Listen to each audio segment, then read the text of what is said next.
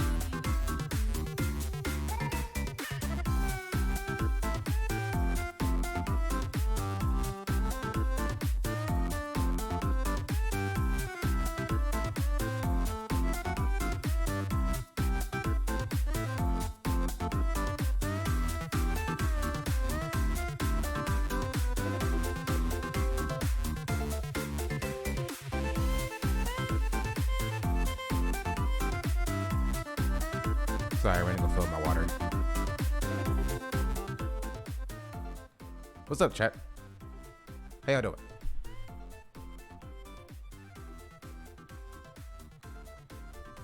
Let me open up all my tabs so I know that I have them.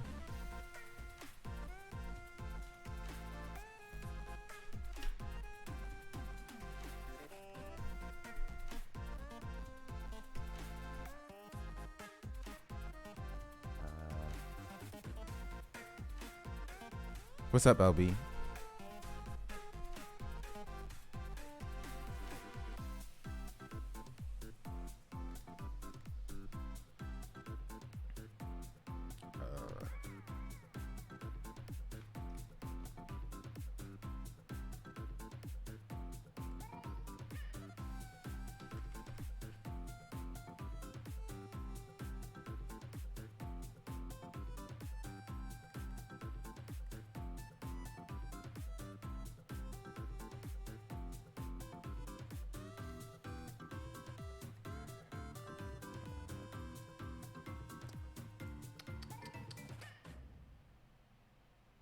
What was I trying to do?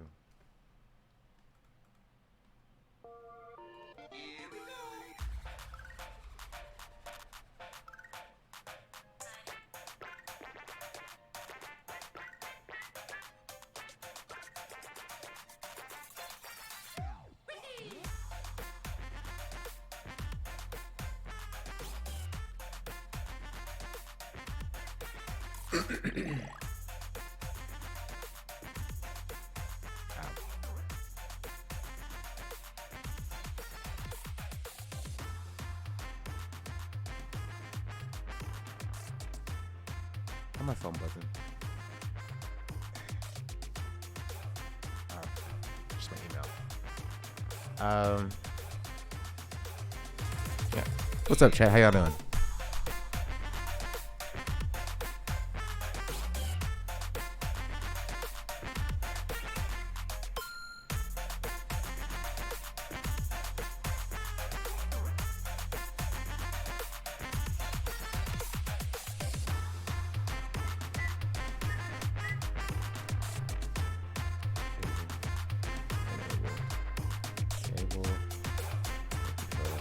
All right, cool. Good morning. It's freaking Thursday, the 8th. New York is like kind of suffocating under like wildfire air. That's fun. That's interesting. I actually don't know what else is going on today, to be honest.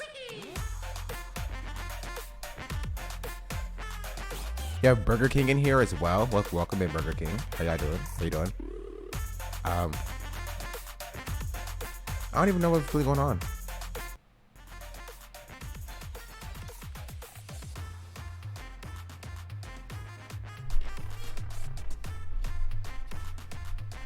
That's in this video. If you any content to the news, you can send the news.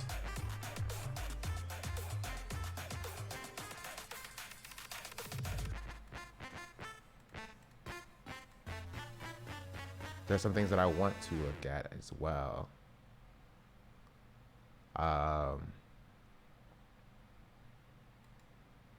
What's this? I do want to talk about Twitch holistically.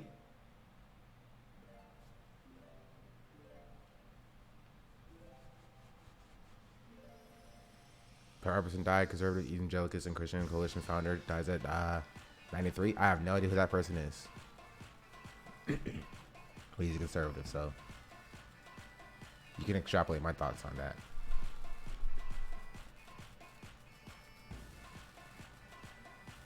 Oh, you sent me a freaking British person, Comrade Katie? Ugh, British people. What is there? Wildfires. Cop City.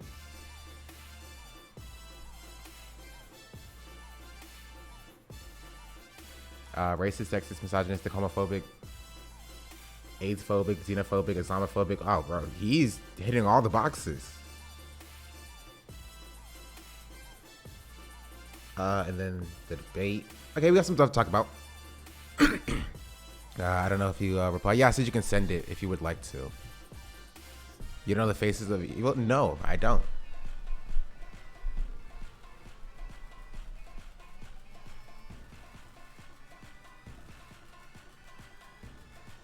I do not.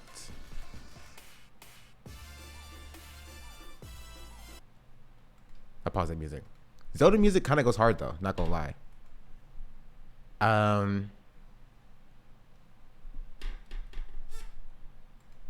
Working social media manager is poor. Please help working social media manager. No. Oh, I want to talk about Aiden Ross as well. Last year he wanted a nuclear war launched by Russia to start his end times. Well, his end times got started pretty quickly.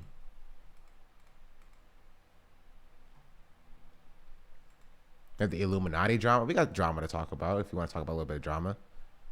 I know.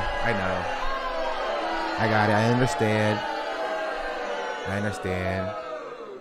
RCP, yes, I did see your message in the Discord yesterday when I was in the Discord. Does I have it open? I do have it open.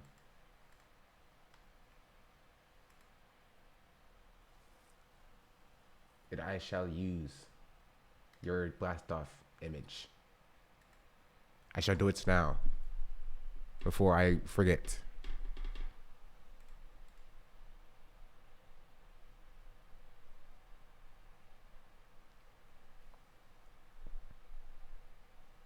I think we touched on this as well for the Illuminati drama. Okay, yeah. So we'll take a look at that as well. Let me do the blast off meme first. What was I gonna say? Videos hearing like it's way more than the legal stuff. Yeah.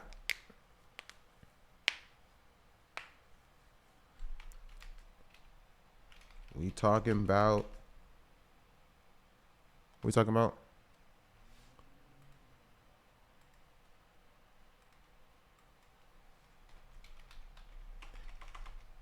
The state of Twitch.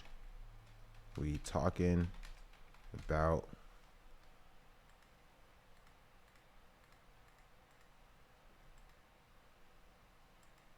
also Joe Biden doing something decent for once, actually.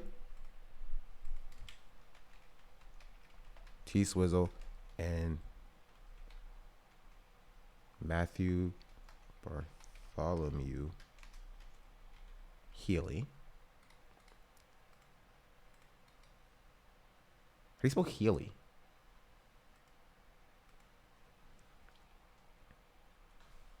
Which is just targeted scam targeting trans people. I'll add it to the queue.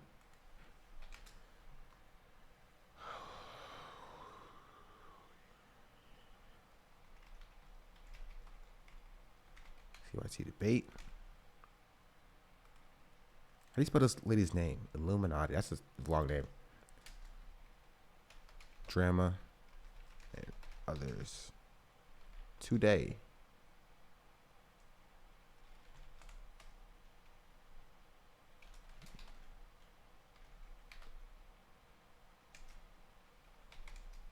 Square. Twitch.tv/SeanDaBlack. We're talking about the state of Twitch. We're talking about T Swizzle and Matthew Bartholomew Healy, TYT debate, Illuminati drama, and others today. Be there or be square. Twitch.tv/SeanDaBlack. That's a good tweet. Tweet send.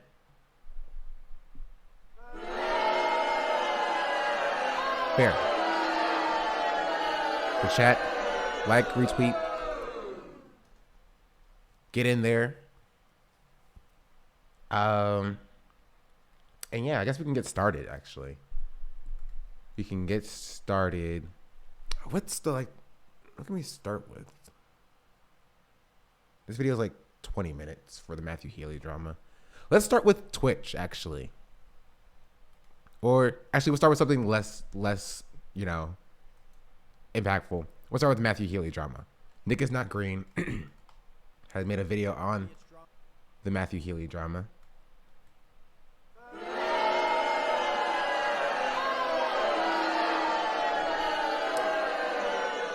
I should probably turn that off.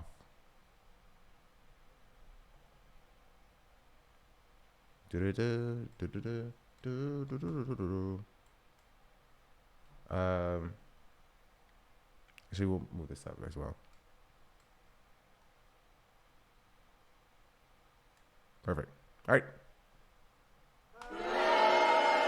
I didn't even say anything. I don't do hit and run. Thank you for the follow as well. Let me refresh this thing so the alerts actually work. Sean's stream titles always lies. Like listen.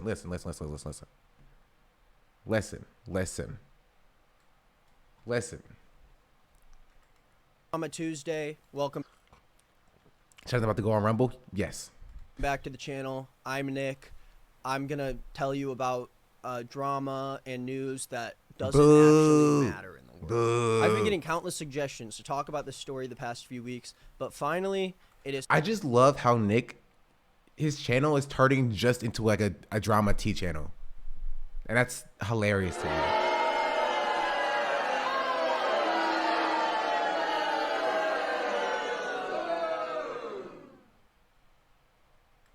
Come to some sort of end, so I'm here to talk about it. A reminder that I am not a professional when I talk about these matters. I'm not like a good journalist. True. I'm just here to talk to the camera, and you're here to set it down while you're doing something else so you can have someone talking in the background. If you're new here, this is my second channel. I have a main channel, but we're trying to beat it in subscribers, so you should subscribe to me right now if you want. It doesn't matter if you don't want to. I'll probably show up again at some point. And another reminder, almost every day on my Instagram story, I'm asking you guys questions about what I should talk about or what's going on. Nick is like popping off on really Instagram anything. as well. So if you want to talk to me there, go to Instagram at Nick is Not Green. I'm also on every other social media, same handle, okay?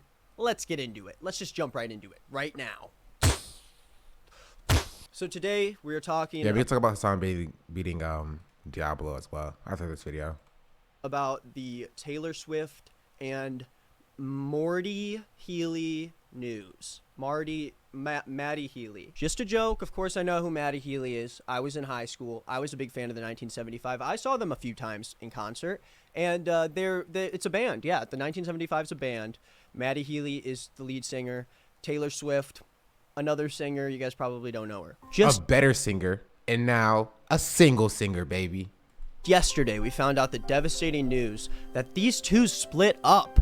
You know, we thought they were going to be a dream team. Everyone was rooting for them. Not so much, though. Not so much at all. The easiest way to explain this in a big blurb is that Taylor Swift started dating another singer who her fans find problematic, and so there's a lot of backlash over it. But just yesterday, they broke up.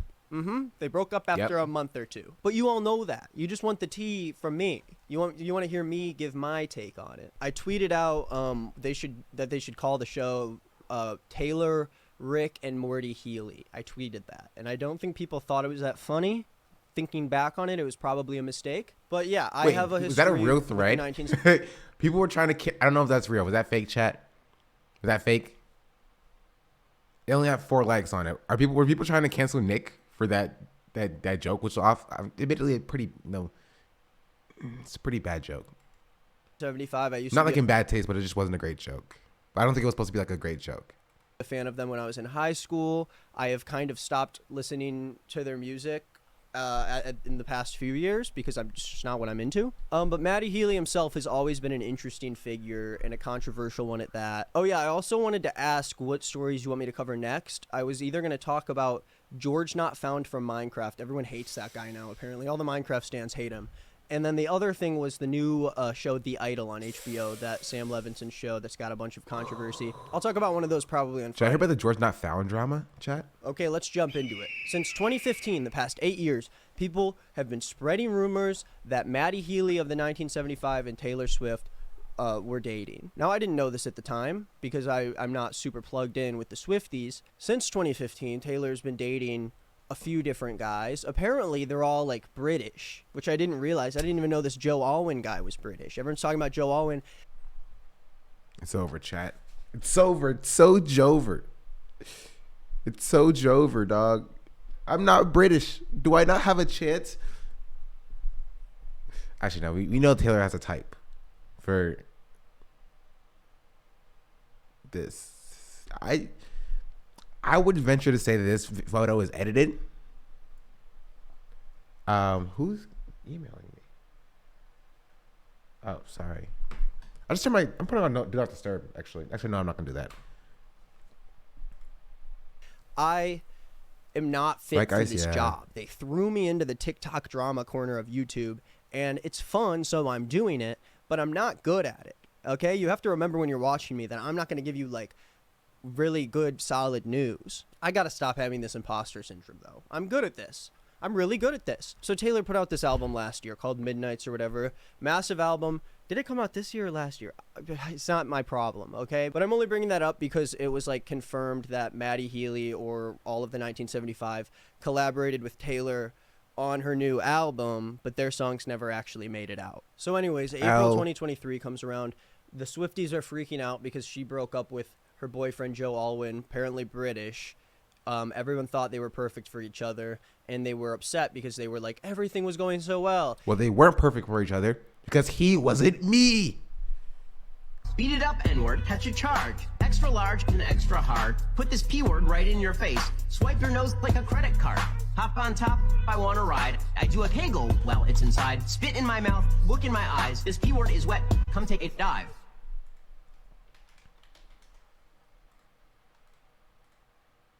Except they didn't know if it was actually going well or not, because you don't really know any of these people's real lives. But a lot of Swifties tried to pretend like they understood what was going on when really nobody does, because these are just like regular people who do private regular people things. And everything can look good on the outside from the one picture you get every few weeks of them from the paparazzi, but that doesn't mean it's great. It doesn't mean it's like going the best, right? So all of a sudden these guys break up and Matty Healy enters the picture. He's back in the picture. He starts showing up to Taylor Swift shows, and he starts playing with Phoebe Bridgers on stage because she's opening for Taylor, this and that, blah, blah, blah. The point is, he's at the shows now, okay? People start freaking out. Matty Healy's at the shows, blah, blah, blah. I don't care. He's British. And so all these little hints start coming out during the shows, okay? Gross. They're doing these little cryptic messages. British you start people. seeing Matty and Taylor in the same place together at the same studio. All of a sudden, they're like saying similar cryptic messages on stage to each other. I'll show the clips of that.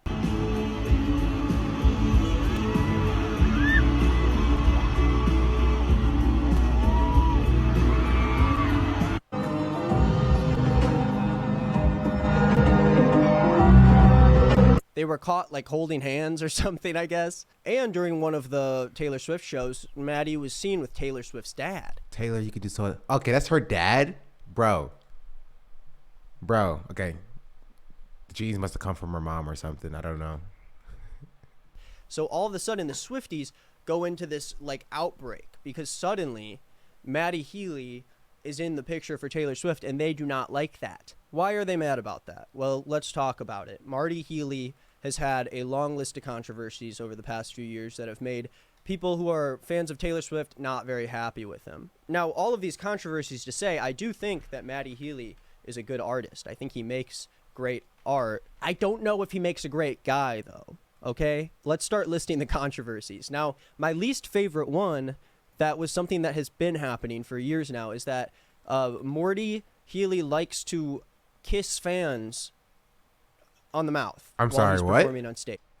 He likes to do what? Like,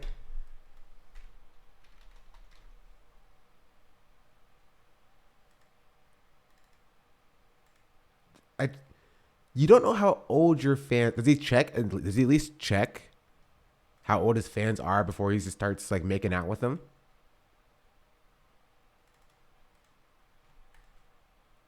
That he was cool with it. Video footage from the kiss has since gone viral on Twitter, and it seems to have left fans divided.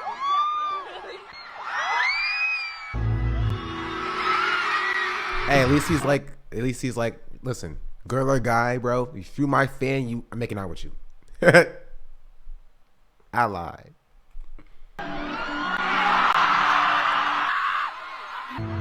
Hey, they're like, it doesn't matter if you're black or white either. I'm making out with you. Ally.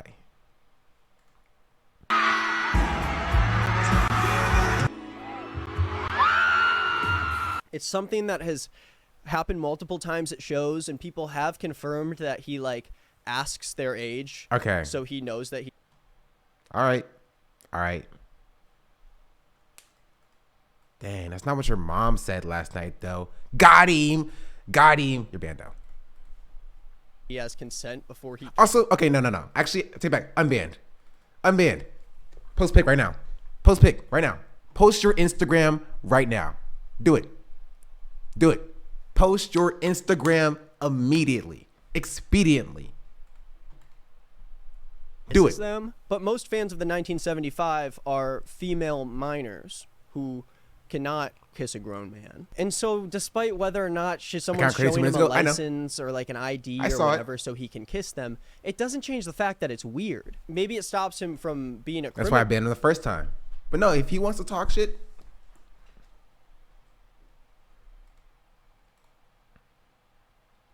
you just added another account? What does that even mean?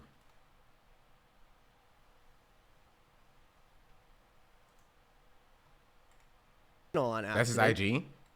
I doubt that's the face. We'll see. Let's see. Why are they downloading my... I knew it.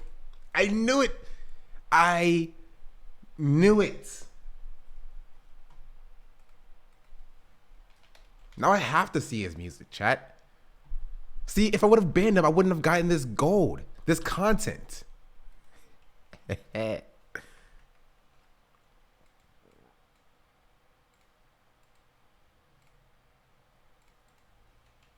Bro, nothing is there.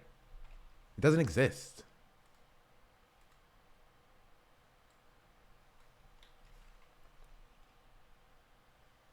Yeah, your Instagram doesn't exist. I don't know what you want me to do. Probably banned you for being too ugly. Oh, got him.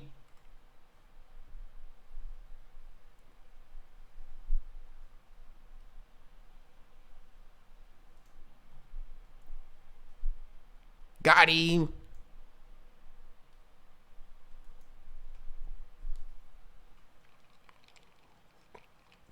I tried to put his name into Google as well to see if he actually like had music anywhere. He doesn't. He's a nobody. He's a nobody, chat. This person is a nobody.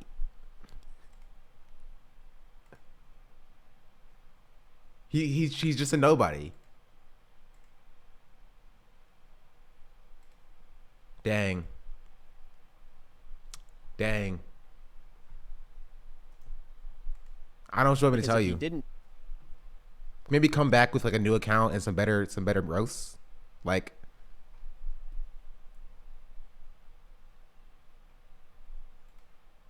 do it. Did you post your own Instagram? Why did you do that?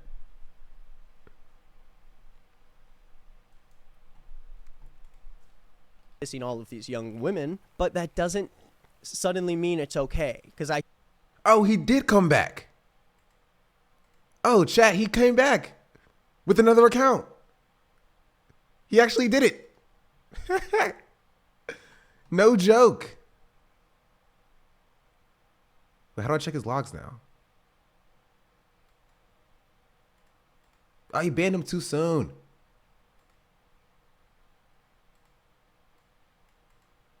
He literally... Okay, I can't show you because it's on my other monitor. Let me see if I can screenshot this.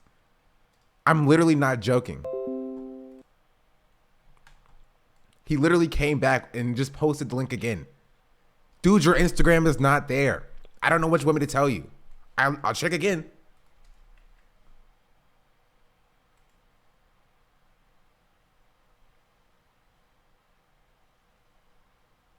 Oh, no, it's here. I found it.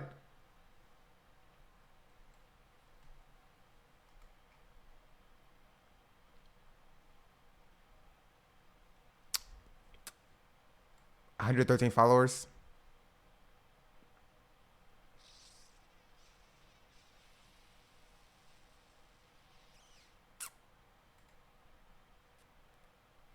Watch me, they don't like me, but they still watch me. I'm from Birmingham, I'm not Cockney. Dirty Dog's my name, they can't stop me. Hey. Not only are you ugly, dog. Not only are you ugly, but you're British as well. Pick a struggle. Pick a struggle. Please. I am begging you. Pick a struggle. Also, what does this fit? Oh, no. No shot, bro. And you gonna try and come and talk about me? You're gonna try and come and talk about me? Really? Really? With this fit?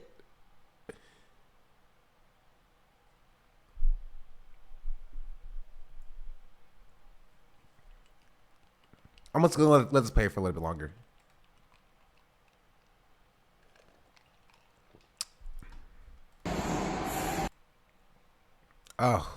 Oh, bro, that's crazy. DJ Academic's going crazy. What do you mean? Hassan Nabi Industries isn't Noi, bruv.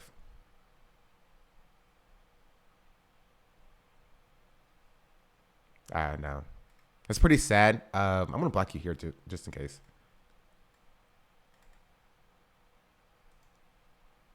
Come back with better music. Yes, he is. No, he's not. Hassan Nabi Industries is from South Africa.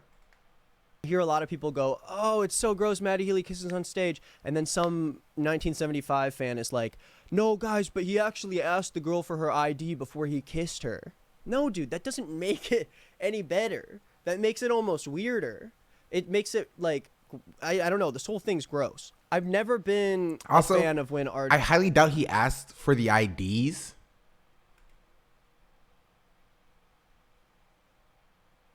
Highly doubt he asked for the IDs, personally. He could ask, like, hey, how old are you, right? I don't know if he's like, let me see your ID. You know what I mean? Artists do that, or they do really anything that's like romantic with people who are at the front stage of their concert. Most likely. Oh, really? Became a follower. Oh, I think I made him mad. Did you come back with another account? Did you come back with another account? No. Unban him. Unban. I want to hear what he has to say for himself. Oh, wait. Nope, not that one either. I want to see what he has to say for himself. You're unbanned. Speak your mind.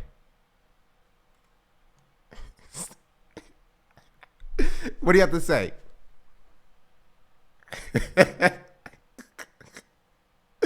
What do you have to say?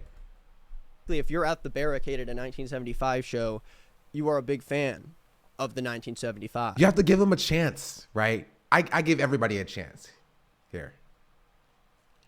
Trying to be using them into right now. I feel bad. I feel a little bit bad for this, but he's doing it. He's doing it to himself. Hey, watch your sign of growth and success. True. And then he also, like, there's videos of girls, like, reaching out towards his face. Bro. Do better. Do better.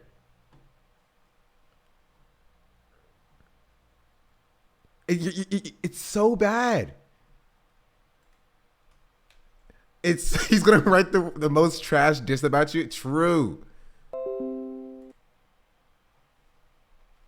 That's such a bad. That's not even a good roast. You know what? Take 5 minutes, right? Circle back and maybe it'll be better. Now you're hiding my messages like a coward, bro. I'm not. You think I'm hiding your messages? That's Twitch. It says you're a ban evader. Why would I hide your messages? Likely ban evader. I'm allowing you to be here. If I could allow you to stop restricting. There you go. Boom. Now everybody can laugh at your stupid messages. While he's singing to them at the show, and then he starts sucking on their fingers.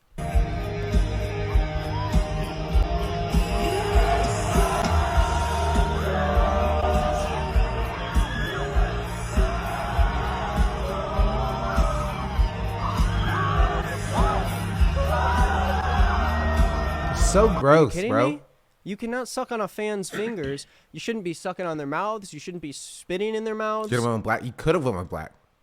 Would have made more sense. I've gotten black. When my hair was cornrowed, I got Pop Smoke as well. Not Tyler. I don't know if he's the one that spits in fans' mouths. That might have been JPEG Mafia. I think Slow Tide is that.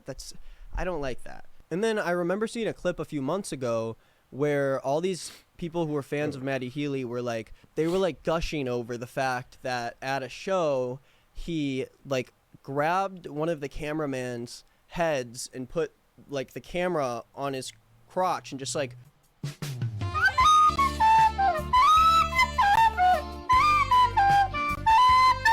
That's so gross. That's so gross. That's so gross, bro.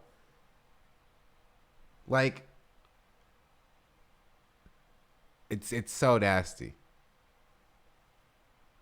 Also, Birdie with the terrible music. Where'd you go?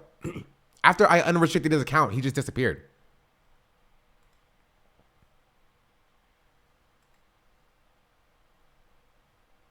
Oh, did you reban him?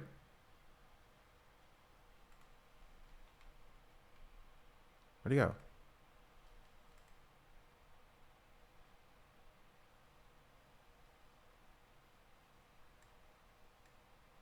No, he just hasn't. He's not banned. He's not restricted anymore. He can say whatever he wants to say. He's just gone. Man. Here, okay. I'll take this moment to speak to you directly, right? I'll take this moment to also. Nah, I just ran, so that actually makes sense. Oh, I'll take this moment to speak to you directly. I mean, unblock you for a second.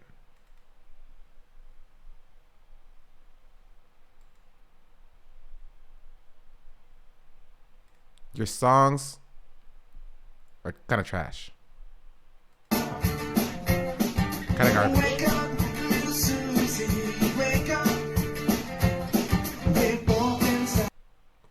So. Oh, wait, no, he's back. Wait, what do you have to say?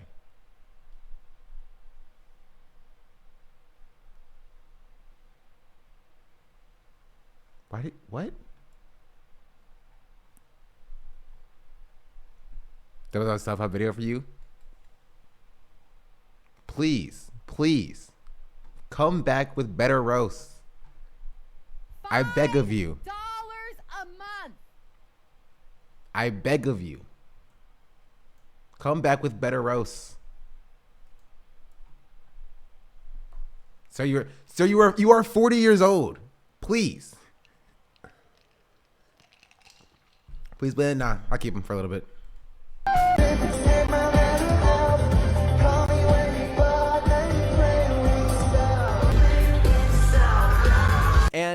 And the comments were all at the time like, oh, this is so hot. I wish I was the camera. I wish I was the cameraman. it's so hot the way he grabs the back of this guy's head and shoves it towards his crotch. It is not. It's gross. You're a weirdo if you do that. You're weird. If you've ever... Now you're gonna keep me. I'm gonna ban myself. You're not in control here? Okay, sure. If it makes you feel better, I guess. Wanted to do something like that. On either end, it should not be okay to glorify this kind of sexual harassment, especially when it's on stage. Also, yeah, you spelled it wrong. So...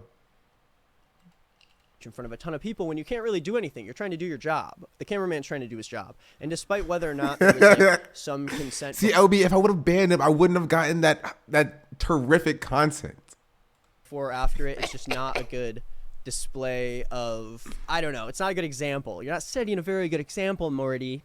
Okay? Morty, you're not setting a very good example. Next up, the Raw... All right, chat. As he leaves, everybody at him and laugh. Everybody at him and laugh as he goes, as he leaves.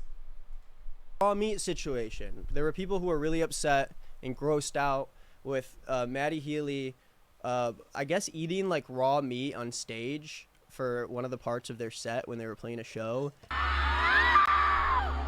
Actually, perfect meme for this situation. They say that I'm good enough. Grabbing my perfect meme. Think about shit that I shouldn't. Unbanned Faker Tyler became a follower. Oh, that's so... You're so sad. That's so sad, bro.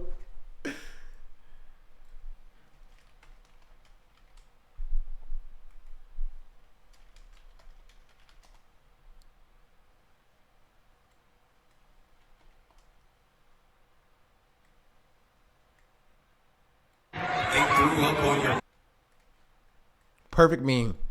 Perfect meme for the situation. Everyone,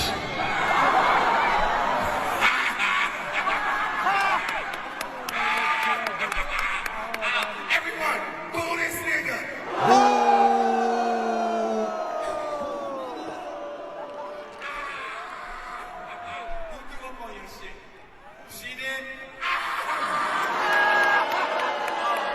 Boo.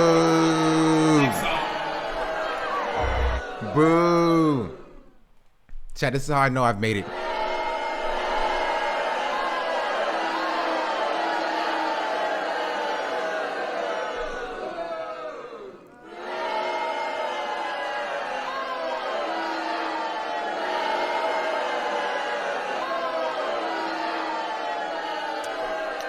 I think I made that a little bit too little. How do I fix that, actually? Oh, let's just play.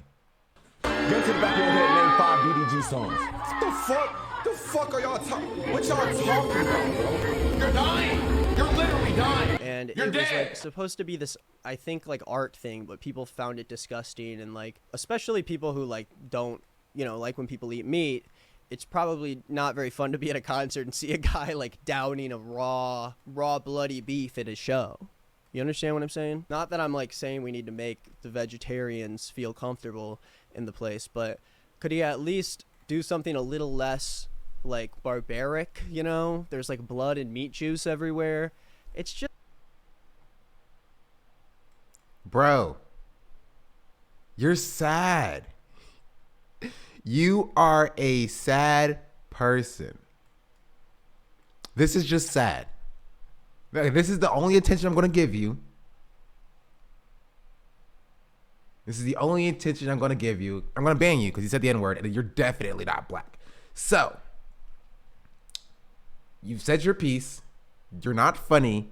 Your music sucks. Come back with your next account, please. Come back with your next account.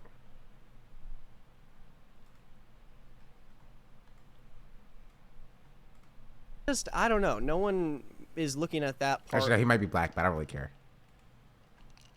Of the performance and that part of your art and enjoying it. But on the other hand, that's not to say that all art is meant to be enjoyed. Some art is meant to be disgusted. The point of art is to evoke an emotion in people and evoke an emotion out of yourself to create something. So does that make it okay? Or is it just weird? It's weird. Again, I think it's a little weird. Sometimes people think that just because you aren't breaking the law, it means everything's okay, but we're allowed to say that shit is weird, you know? You can say that. Next controversy. I'm just listing off this guy's controversies. I'm going to cancel him. I'm going to ruin his career. Let's go. There was this thing when they were Nick is performing a one of their Swiftie, songs, confirmed. Love It If We Made It, a classic 1975 song. And there's a part of the song where he says, "Thank you, Kanye, very cool." and he's They say that I'm good enough. Donald Trump tweeting that I'm Bro. My next X count became a follower. Bro, you know what? I'm not mad at you. I'm only like 20, 30 followers away from my follower goal. But, you know, you live a sad life. You live a sad life. Kanye, and while he's singing that lyric, he does like a Nazi salute on stage. And people took it the wrong way, obviously, because it's like you're doing this salute on stage. Well, okay, no, Nick, I disagree. People took it the exact way that they should have taken it, right? And most of the people in the audience aren't gonna make the connection that it's like Donald Trump tweeting about Kanye and Kanye's doing all of the like Nazi shit.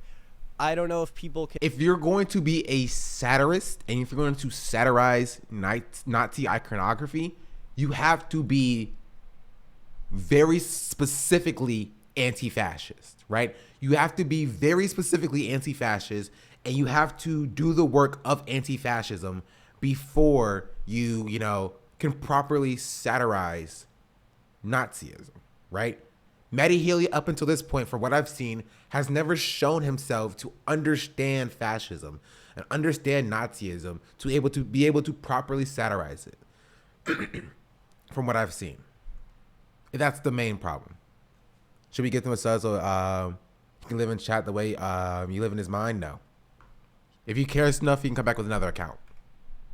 But Carmen Katie already banned him.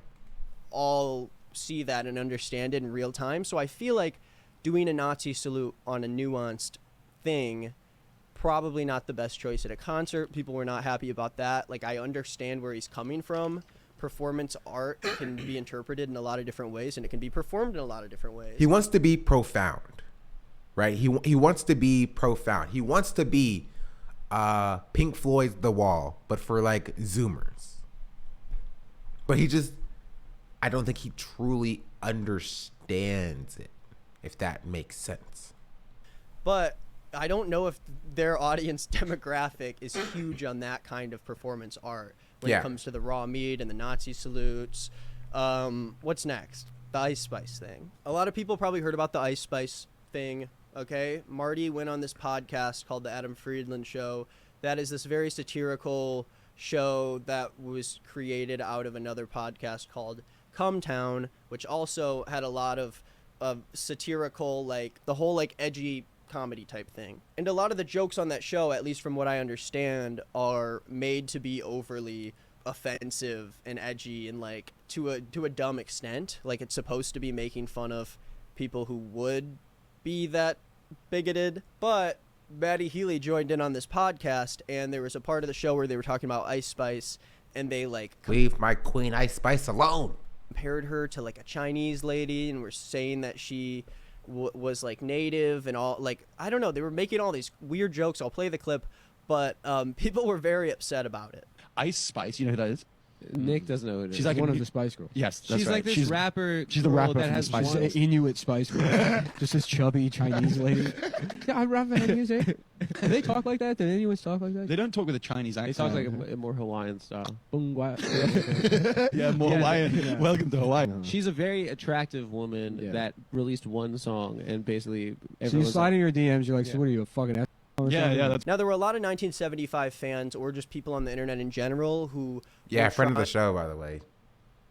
Trying to explain. To me, I don't know who's talking this. I can't make a distinction about what he specifically said, but like this to people who were hearing it out of context, in the sense that this was supposed to be satire and it was supposed to be like overly offensive. But I think that a satirical thing like that, and something that is this very like edgy commentary on a famous person, I think if I was Morty Healy, I would back away from that situation, understanding that that thing's going to get clipped out of context, and all of a sudden everyone is calling you a raging racist. But it's not even like out of context, right? Because that's what the Adam Friedland Show is, right? That's what these like dirtbag left, center left podcasts are about, right?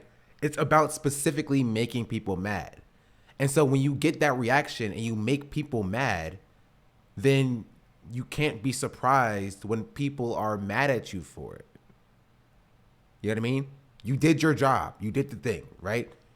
And we looked at this a couple of days ago when we talked about the dirtbag left in general, right? Dirtbag left does away with the niceties of like identity politics and like liberal sensibilities, right? And by doing that, they lean into the edginess of it. So you can't be surprised when people who subscribe to the niceties of liberal sensibilities feels as if you are bigoted because you've done away with those sensibilities. It's not a surprise.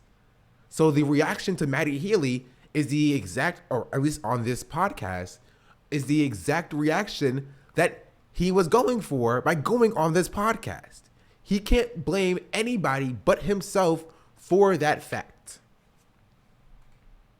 And I'm not saying that he was in the right by explaining what the podcast is about. I still think that the jokes themselves aren't really that funny, and it was just sort of an overall like mess. It's a very kind of a cringe fest now that we see what's happened with it. All of that to say, I still think all of this stuff aspect ratio change is pretty disgusting.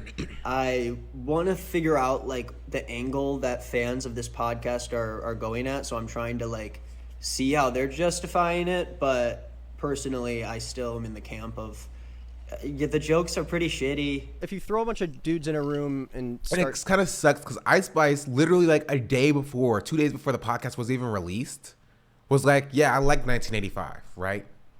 I love like the alternative. Let me see if I can find it.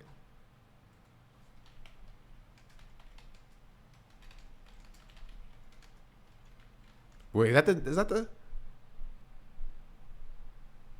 what's the what's the letters? It's not 1985, is it? It's 1975? Who knows? Who cares?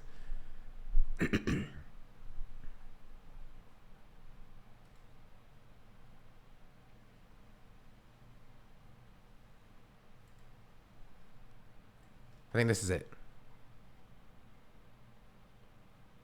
Alternative music. I feel like a lot of people listen to alternative music. I feel like a lot of people wouldn't expect that. Yeah, shout out Coldplay, the 1975, obsessed with them.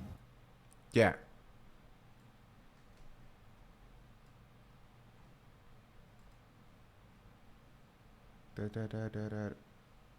Who mentioned me in a video? What do they want? Oh, it's one of those. Okay, you're getting blocked.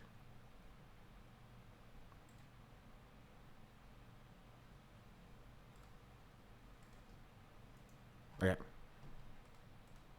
Shitting on like one of the biggest female artists in the world right now, people aren't going to be happy about it, especially when that guy, Morty Healy, gets attached to Taylor Swift. So now Taylor Swift's fans are like, oh my God, he's saying all these offensive things on the Adam Friedland show, the one that I watch every week, which again, I've never seen the podcast, but at least from the clip I watched, I don't really need to see the podcast, you know? I understand how you could put out like an hour of audio content and something could get clipped and misconstrued, but you're like asking for it, you know? If you say stuff like that, you're kind of asking to get people upset and angry with you. And I don't know, there's like all these other controversies also. He like made fun of some fan's name who was Irish. And what's your name? SeanDaBlack. What? I know. Dervla. It sounds like something you move like gravel with. Dervla. People online got upset about it, and there was this BLM post he made a few years ago, but he tagged one of his songs and people. If you truly believe all lives matter, you need to stop facilitating the black ones. Anyway, listen to my song now, please. People thought he was promoting his music. He said things on stage that seemed like they were about to be borderline racist. The guys control the songs. I don't control the songs. They can cut me off at any point when I start, whatever. Whenever I start talking something they don't like. And I've been thinking about trans people in sports. So I'm not right-wing, but it's like... So this is a meme, right? This is a meme. And to be honest, probably Matty Healy's funniest bit, right? This is a meme. This is completely a joke. This is a bit, and it's not a bad bit. It's a pretty good bit. I don't think it's a racist thing to say. Oh, fuck. Okay, a black guy, a Jewish guy. It's not up to me. I had this like Indian taxi driver today. Looking back at these That videos, is probably his best bit, not going to lie.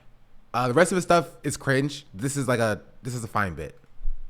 my personal stance is that the joke of every song is obviously that he's about to say something problematic and then the band cuts him off. That's like supposed to happen. So I personally watching it, I think it's very obvious that he's not actually, the joke is that he's a bigoted person getting cut off by the band because he's saying something, but he obviously wasn't actually about to say it. He's making fun of it. All this stuff. Okay, so me and Nick are on the exact same page, right? And I think a lot of people who are looking to cancel Maddie Healy, they're looking for everything. And that's what you often see in like cancellations, right? You'll see the bad stuff that somebody does right next to an obvious joke that they've made, right? And then like right next to another bad thing that they've done to try to like pad out like the runtime of the cancellation, right? It's like, oh, look at this like Twitter mega thread. It's like 100, tweets in this mega thread about why this person is bad. But like 50 of the tweets are just like jokes and something that's like very clearly not taken seriously. So like you put off people who are like, yeah, but this stuff is not taken seriously and this stuff is bad. Why are they in the same thread? To put out anything real or fit to try to cancel somebody? Yeah. It's very dumb. Don't do that. If you're going to cancel somebody, just leave the bad stuff that they've done. I think I'm better off moving on from. I think we can understand how we got to the point where Maddie Healy is problematic to these Swifties and to a lot of people on the internet. Personally, after all this shit has happened the past few years, I find his actions to be just kind of like dumb, and he's trying to be profound, but it's just not really working for him. And probably in the same way that someone like Maddie Healy isn't happy to have the audience demographic. Uber Games, what's up? You just missed somebody who was like trolling in here. He's gone now, unfortunately. It's been like 12 minutes since the last heard from him. I hope he's okay. Maybe he died. Who knows? Hopefully he's still here, because if he's still here, he will see the top of the hour ad breaks. And if you don't want to see the top of the hour ad breaks, all you have to do is either subscribe for free with the Twitch Prime or for a measly $5 a month. And we know that old dude does not have $5 a month. Bro, we heard his music. His music was pretty bad. He don't have $5 a month. But if you have $5 a month, then you can subscribe. But if you're like that guy, right? If you're like that guy who doesn't have that money and is like, oh, his music not paying him, you feel me? Then you can just wait to be gifted a sub as well, because maybe an Oiler in the chat will see that you're struggling and be like, here, I'll help you out. You know what I mean? That is also a thing as well. Here is the 1 minute ad break now. Make your own luck, chat. True. Make your own luck by subscribing.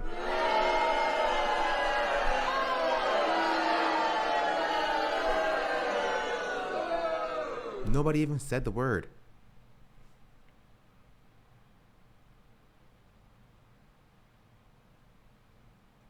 Is this like a new thing, right? Do y'all just come in here and ask me to react to music all the time? For what? For why? Are you on a payroll?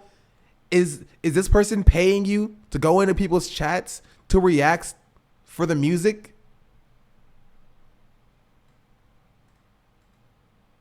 He doesn't want to just appeal to like white high school Sean, girls. getting confused with Sean. See, okay, that actually makes a lot of sense. That makes a lot of sense. Yeah, okay. Yeah, that makes sense. Happens to be a lot of his base. Not all of it, okay? I'm just saying that happens to be a lot of his base. And so after all of this, when it suddenly seems to be confirmed that Maddie is dating Taylor Swift, everyone gets super upset and says that she's problematic now and they don't know what they can do now that Taylor's dating someone who is possibly big. I'm going to finish playing. I'm going to go warm me up a slice of pizza that I had yesterday because I'm starving. I'll be right back. Don't leave. Leaving you're racist. Leaving you're racist. And how would she make this decision? We know Taylor. She's better than that. She's better than that. Again, we don't know anything about these people, okay? They are so beyond what we can understand in terms of the personal shit going on in their lives. But after this Ice Spice stuff happens, Maddie Healy starts dating Taylor Swift, and suddenly Taylor is doing a remix of one of her songs with Ice Spice. And then following that, she went out on her tour and brought Ice Spice out on stage in front of, you know, tens of thousands of people and performed the song with her live, I think. And so this whole thing seemed very weird, right? Because we go from Maddie Healy making the Ice Spice comments, all of a sudden he's dating Taylor Swift, who is one of the most likable figures in the country, and then Taylor Swift brings out Ice Spice, and it all seems like this cover-up for Maddie Healy to not be as problematic to people online. All of a sudden, to a lot of people, it comes off as if he's trying to make his public reputation better by dating one of the most likable artists in the country, and then while also having that likable artist platform the woman who he slandered on this podcast. Personally, I'm kind of 50-50 with it. I would not be surprised if Maddie Healy and Taylor were just friendly, and if this PR thing happened to try to make it look better. What the heck, chat? Like 8 people left. We have 8 races among us.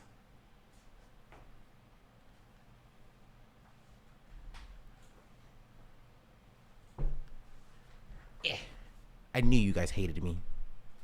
And less than a month later, they break up because it obviously didn't work. People continued to be angry. People continued to call him problematic, and it started getting into Taylor's reputation. Huh? Play on words. I didn't even mean to do that. So I don't know. I don't really know enough about these people to make like an educated guess. I don't feel like Maddie Healy can just bag Taylor Swift to recover his public image. No. As to what? It should have been me. I'm jealous. It should have been me, not him! It's not fair! This is all about. But I think it's kind of funny to imagine Maddie's PR team doing all of this shit with one of the biggest artists in the world just to fix this guy's reputation. Bad take.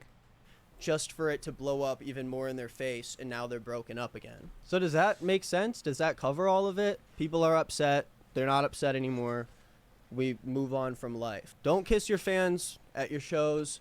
Don't suck on their fingers. Stop eating raw meat. And maybe people will start to like him a little bit more. Oh yeah, so that's it. Let me know in the comments what you think about this whole thing, especially if you're more educated about it than I am. And if you want to send me video ideas, follow me on Instagram at nickisnotgreen, or email me, nickisnotgreenmerch@gmail.com. Most of the time I do not respond, but I look at a lot of DMs and I take a lot of it into consideration when planning videos for this channel. So yeah, we'll continue doing the drama thing. Good video. This is a video from Green is Not Nick. I don't know why you say Nick is not green. This is obviously Green is Not Nick. Yeah, Maddie Healy is not a great person, to be honest. But we're going to move on from this into some new drama, some better drama. Fair.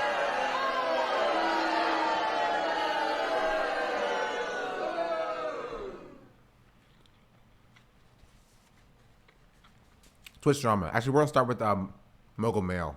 Where's Mogul Mail at? Here. It's about Twitch. The only reason I'm talking about this, right? Only reason I'm talking about this is because it affects me, right? As an affiliate, it affects me probably more than it affects like the bigger streamers. You know when you have a bump on your forehead and you're not exactly sure if it's going to become a pimple tomorrow that's gross and ugly, or if it'll get absorbed back into your skin and you're safe. That's kind of like Twitch's decision making. Sometimes they make decisions that might be the catastrophic end of Twitch as we know it. Or it'll be back to business as usual. And after the huge shitstorm that Twitch went through yesterday, we're here to talk about whether it is going to become a pimple or it is all going back to normal. And the answer, surprise, surprise, somewhere in the middle. But first, let's look once again at the branded content guidelines article that caused the entire shitstorm, with all of their infographics of the things. Lewood literally said on Silent Street that he didn't think Twitch was going to do this. So, so like not hot take, but like spoilers. I've already seen this video, so he does address that briefly around here. You're not allowed to do, and their 3% screen size rule that everybody made fun of. If I refresh, it's all gone. They got rid of the entire thing. You can no longer see those fun graphics. To the people who made those graphics at Twitch, I know it's not your fault. I think you did a very good job. It's very clear what Twitch was doing. So clear, in fact, that everybody was collectively upset about it and yelled at Twitch enough to delete it off of the website. And now, basically, all that remains is you have to tell people branded content disclosure. Okay, a little bit of context. The context is Twitch released new guidelines a couple of days ago about branded content. So what the guidelines stated was a couple of things. Let me see if I can find the actual. Maybe somebody in chat can find the actual Twitter thread. But yeah. Oh, sorry. But it was as he said here. Bro, where is it at? Bro. Here. That caused the entire shit. Here, it says they've released what you can do for branded content. Right? Storm with all and then what you can't do, which is like infographics. Your logos can't be bigger than 3% of the screen size. You can't have burned in video ads. Of the things you can't have burned in display ads. You can't have burned in audio ads. Yeah. And this would directly affect two groups of people, right? It will affect people who organize events. So your fundraisers, your charities, your streamer awards, your game awards, your big budget sponsored events. And it would affect streamers who take ad deals on Twitch. And a lot of people think that it's specifically targeted towards Streamlabs and Stream Elements. And I personally agree with that, right? I do think that this was a targeted move against Stream Elements and Streamlabs. And I think I can pull up a deal. That's what you're looking for? No, it wasn't this.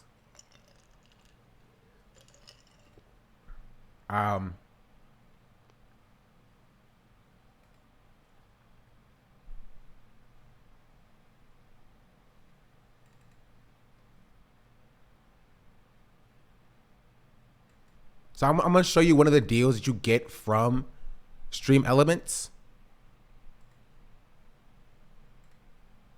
So you know like what's required of you, right? So here's a deal from I don't know if I can share this, to be honest, but who cares? Who gonna snitch on me? So like, for like Raid Shadow Legends, for example, what is required is you need to play the game on stream for 2 hours. Some talking points. You need to have an events-based widget that is visible for the entire 4-hour stream, and a panel below the stream, a banner below the stream, right? And for context, this is what it looks like. If I still have it, or if I deleted it by accident.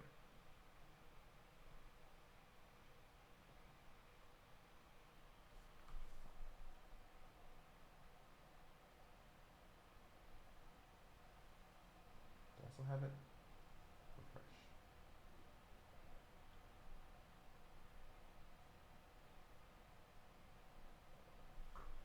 Control C. I'm checking to see if I still have it in here.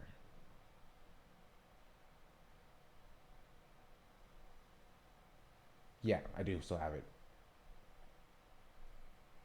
So delete this and we're gonna add another one. Browser. Sure.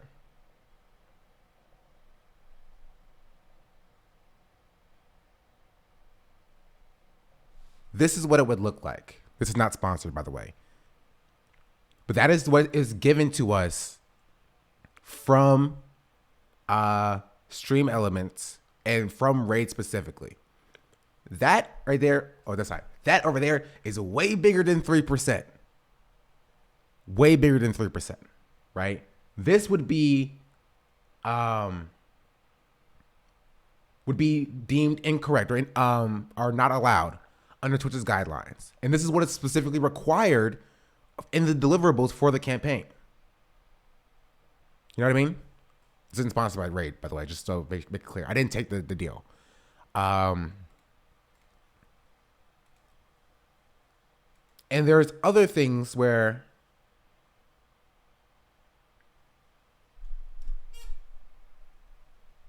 you have to other deals where you have to play like a video. Like for when I did my Rocat thing, I played a video of that they asked me to play at the beginning of the segment. And these are things that are required for these actual activations. And so it's directly targeting that, because that's stuff that Twitch says is not allowed. And if, companies or, sponsors see that and they're like, hey, I don't see any value of doing this on Twitch if we can't get like half of our deliverables. Oh, let me change this away. I'm like, if I don't get if I don't have access to getting half of my deliverables, you know what I mean? Then like I have no reason to sponsor like a smaller streamer anyway. And so it would have affect like smaller streamers around my size ish, and like super large streamers, because streamers who are huge, like Hassan is like top like 10 streamers in the world. So I'm not even talking about Hassan, but people even at like Carter Frogan level, right? They can probably be fine off of subs specifically. But like smaller streamers than like, your mid-sized creators who won't, run on or don't have that established audience base, it would affect us. Again, I personally don't take sponsorship deals, but if I did, it would affect me as well. I could take sponsorship deals, but with these rules in place, I wouldn't be able to. That's what I'm trying to say. Let's get for charity. We often get funds. Or the Greenland stream. I don't know if that counts as sponsored. It shouldn't. I don't think that would be sponsored. It's only if that charity is paying you to show up. Stealing other people's content, eating on stream, getting up for your chair, fake lefters. I do. Hope you make a lot of money because you deserve it. Thank you. Is there any reason why you don't take sponsorship deals? It feels weird. Those fun graphics to the people who made those graphics. Purely vibes. I know it's not your fault. I think you did a very basically all that remains is you have to tell people branded content disclosure tools. I live like a capitalist every single day. Hey. I live as a capitalist. Okay. I live when I believe. Prophecy85 has gifted Prophecy85 a sub. Prophecy, thank you for the 5 gifted subs. Much appreciated. Much appreciated. Not 5 people no longer have to see the ads. $5 a month. Thank you. And you cannot do sponsored content with hateful products, illegal products, gambling products, spam products, scam products, weapons. Fine. Okay, great. I can agree with all of that. Except for, why is it okay to have an alcohol sponsor but not a cannabis sponsor? Seems true. Also, I don't know what they mean by political content, right? That's something that's like the vague language in this thing. Like, what do you mean? Right? It says include paid promotions of politicians, political parties, or issues of political debate. Like Hassan said, I think yesterday, he said Planned Parenthood is a good one. Planned Parenthood does pay content creators, at least on TikTok for sure, for videos. And so if Planned Parenthood approached me and was like, hey, I want to pay you to do a stream for, abortion rights, would that not be allowed? And why would that not be allowed? Seems weird. Anyway, let's also, yeah, but like there's no DNC. No, actually, like Twitch for this first part, political parties, there's no DNC money on Twitch. They weren't gonna pay me anyway, but like W. Cannabis regulation isn't as defined as alcohol regulation. That's why. They say that I'm good enough, grabbing my da-da-da. Think about shit that I shouldn't, And Peerage Tasty became a follower. Empress Tasty thinking about a follow-up. Seems weird. Anyway, let's focus on the thing that actually matters, which is the update to all this, which was clarified by Twitch just a few moments ago when they said, yesterday, we released new branded content guidelines that impacted your ability to work with sponsors to increase your income from streaming. These guidelines are bad for you and bad for Twitch, and we're removing them completely. Sponsors are critical to streamers' growth and ability to earn income. We will not prevent your ability to enter into direct relationships with sponsors. You will continue. Do you predefine laws in place? Yeah, but if it's legal in like California, and you live in California, like, I mean, I think it should be allowed. You should ban that mustache from Let's Face. True. If Planned Parenthood offer you money, would you take it and show them a video by leaving small signs of them being BS? Probably not. Continue to own and control your sponsorship business. We want to work with our. For what ages, etc. But I mean, like, my opinion, alcohol is definitely worse than like cannabis in general. Community to create the best experience on Twitch, and That's just me. to do that we need to be clear about what we're doing and why we're doing it. Great. This is all good and true, and they're getting a lot of W's from creators who basically spent the better part of yesterday threatening to leave the website. But is it all as it seems? Well, let's take a gander over at the actual terms of service. This is very available to anybody who wants to see it, the Twitch terms of service, and in it they have a section called advertisements where it says, and you end up streaming to a state where it's illegal. Not that I agree, but I'm in a legalized state. That shouldn't matter, right? Per se, because at least before gambling blew up and Twitch stopped gambling specifically, gambling is illegal for people under 21. And so I don't think it's about like where it's illegal at. You know what I mean? Just personally. I might be wrong. Who knows? I probably am wrong. Twitch has the exclusive right to monetize the Twitch services. But I don't think there's like a law prohibiting you from promoting something to a subset of people where it's illegal.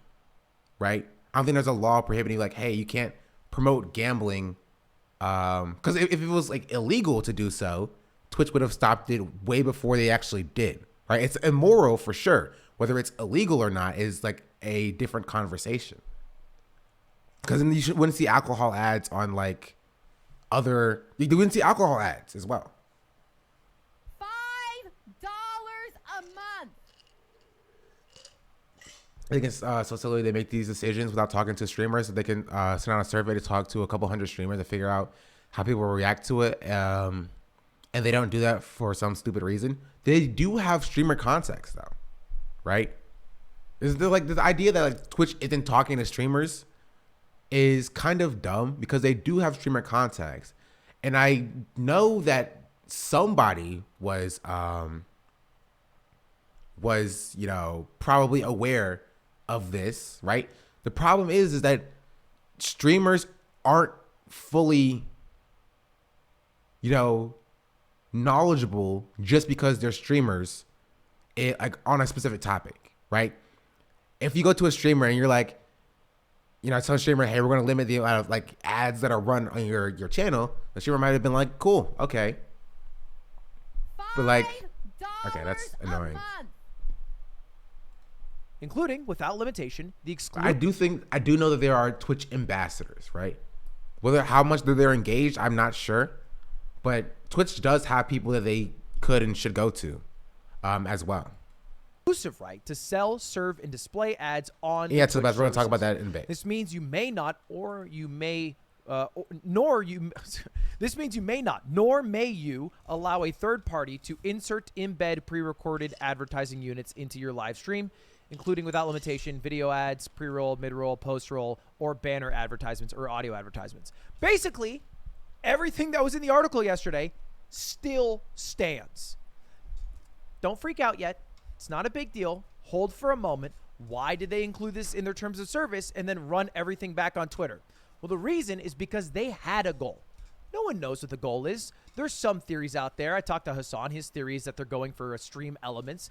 Basically, these larger corporations who have a way to do ads at scale by automatically inserting overlays, whether they be banners or mid-roll ads, into people's streams without the need to have like a bespoke deal and be like, yeah, this person has 1,000 viewers. How much can you do for them? They really love Nintendo Switch Joy-Cons with Drift. And I think the argument is that they're trying to put this language, at least legally, into the terms of service so that companies like maybe that can no longer operate. There's a boogeyman. Maybe that's why right-wing content creator left Twitch can get high on goofballs and push his agenda. So when it comes to why people, let me talk about this specifically for a second. There is no alternative to Twitch, right? People say that it's YouTube. When people say that it's Kick, people say that it's Rumble. People say that it's another one I don't remember that's kind of irrelevant. Doesn't matter. There is no alternative to Twitch. There's not. Right? People would never go to YouTube, like large creators like Ludwig, like Valkyrie, like did Pokey move? I think Pokey moved as well. Like Pokey, like all these creators would never have went to YouTube if YouTube was not throwing the bag at them, right? If YouTube was not subsidizing, YouTube is closed. YouTube is not close. YouTube is not close. Not at all. Not at all. People would not choose to go to Twitch. Creators would not choose to go to Twitch choose to go to YouTube unless they're being paid by YouTube, because YouTube does not focus on live streaming. That's just it. YouTube is a focused video platform. Right? And you know that YouTube is not focused on live streaming because they don't even do the one thing that is like everybody does in the live streaming space. And that's having a tab where you can just see live streams that are going on, right? It will be very simple to implement. YouTube doesn't do that because their focus isn't live streaming. Live streaming is an afterthought. And now it's getting a little bit better, but there's still not this infrastructure to support live streaming, and especially not to support discoverability on YouTube, right? Twitch sucks with discoverability as well, but at least if you are on the platform, you know that all of the viewer base on that platform wants to see live streaming. You know what I mean? So like if somebody happens upon my stream, they're not going to be confused when they see the content that I'm putting out, right? However, when people subscribe to my YouTube, right? When people follows my YouTube and I start live streaming on there, that is a different type of content than the video content that I put out, which is why you often see people do a second account for live streaming on YouTube. I mean, YouTube is so notoriously bad that you need a separate account for doing vlogs. If you make, sit down video content, you need a separate account for doing gaming as well. People have like 3 or 4 different accounts because YouTube is so siloed in on one type of content. And you add live streaming on top of that as well, it doesn't work. That's why YouTube isn't there where it wants to be for or where we want it to be for live streaming, and why people don't leave other platforms for YouTube unless they get the bag. You know what I mean? And as it pertains to Kick is, notoriously right-wing, right? I personally don't want to go to a platform where I'm going to get called slurs all the time, right? Now, even, I've had a hate watcher come in here and make, I think it was 1, 2, 3, 4 accounts just now.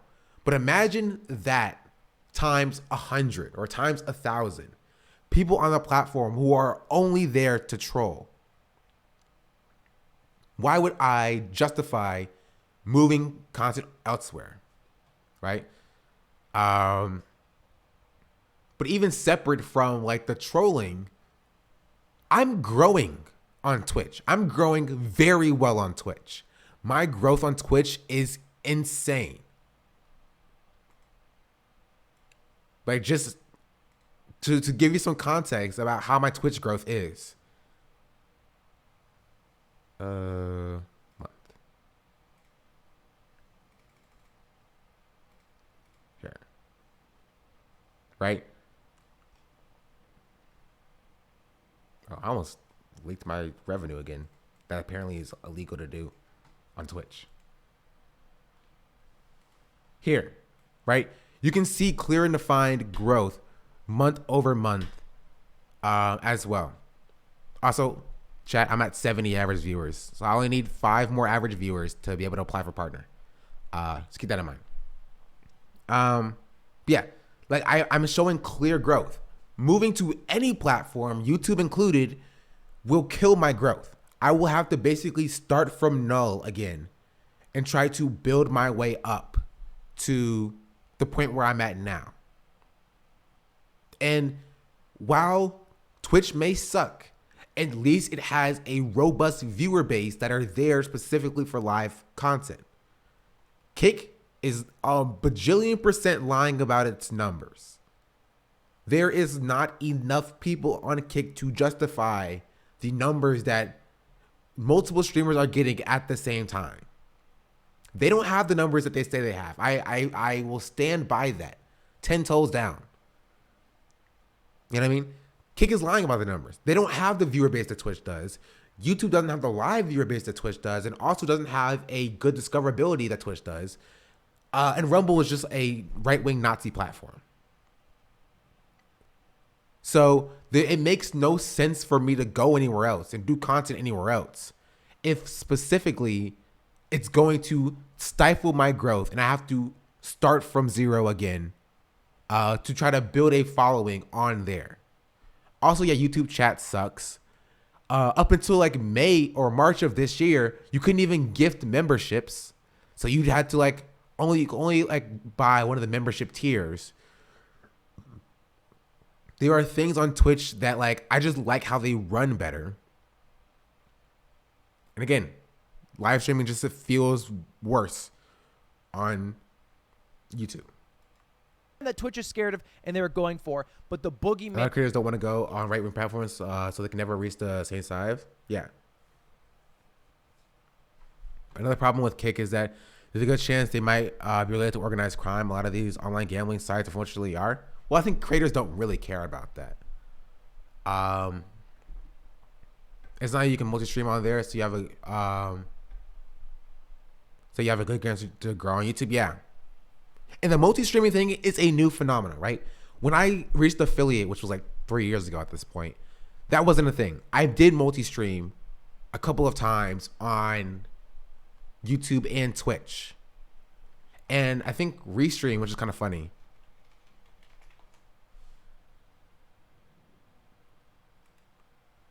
Restream popping out with this as well. Was like, hey, can you clarify the 11th paragraphs about simulcasting? Because Restream is a simulcasting platform, right? Where it helps you stream to both Twitch and to YouTube at the same time. And kind of aggregates the chats as well, which is cool.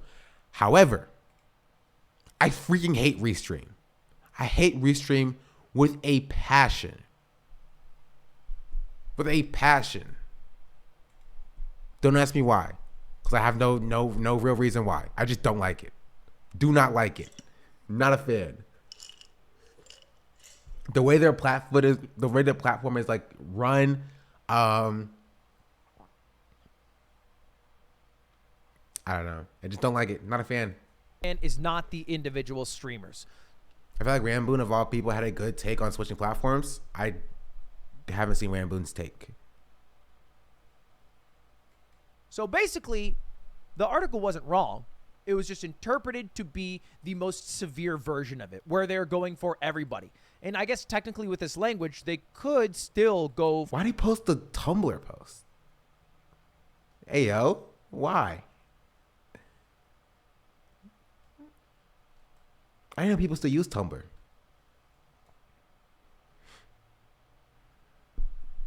Lennon, what's up? How do I read this? Do I read this from this one to this one, or this one and then this one? I don't know how to read this.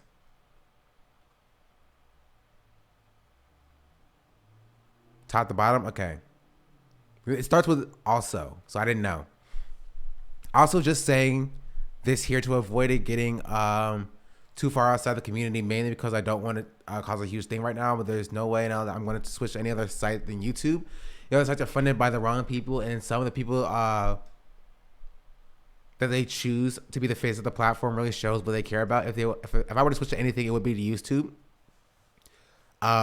Which I'm going to try to build in the coming months. I know YouTube also has a fair share of problems, but the difference is that I don't have people saying this viral stuff on the front page. I'll stay on Twitch as long as I can, simply because it's still sadly the most viable option at this point. I don't see this happening, but just with all the stuff that's happened today, I have seen some really disheartening stuff from other people supporting these platforms.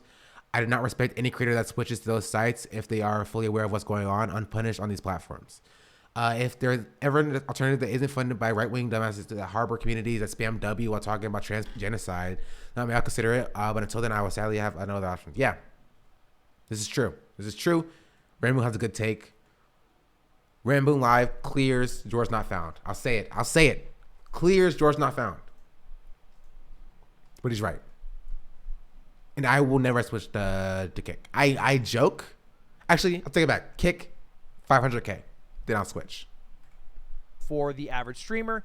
Never going to Rumble, though. Is it Rumble? 1 million. Then I'll switch. But I think that is not their goal with it, and I don't think they will do that. And I wouldn't freak out too much because YouTube does have the same language. I think it is fear over someone having enough sales volume and being able to do it at such a large scale that they chew into the media sales of Twitch. Like when you run an ad button and everybody sees a Chipotle ad, if somebody was able to get 1,000 streamers and run a Chipotle ad with their button, then it'd be a competition. I think that's it. And so, hey, Rambo Live has just subscribed. Prophecy85 gifted a tier 1 sub to Rambo Live. Prophecy, thank you for gifting a tier 1 sub to Rambo Live. I don't think Rambo is going to come into this chat personally, but Rambo, if you come in here and you know, to hang out, hello, welcome. You're better than George Not Found. Okay, sorry. Let me stop. I don't know if you guys are friends or not. But yeah, good takes. I try to Rumble offer you someone. You still have to stream a certain amount of hours, and that first hour alone will be painful. Yeah. You know, book closed, but maybe keep the bookmark there. Yeah, Rambo is great. He separated stuff for Dream and all the other weirdos too. All I know is Dream and George Not Found, right?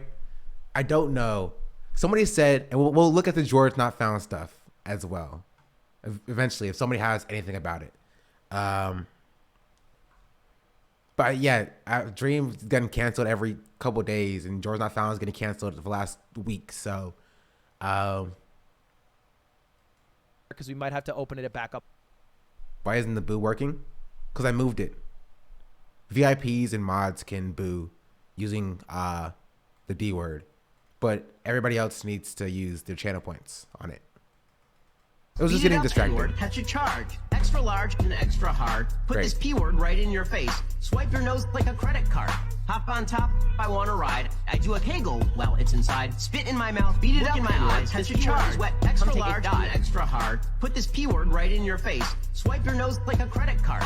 Hop on top, I want to ride. Yeah, that's going to be a little bit more expensive as well. Spit in my mouth, look in my eyes. This P word is wet. Come take a dive. Yeah, another zero of that. Oh, okay. Later, there was something else, however, that I feel like is also worth talking about here, which was another change to the terms of service that was done somewhat quietly. 500,000. Beat it up, N-word. Catch a charge. Extra large and extra hard. Put this P word right in your face. Listen. Swipe your nose like a credit card. Hop on top, I want to ride. Mods and VIPs. Spit in my mouth, look in my eyes. This P word is wet. Come take a dive. You abuse this, I will have no choice but to unmod or VIP you. So keep that in mind. Is the comedy really worth it? Is the funny really worth it? Is it? And this one was about simulcasting. Now, Twitch recently reversed their rule on simulcasting. Back in the day, you weren't really allowed to simulcast at all. And then recently, they said, hey, you actually can do it. But you can only do it on vertical live streams. Basically, extra large and Instagram extra live streams hard. or Put this TikTok P live word streams right in your because they're face. not Swipe your directly nose like a competitive credit card. to Twitch Hop and on their top. I want to ride. I do a kegel while it's inside. Spit in my mouth. Look in my eyes. This P word is wet. Come take a dive. I will take it off. I will remove the commands. Make it 5K. I'll make it 500. Or 5K. It could have been normal. Y'all could have been normal. But no. No. Speed it up, N-word. Catch a charge. Extra large and extra hard. Put this P word right in your face. Swipe your nose like a credit card. Hop on top. I want to ride. I do a kegel while it's inside. Spit in my mouth. Look in my eyes. This P word is wet. Come take a dive. How about this? How about this? This is what we're going to do. This is what we're going to do.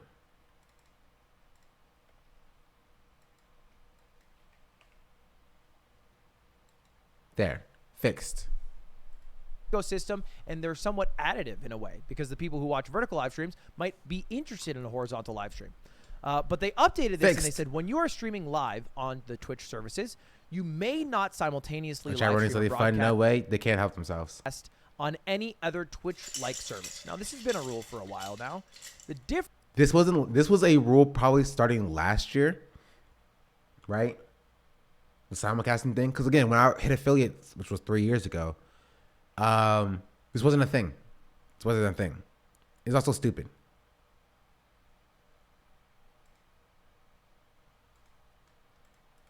Difference though is they changed it. Why is the tractor so expensive? I don't know.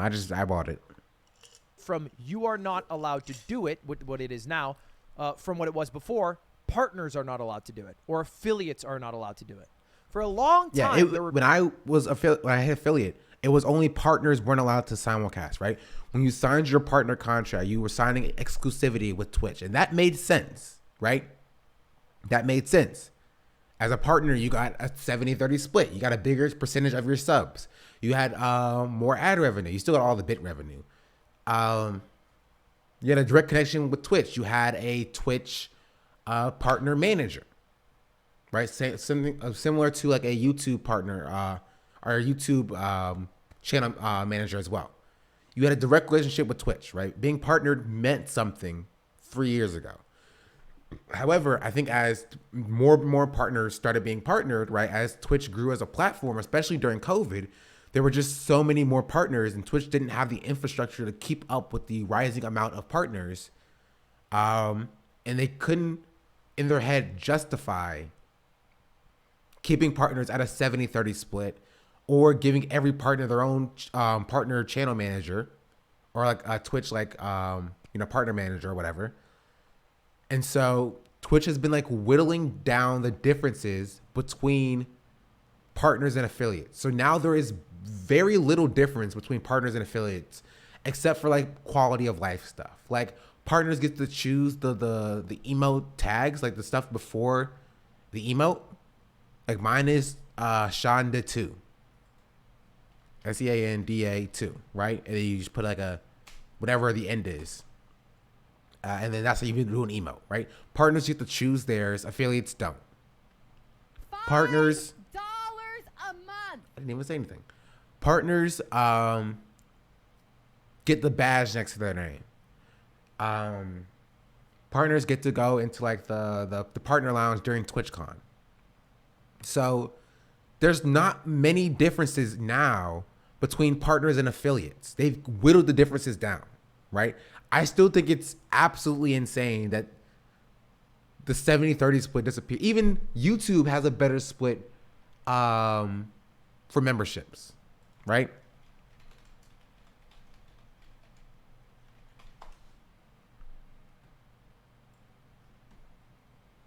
Yeah, YouTube has a 70-30 split. Twitch has a 95-5 split. Twitch is the Kick has a 95-5 split. Kick is the only, my words confused. Twitch is the only platform that has reduced the split for partners to 50-50. Like, it's so behind the curve, and the only reason why Twitch is still exists in the current state that it is, and it's still a leading in live streaming, is because there is no other alternative. YouTube could be an alternative, right? Both Kick and Rumble. Somebody in a silent chat yesterday told me that Rumble has its own infrastructure and that it's not on like AWS, or it's not on GCP, or it's not on Azure, right? I don't believe that. There is absolutely no way that Rumble has its own servers that it uses for server hosting. There's no shot, right? The reason why there will never be a true alternative to Twitch is because Twitch is heavily subsidized by AWS, just like YouTube is heavily subsidized by Google's cloud platform, GCP, right? YouTube decides to actually try it because streaming could really work there, but there's no reason for them to. They make bank off of YouTube posting. And the cost of setting up the infrastructure for streaming might not be worth the amount of money that streaming will make. They just have no reason to. Have you heard about Floatplane? No. People who were multi-streaming on YouTube, on Twitch, on Rumble, and they would do it without being Twitch partners or affiliates to basically get the huge amount of people that are on Twitch. Extremely expensive. Yeah. And keep in mind that Twitch does live streaming first and then video hosting afterwards. YouTube starts with video hosting. Floatplane is Lannis's project. I think they have their own infrastructure. Maybe. Do they do like video hosting?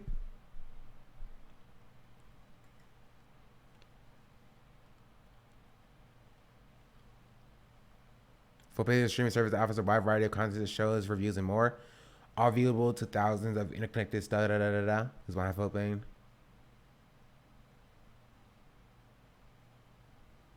Yeah, but like, it's still a like beta thing, right? They're not doing all you have to do is make an account and then boom, you can now host videos, or now you can do live streaming, right? That's not what they're doing.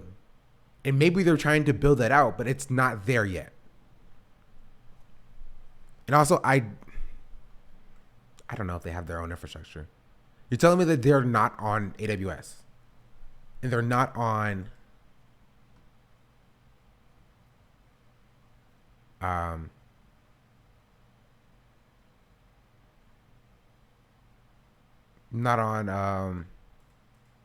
like Azure, because that sounds like a costly endeavor. Not sure, but I think they have their own servers. I don't think so. I doubt it. That's so expensive, right? And light is streaming over there, fine, right? One creator using their own infrastructure for that, okay, that's fine. That works. Trying to get a mass creative like infrastructure there to justify the support is out of the question for like Linus to do, right? Linus has mentioned that Floatplane is very expensive to maintain. Yeah, and it's basically just him there. It's just creators that he approved. There is not massive creator infrastructure there. I highly doubt that's the case. I highly doubt you can just create an account and start streaming to 0 viewers then. Because that's the bulk of the people streaming. The bulk of streamers stream to nobody and like store their VODs on their channels. And that is expensive. They make no money and Twitch makes no money off of them. So it's not comparable. I brought it as because that's one route people can go. But the point is, it's not an alternative to Twitch. On the other sites where they're able to monetize.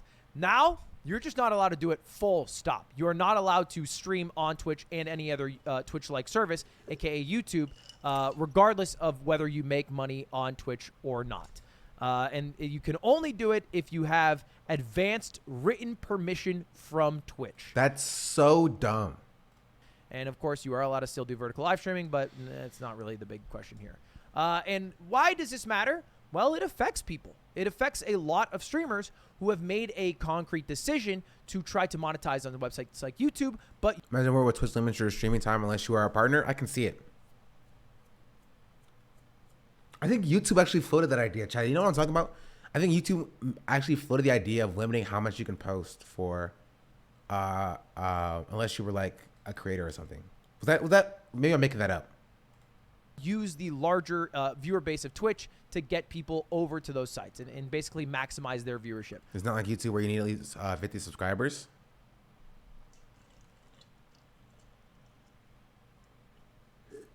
What do you mean, Neko? One of those people being... Like you can't post videos without 50 subscribers?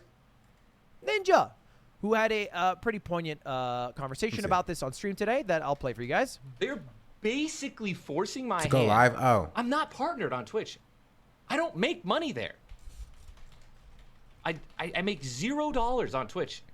Now, for context, Ninja, a while back, when he had his decision of where he was going to sign, decided he would sign nowhere and ended up streaming live from basically everywhere that would let you stream at once. He was live on Instagram, Facebook, YouTube, Twitch, TikTok, all at the same exact time. And to do that, he had to revoke his Twitch partnership.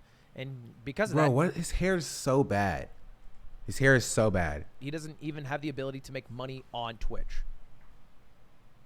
So they then put a rule in that says I can't stream. I can't simulcast.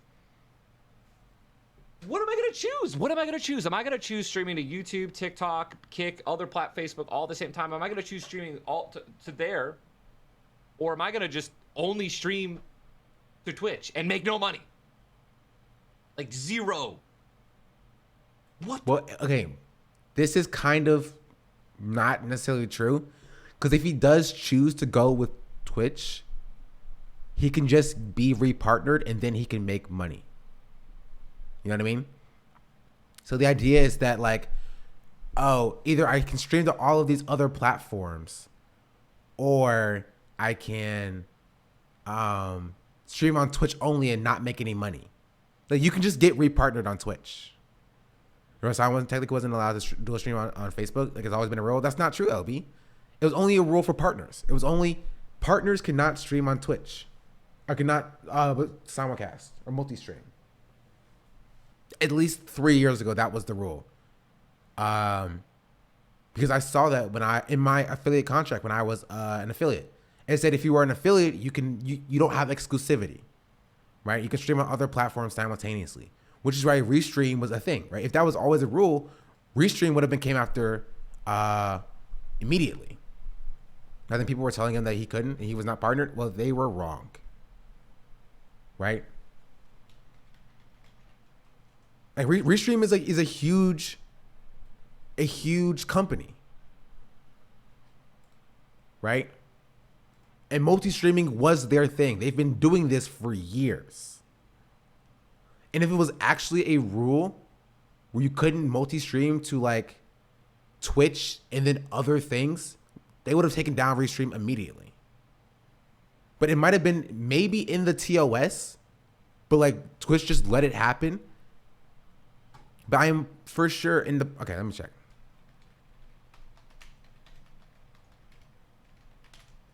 $2019. This is 2022.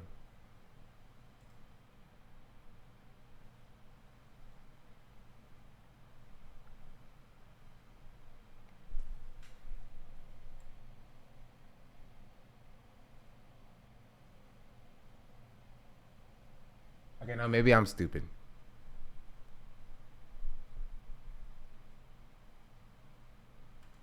Maybe I'm dumb.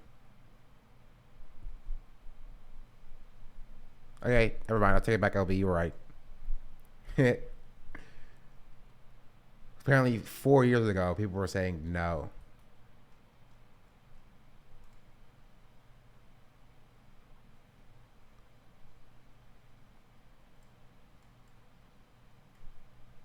But that's so weird.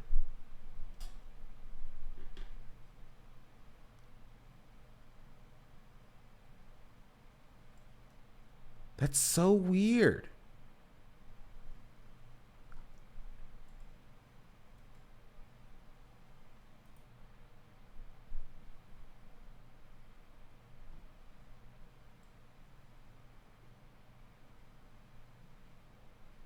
Okay. Oh, okay. I figured it out. So the way it worked is Twitch didn't allow affiliates or partners to post their content other places. Can post your content other places before 24 hours was up, right? And this is a very recent change as well. Very recent, as in like in this like new sweeping, like new changes that they're making, right? Before that, if you posted, like if you streamed on Twitch, you couldn't post your VOD on other platforms. Like you couldn't post your VOD on YouTube before 24 hours was up. It was like an exclusivity thing, right? The content you created on Twitch has to be exclusive for at least 24 hours. It's also not the case. It was the case. That was the case up until very recently. There was a 24-hour exclusivity rule that they just changed.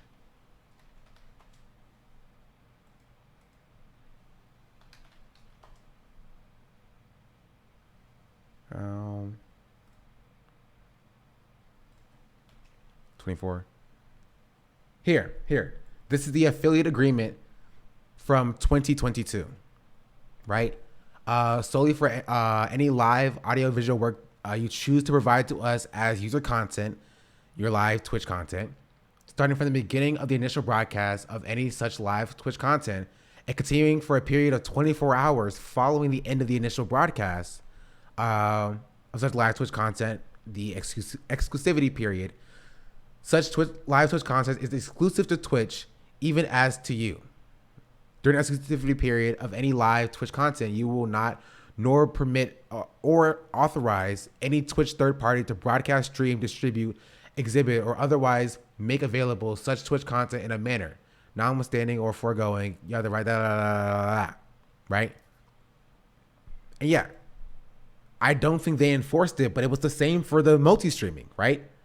It was the same for the multi-streaming. They never enforced or went after like affiliates making like $3 off of ads to be like $5 a month. Yeah, to be like, oh, you're multi-streaming, we're gonna take away your affiliate contract. Like they never did that.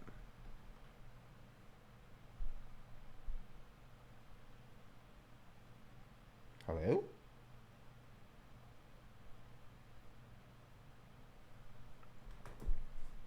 Oh, I already watched this. Who would like? That's it's a no-brainer. Now this is Also, this idea that like Ninja has to stream is hilarious. Cause bro, didn't Ninja get like a $200 million Mixer deal? It only had to stream on Mixer for like 6 months before Mixer died. You know? Like, dude is rolling. a problem that affects Ninja most famously. Like, Ninja not streaming on Twitch is not going to affect Ninja at all. Ninja only streaming on Twitch, 40 million? Okay. I overbought it a little bit. That's still an insane amount of money. Ninja only streaming on Twitch would also not really affect Ninja. Right? Ninja did this like weird thing after Mixer died, and people were like, where's Ninja gonna go? Is he gonna go back to Twitch? Is he gonna go to YouTube? Is he gonna go to Facebook Gaming? What's he gonna do? And then Ninja was like, I'm going to none of them. I'm going to stream on all platforms simultaneously, not taking a deal from any platform, right? And just overall, I think that's a bad it's not a bad business decision per se, but like it's like that's something like really only Ninja could do. It is cringe, but it's also something only Ninja can do, right? A small streamer streaming on all of these other platforms is not a viable option, especially if you're trying to build a brand identity, right? In the middle of carrying a League of Legends game, about to close it out, and my brother's wife brings me a sandwich, not asked for, with chips, and a double kill bot lane. So how's your day going? He's so weird. But yeah. So like it doesn't build a cohesive brand identity on one platform.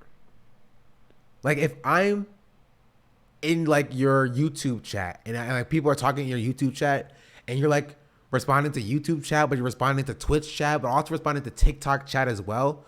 Like it's just like, it doesn't seem like it would be a very cohesive strategy for like the top of the hour ad break. And if you don't want to see the top of the hour ad breaks, you'd be like, oh, we'll just stream on Twitch and just stream on YouTube. But like, no, you're going to see the ad break regardless. But the only way for you not to see the ad break is if you subscribe for either for free with a Twitch Prime. But if you use your primes at other, more champagne socialists, that's fine. You can subscribe with $5 a month. Only $5 to not see the ads. Or you can be gifted a sub as well from an Oiler. I know they're in here somewhere. You don't want to see the ads? Just subscribe for $5 a month. Here's the 1 minute ad break now. That was a fantastic segue. I live like a capitalist every single day, Shank. I live as a capitalist, okay? Hey. I live when I believe. Prophecy85 has gifted Prophecy85 a sub. Prophecy, thank you for the 5 gifted subs. Again, gifting 10 subs today, so 5 more people can no longer see the ads. Or no longer have to see the ads. Here's 1 minute ad break now. $5 a month. Yes. Also, you're developing an ad break voice like Hassan when he does his. It's just, I just glance over, I see the time, and I'm like, how am I going to fit this in? And then boom, perfect.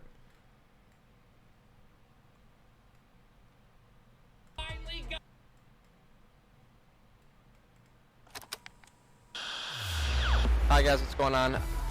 Got it, baby. Yeah, there we go. Pro-Am Fortnite tournament winners. This is the diamond play button. Congratulations. Thank you so much. 10 million subscribers. It's official. Oh! We finally got a ninja skin. Can you teach me the pun? It's very easy.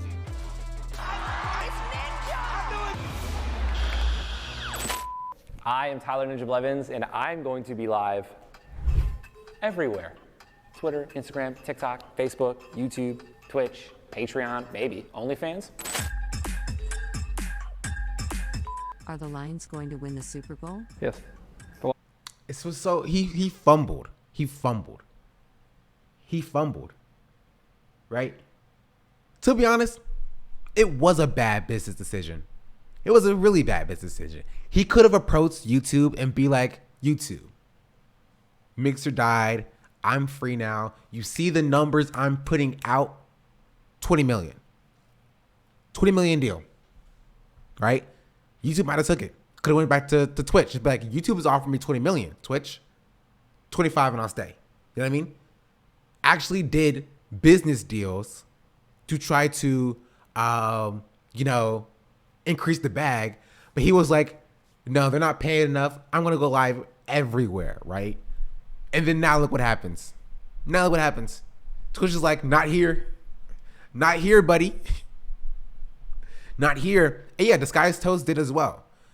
Like, Disguised Toast got a bag from Facebook. He went to Facebook for like a year. Left Facebook, and then it was like, boom. Boom. Got a bag. It would have been so simple. It's because it's not like you have to stream there forever. You stream there for a certain period of time. It's a contract. You could have streamed on YouTube for 2 years for $20 million, right? And then you wouldn't have been in this situation.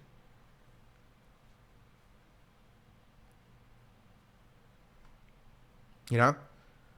It's also insane, like, that he thinks that it's clever. Like, everybody will watch you where there are no mid-roll ads.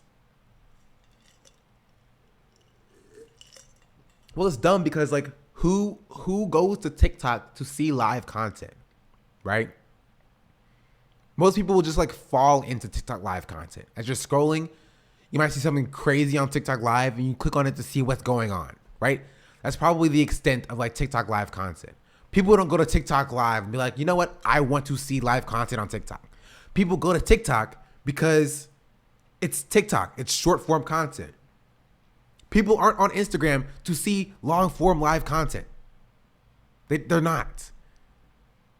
I don't think he's getting paid bags of money from TikTok and from Instagram. The money would have been in the deals. It's so dumb. But it was Gana's man. Game popularity like he did in had a Fortnite. Yeah, he thought he was that guy, right? He thought he was that guy. He was like, listen, I am the most subscribed person on Twitch. Well, was at one point. I am that guy. Wherever I go, people will follow me. So if I go everywhere, boom, maximum profits. You know what I mean? That's just not how it works. Would you get the bag if Kick a Rumble invited you? Listen. Everybody has a price. Everybody has a price. I too have a price. So, my price isn't cheap, right? I have morals, right? I have morals. However, you would destroy your growth though? Listen, if I have to stream on Kick for a year and I can get $1 million from them, y'all will see me again in this chair on this stream next year. $1 million richer. $1 million richer. This will be here. I'm happy for you. I wouldn't promise to watch them. Yeah, you don't have to watch me, right? I will stream to nobody, to 0 viewers for a year for $1 million and come back here and then just chill. Enjoy mindless streaming. I'll turn the chat off, right? I will stream literally to myself. I will stream to myself. Life-changing money. It is life-changing money. I will stream no chat. I won't even have chat open. I will literally just be playing games in silent on stream for $1 million. 0 viewers. I will do it. But yeah, truthfully, probably not. I probably won't leave Twitch. I like my growth.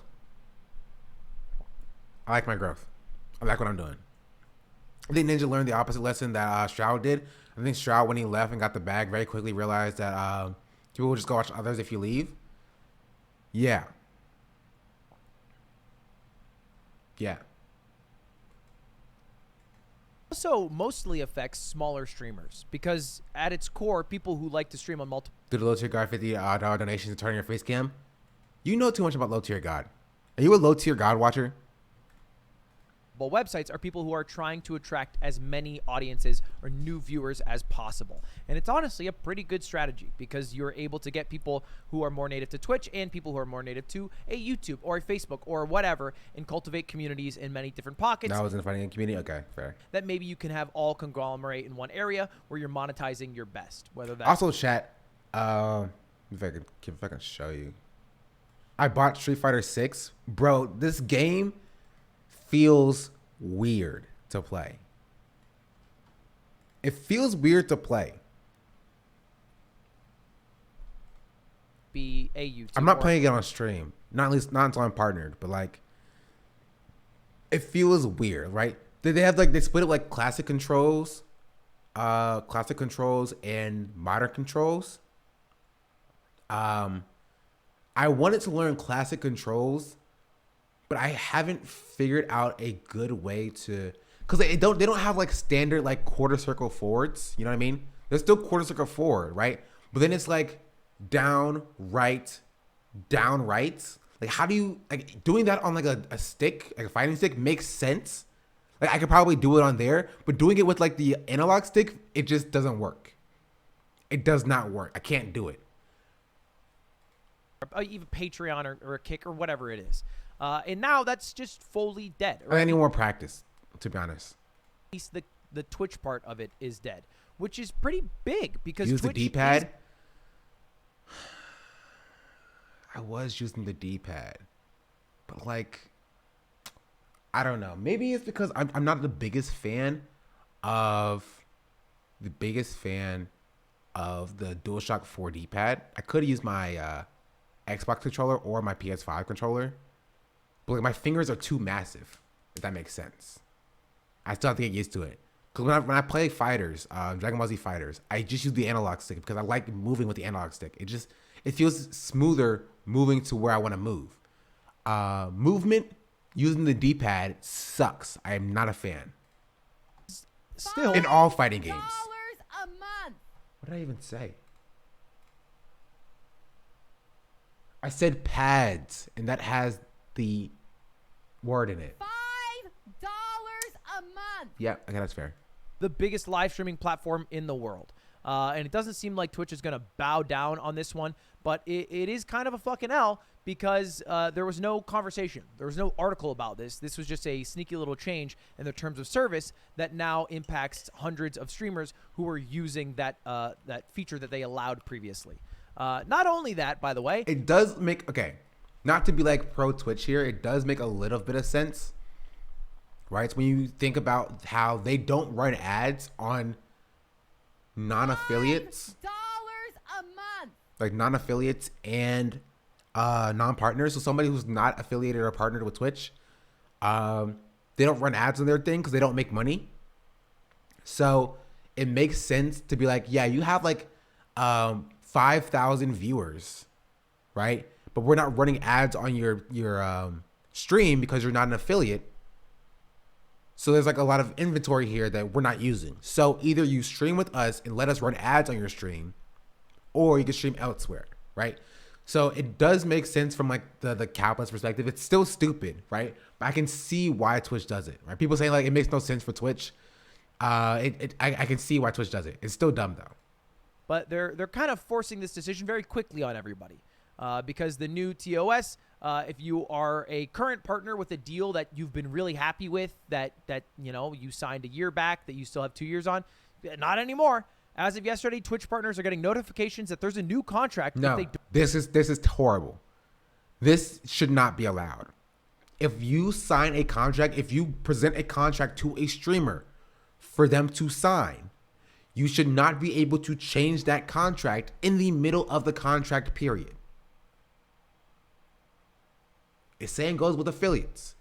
You should not be able to force affiliates to sign a contract when they have already, I mean, affiliates contracts are different, right? They're not like a time-based contract. But if you are a streamer with a time-based contract, if they sign you for 2 years with certain contract terms, they should not be allowed to revise the contract terms and force you to re-sign it, right? Ever change the contract in the middle of a contract should be illegal? Yeah, you should not be allowed to do that. That should not be allowed.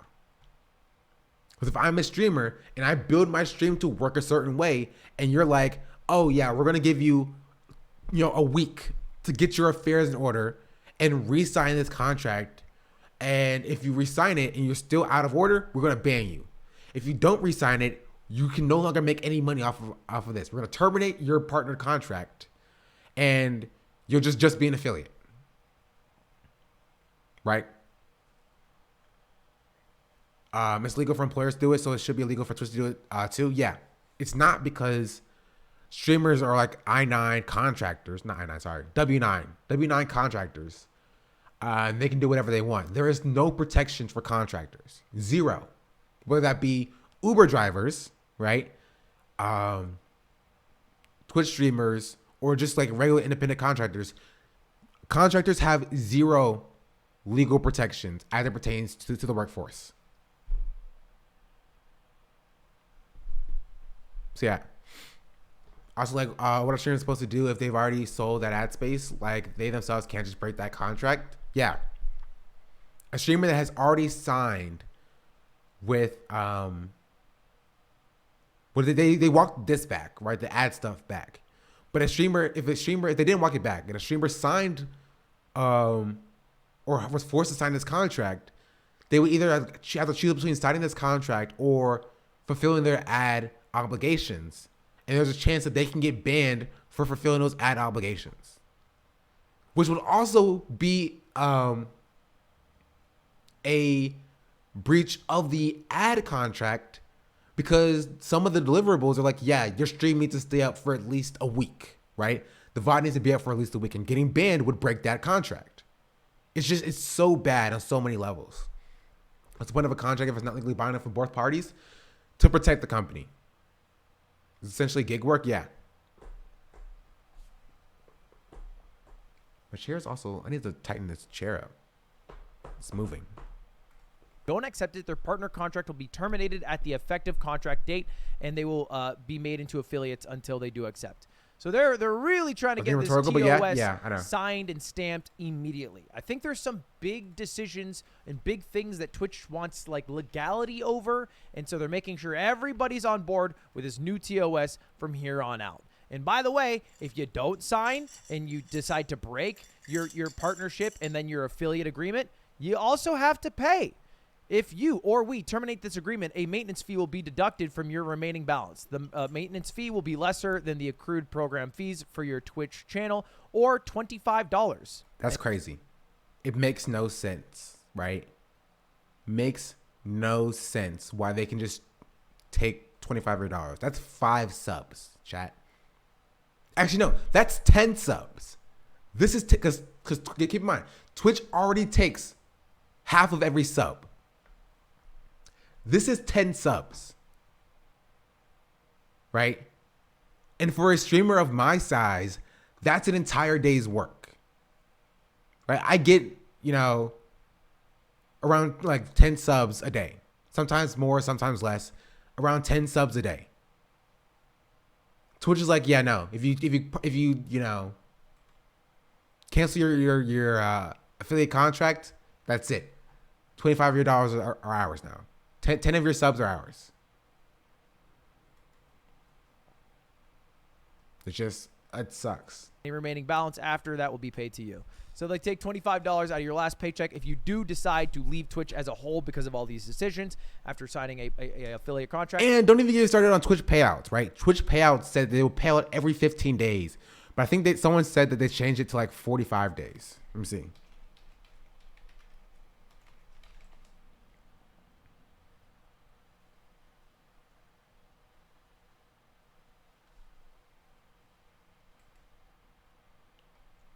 Right?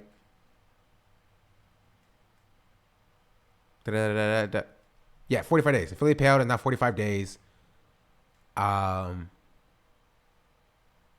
my last payout was, I think, mid-May. And it still says my next payout is mid-May. It hasn't even changed my next payout date. So that's fun. It's just Twitch is making some dumb decisions. Oh. And that's where Twitch is currently at. So look, it is good. It is good that they backpedaled and they clarified that they're not coming for creators' pay.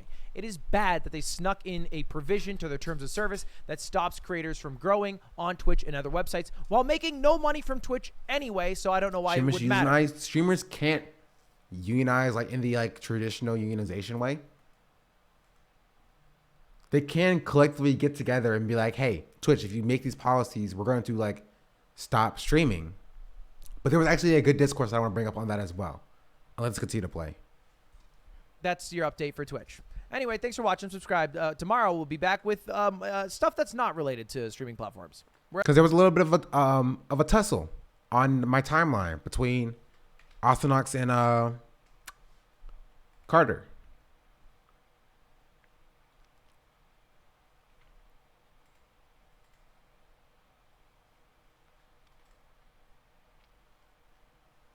We also have to talk about Aiden Ross as well. Streamers checking akin to consumer side activism. Yeah.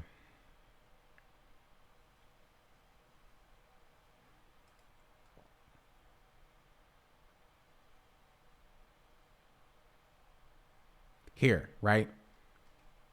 Great freeze frame, thank you. Chat, in case you didn't know, this was right-wing creator Mogul Mail.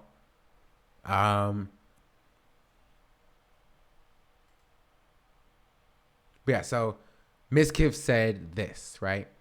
All streamers should be looking to leave Twitch if this goes through, continuing to hurt the bottom line of all streamers.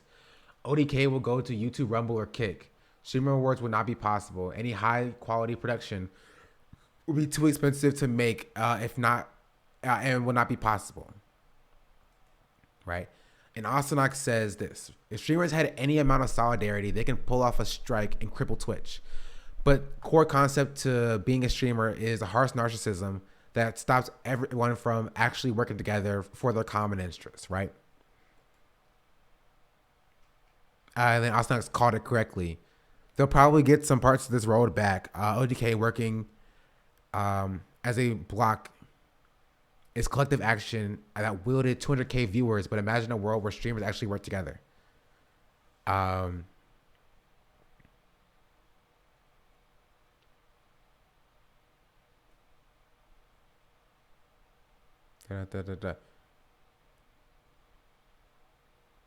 here's Carter says this. Carter said, rare time I disagree with Ostonox. I think it's impossible to have solidarity because Twitch functions as a too top-heavy place where people stay because Twitch is Twitch and not the creators. 99% of top streamers could leave, and then viewers would just go to the next person.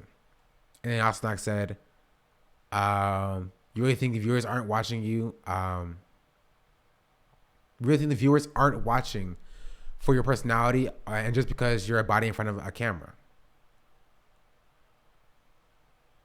Da-da-da-da-da.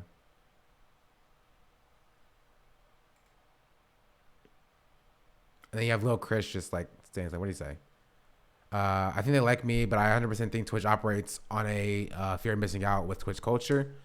This is me being cynical, and I haven't seen the rise and fall over the last 12 years I've been doing it. Now, this is the bad take from Ostonox. I agree. I don't fully agree with Carter's take as well. I disagree with portions of both, but I disagree fundamentally with Ostonox's conclusion, which is, right, there is, what do you think of last take? What do you mean?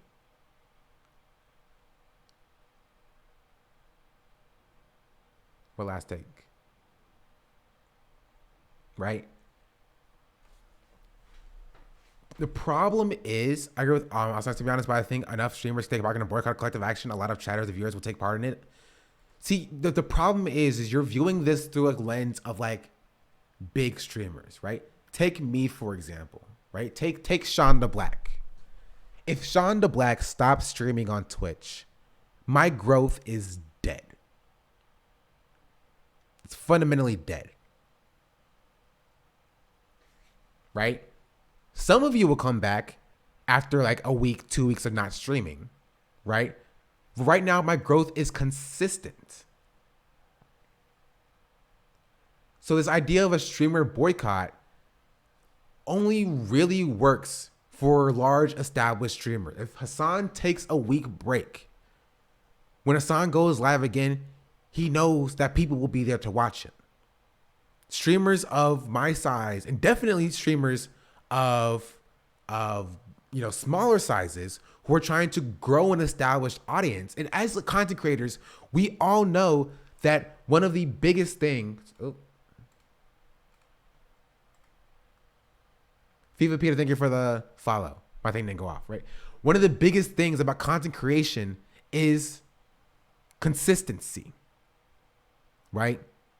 It's consistency. So it's easy for Mizkiv and all of OTK and all of OTV and all of the Poggers community and all of the W community and all of these big Twitch streamers to just stop streaming for a certain amount of time to get Twitch's attention, right? For somebody who's trying to cultivate that audience, taking a break from streaming actively works against that cultivation, right? Actively works against that cultivation.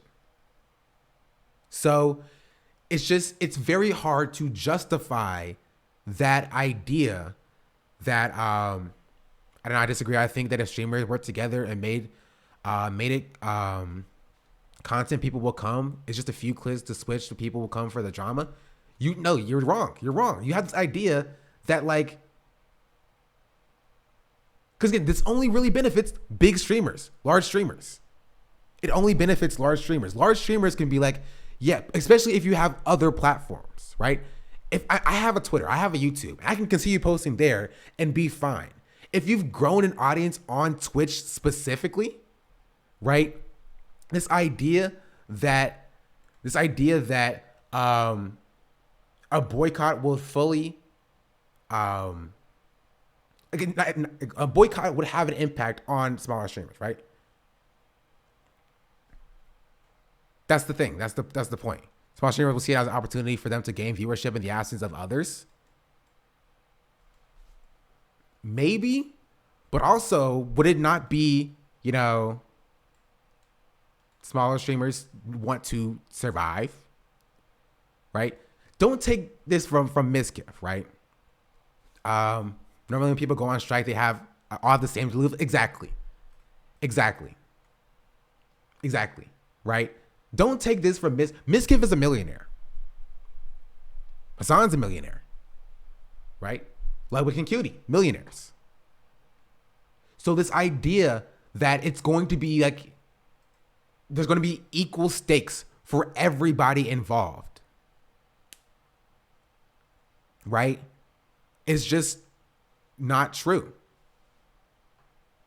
They can effectively take time off for however long they want to and not be affected. They have the benefit of being able to engage in collective act. This is why, chat. I don't think you understand how strikes work. This is why strike funds exist, right? Strike funds exist because we understand that workers are taking a risk by going on strike.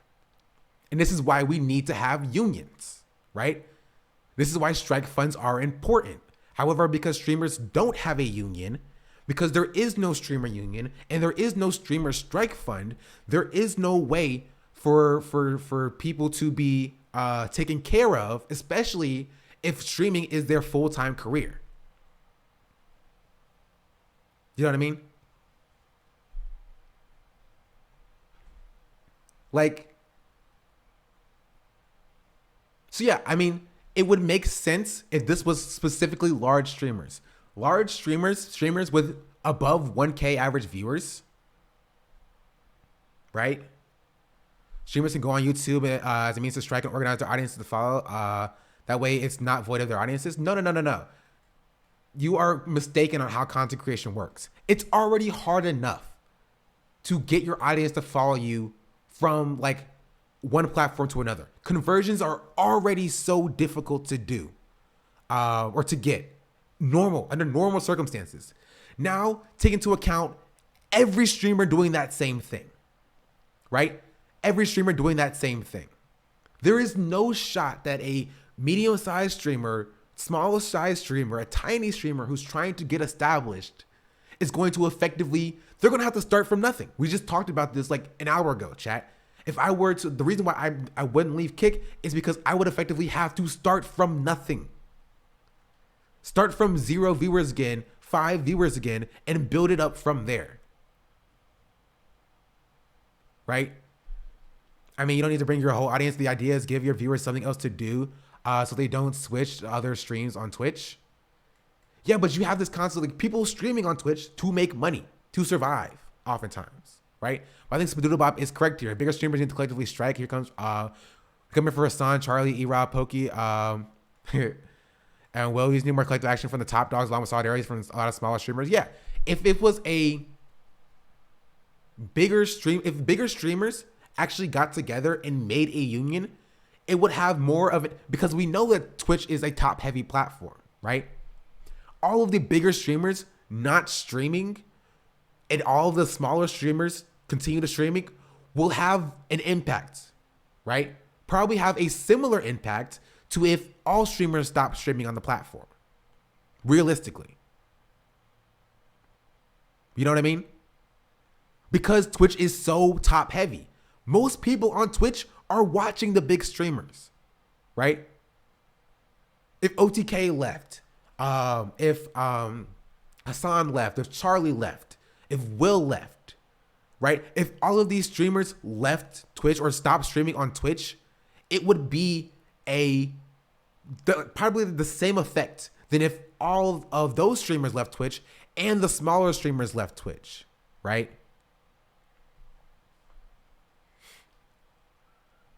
Like,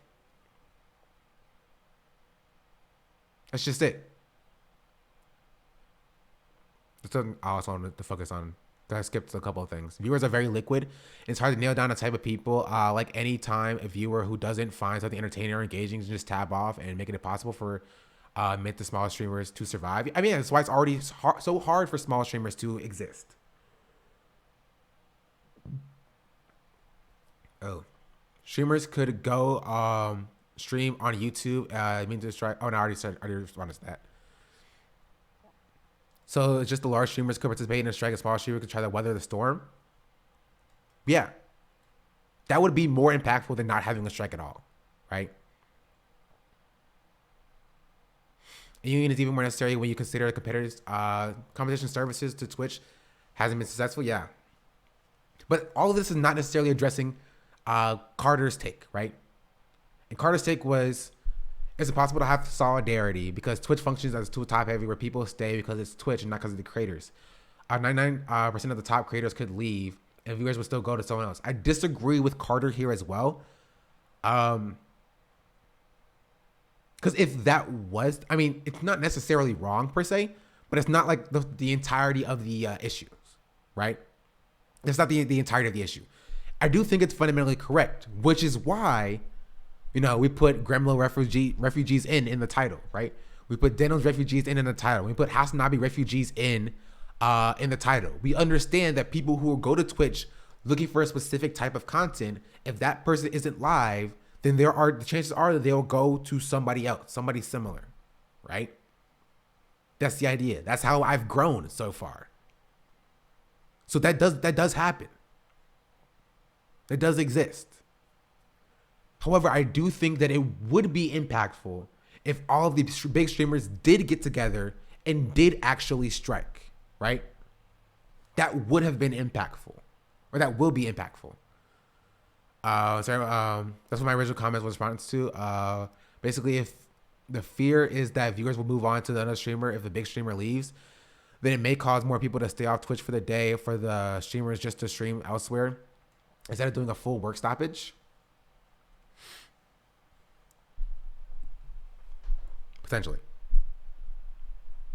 There would still be people who stay, but yeah, it would be impactful if, you know, Ms. Kiss, Asmongold, Charlie, all of these big streamers did get together, especially if they're like, hey, my community, 2 weeks from now, or starting next week, I will not be streaming on Twitch as a boycott. I ask you not to come to Twitch to watch as well. Now, whether or not that would work, I think what Ostak is saying about streamers being egotistical is only a small part. Streaming as a whole is usually a solo endeavor and a long job, essentially. And lone workers used to working, and lone workers are used to working alone, right? Yeah. I don't think it's like an ego thing, right? I don't think it's narcissism that's stopping streamers from like pulling off a strike. It's a lot more nuanced than that, in that there are no protections for smaller creators who make their living off of Twitch. Then, like, why would they, right? Like, where does like Mizkif get off on telling, you know, the 200 viewer Andes that like, sorry, we're doing a thing right now. You can't stream. So what if you can't, like, you know, make money? Oh, well. Right? Now, if all the big streamers, who, again, are millionaires, mind you, the 1%ers are the 1%ers, got together and had a pool of funds for streamers who didn't stream, right? Sure. You know what I mean? If they're like, hey, we'll cover the what you would have made if you didn't stream as well, then maybe that would have been a better thing as well. Like, it would be a better process. But that's the jaded view then, is looking at the top 1%. Would you say a system of sorts? Yeah, a system of sorts. That would be almost like a system. And so, yeah, so I think Austinox is... Because if Austinox is talking about the smaller streamers, then he's wrong. If he's talking about the bigger streamers, he's right, but he's focusing on the wrong things. Right? That's the idea. Now, they would want to make a strike fund for the small streamers, and it would be possible. Yeah, and it is possible to do a strike fund or something similar. Because remember when Slicker has scammed people out of, like, a bunch of money? And the streamers got together and was like, yeah, we're going to pay the bills for the people who were scammed, right? They did it then. They understood it then, right? Streamers understood the idea of pulling together funds in order to pay people when that happened, right? There's no reason why they can't do it for other streamers as well, if they actually did want to start a union. But also keep in mind, as I talked about a bit previously, streaming is a directly competitory endeavor, right? Similar to how the Writers Guild was raising funds for folks who aren't writers but affected by the strike. Exactly like that, actually. Exactly like that. But the difference being is that streaming is a directly competitive endeavor. Directly competitive endeavor. So, like, Hassan not streaming for a day is good for me, right? Denims, Gremlo, Mike from PA, them not streaming for a day is good for me. Because people who would normally watch them may come here and watch me. Right? That's the concept. And so I wouldn't even say like it's like narcissistic or it's like selfish per se, but it's just the game, right? It's the game. You have to play the game. So just like Mizkiff saying, smaller streamers, oh, sorry, whoopsie daisy, like, you're a small streamer because you're a bad streamer. Oh, well, make better content, right? But if Mizkiff goes on strike and a smaller streamer stays on to get Mizkiff's viewers, oh, guess what? They're playing the game. They're playing the game of streaming, right? They may be scabbing, sure, but they are also playing the streaming game. They are doing what they got to do to get viewers, because that's the hardest part. And they're scabs, in my opinion. Oh, well, sorry. They don't have a union. There's no union. There's no scabs, but there's no union. Hot take. There's no scabs, but there's no union. And there's no strike fund, right? There's a reason why unions as an organization exist. Unions as an organization exist primarily to support the union members, right? And if there's no union and there's no support for the members, then how can you expect actual participation? Right? And now, to be honest, if there was actually a strike, I would probably, not stream as well, right?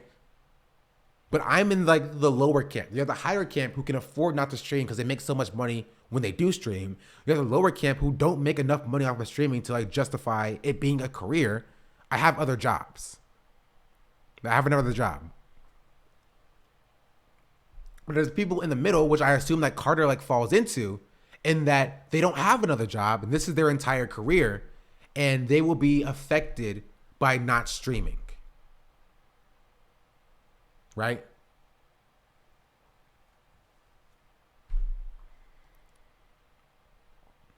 I don't think smaller streamers would trust that bigger streamers like Myskiff will actually have solidarity either, to be honest. Like, what's to stop big streamers from just going back to streaming if they get what they want out of Twitch personally, even if small streamers get, yeah, exactly.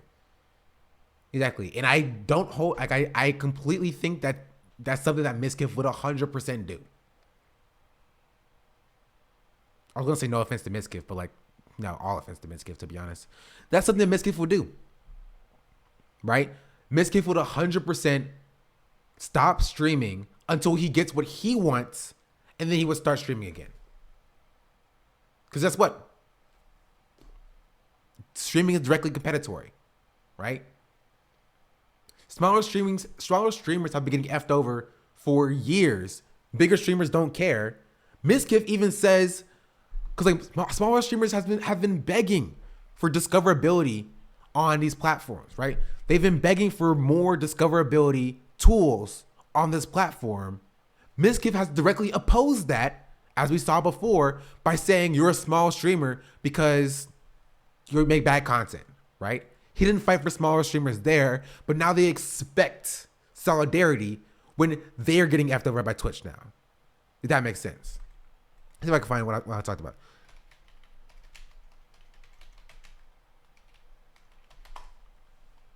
Just for some context. What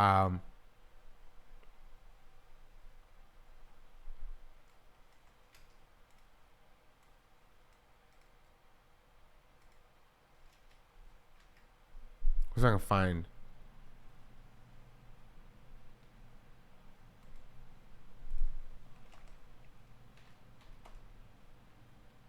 I can't find it. And I saw Denim's been a video on it. I might just look at Denim's video.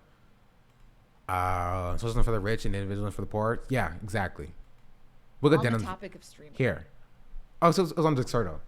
Dixardo. And search Twitter. He's like, I'm trying to find the thingy. How do you spell Dexerto? Dexerto.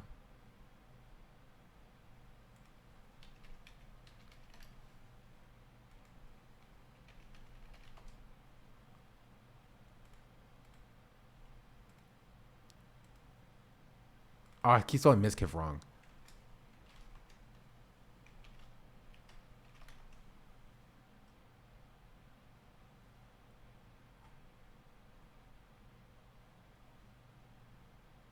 Here. This was the clip.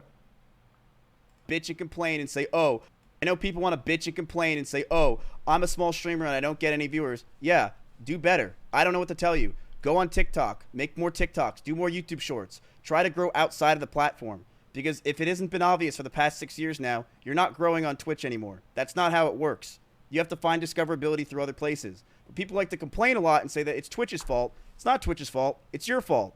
Do a better job. Twitch streamers relying on YouTube or TikTok to gain a following is absolutely ludicrous. No, it's not. How is it ludicrous in the slightest that someone's trying to go on and works on TikTok and YouTube? Of course you're going to. What the fuck? What else would it be? You think that Twitch should just... How the fuck would Twitch, for thousands of small creators every day, push the smaller creators? And people don't want to watch smaller creators. Most people want to watch the bigger streamers, and they want to watch people that already have a community. And I want to watch a lot of people that understand and already have, you know, experience and they're professionals at Twitch. Like, TikTok. Yeah. So, miss me with that streamer solidarity stuff, right? Miss me with it. Miss me with it. Because when it came to smaller streamers asking Twitch for better discoverability tools, right? Better tools for discoverability. When it came to that, Myskiff was like, oh, just make better content. Do your own thing, right? It's your fault. You know what I mean? You're not making good enough content. Twitch has no responsibility to make discoverability better. You should be doing other stuff outside of Twitch, right? When it comes to something that affects a Twitch policy that affects him specifically.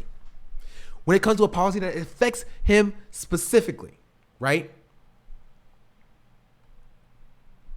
He's kind of right there. He's arguing for cross-platform. No.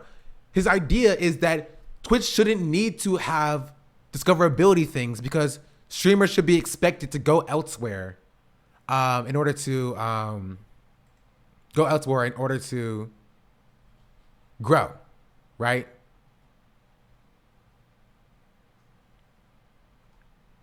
I was gonna ask how you downloaded this so quickly, but you just linked the tweet, which is like, yeah, it's true.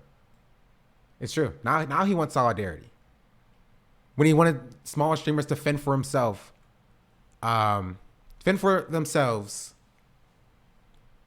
it comes to discoverability, now when it's something that affects him directly, he's like, now we need to band together. Now we need to protest Twitch. What happened during the hate raids, right? Where was the solidarity during the smaller streamer getting hate raids, right? Where was the smallest, this sort of solidarity when it came to like, things when it comes to like affiliates? Nobody cares. Nobody cares about affiliates. Nobody cares about smaller streamers. It's only about partners. It's only about things that would exist for partners. $5 a month. Exactly. $5 a month. But you know what I mean? It's just, it sucks. There's 100 or 200 viewer streamers that have 1,000 times better content than Mizkiv that I watch, not gonna lie. He's telling everybody to go to a service that can do it while still claiming it's ridiculous to ask a service to do it. Can services make things happen or no? Yeah. Right? He never gave small streamers solidarity when they asked for a strike. No. Exactly. Smaller streamers have been asking for strikes for numerous things. Bigger streamers ignore them, right? Because they have no reason to. They have no invested interest in that. But when it comes to something that would affect them specifically, now they want solidarity. Now they want a strike. And if they actually do have a strike, they're going to look at smaller streamers who actually do stream, they don't just survive, sideways, as scabs. That's my problem, right? All right, Boomer Games.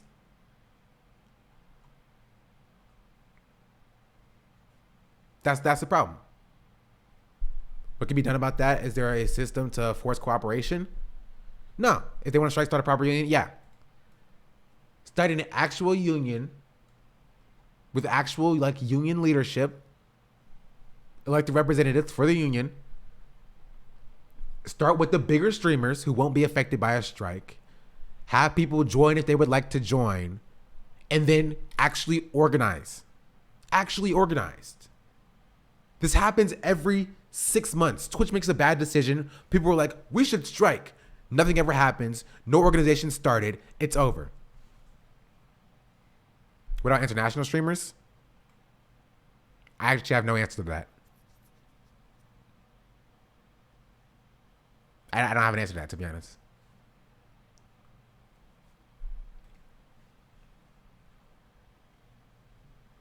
It is complex. But however, the idea that nobody is even started, right? It's all the bystander effect, right? It's everybody saying we should organize. Oh yeah, he's also banned from Twitch. I got banned for copyright. People think that Aiden Ross like sent him as well. Sent his viewers at him. What about grassroots roots esports events? Like, what do you mean? I used to watch a lot of grassroots fighting and community events, and they make their money by streaming the events. So should they not stream if there's a strike? Oh yeah. The point being is, it's like everybody's saying that we should organize, but no one is ever organizing a strike or organizing an organization, right? I can't do it, right? Me with my less than 2,000 followers being like, listen, guys, we should, have a union organization. Let's all join a Discord server for all the streamers and let's organize stuff, right? I can't do that. I don't have that sort of pull. I don't have that sort of sway. But yeah, also, this wasn't it. I'll read this anyway. There's another aspect which makes it hard for even large streamers though. It won't affect them in terms of their personal wealth, but any break from streaming could absolutely kill viewership. So most big streamers will oppose automatically fear for shrinking their audience. They already have the audience though. You know what I mean? They have a monopoly on the audience. So this affects large streamers, but but it will affect the medium streamers even more than large streamers, and it will affect small streamers even more than that, right? It's not like something exclusive to like large streamers. But if they truly cared about the issues and they wanted to strike for the issues, then that would have to just be something they have to deal with, right? Or just make better content. Like how the lead players are getting right now. Riot just said, yeah, don't even get me started on how like these companies, when they have all the power, they can just do whatever they want to. You know what I mean? Like, streamers are independent contractors. They don't have much like official say as protected by like the NLRB, right? We're not employees. So we can like unofficially organize and try to force Twitch's hand one way or another. But like,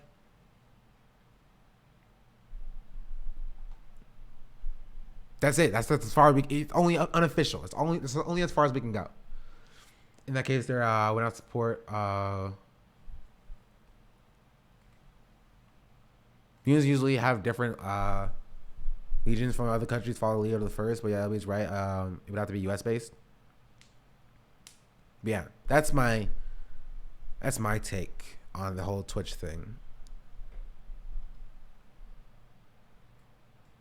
I want to see what Miskiff said now. Do you say anything else about it?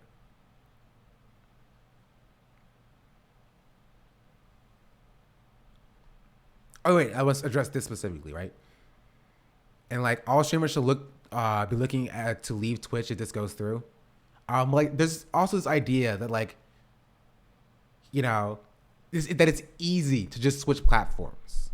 You know what I mean? It's not easy. It's also not an easy decision to make. Because again, moving to a platform, it doesn't matter how big of a streamer you are, will kill your growth. Which immediately means that international streamers would not benefit from a strike fund, even Canadian streamers. Yeah, but even though like international streamers won't benefit from it, doesn't mean that's a bad thing. Right? It will benefit the streamers in the US.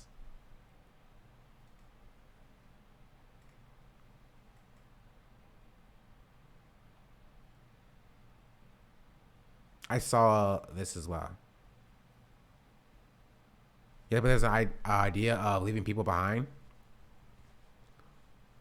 I mean, yeah, but like keep in mind, like when they're talking about like striking and stuff, your English speaking audience isn't going to go watch a Spanish speaking streamer because again, they can't speak Spanish if you strike.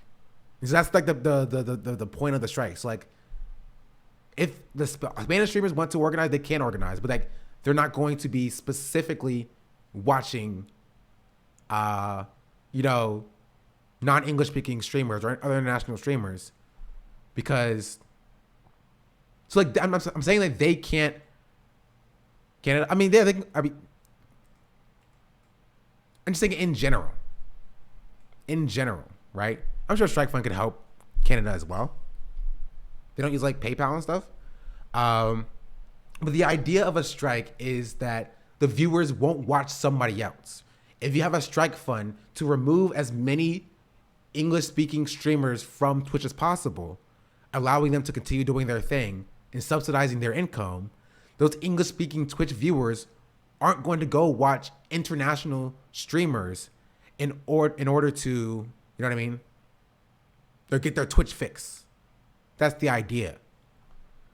Yeah, the whole Twitch fiasco recently attested then. All right, she's not adding at me. In addition to my previous comment, during the strike, unions support workers financially through strike pay, so workers can afford to stop working in protest or working conditions. Streamers don't have the kind of security. Yeah, that's what I'm saying. That's what I'm saying. Streamers can afford to take time off. They have contractual obligation, and streaming may be the only form of income. Yeah. But yeah, I get the LB. I'm just saying, like, generally, this is how it would work. It's not a perfect system, but like, it can still work. Potentially. It would work better than just saying, don't stream. And if you stream, you're a scab, right? That's the idea. But what needs to be done is there needs to be real organization. And if these big streamers want to take responsibility for that, for sure, do it.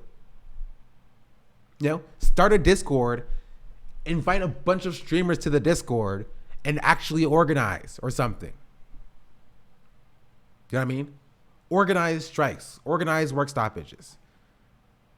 Do these things and like, okay, on October 1st, or actually on October 23rd, we're all just gonna like not go to TwitchCon.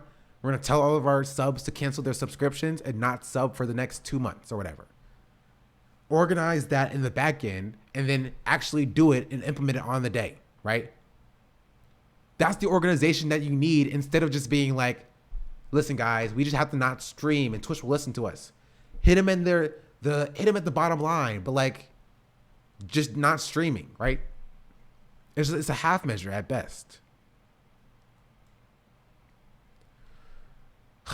Jeez. And speaking of Twitch, also, you know, national union chapters can coordinate efforts with other chapters. Yeah, I've worked with labor unions. I know how it works. Oftentimes, before a strike happens or a work stoppage happens or any organization happens, union leadership, the like chapter leaders from whatever specific chapters that they're at, will meet together at a national like conference, if you will, or like a national like sometimes in person before COVID, or sometimes it's online. They will meet and they will have meetings in order to talk about like worker solidarity efforts, right?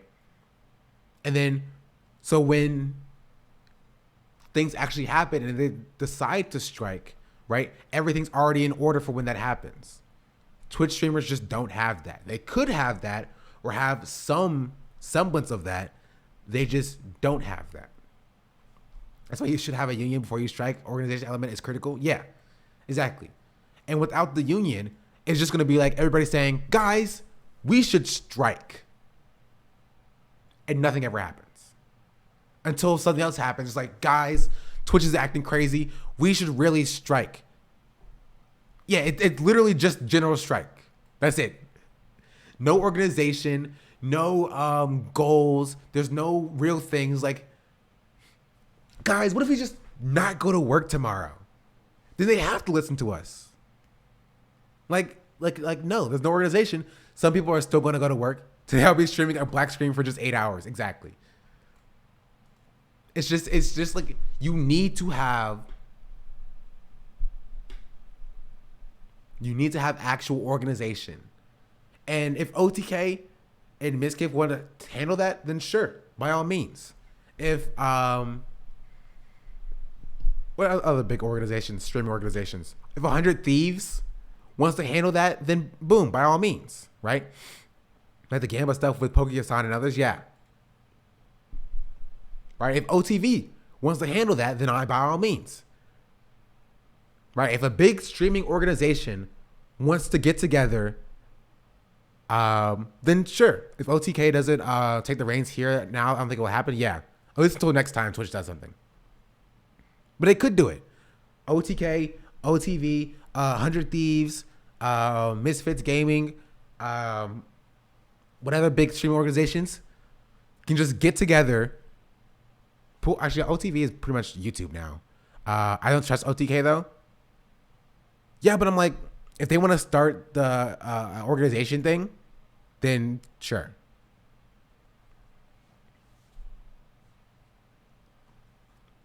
The idea is just like, somebody has to start something. If nobody starts something, then nothing's going to happen.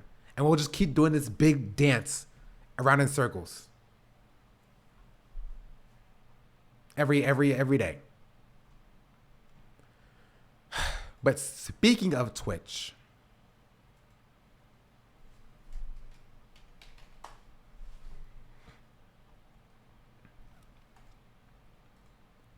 I have to talk about this man. Actually, let me not open up this man's alt on my main. Is VRB can push us on for that? No.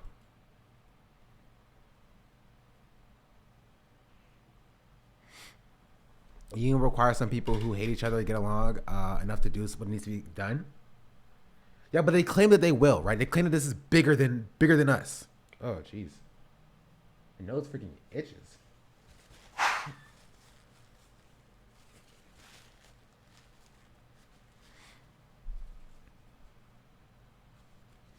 You know, as I want to say, but top dogs don't have the balls, in my opinion. Yeah, I do think they misgivings like all talk. You have to talk about this dude. He's such a freak. Yes, we need to talk about briefly at least, because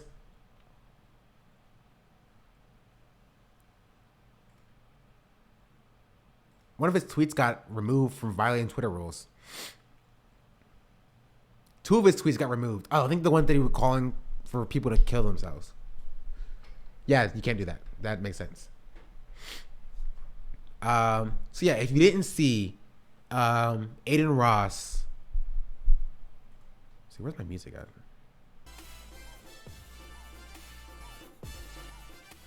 If you didn't see, Aiden Ross went stir crazy. Went stir crazy yesterday on Twitter. Or 2 days ago.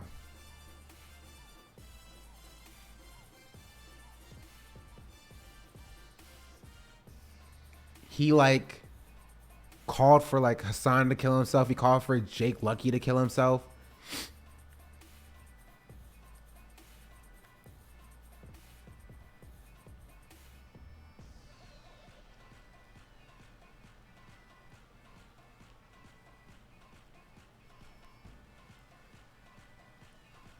I can find it. Why does Dexerto post so much?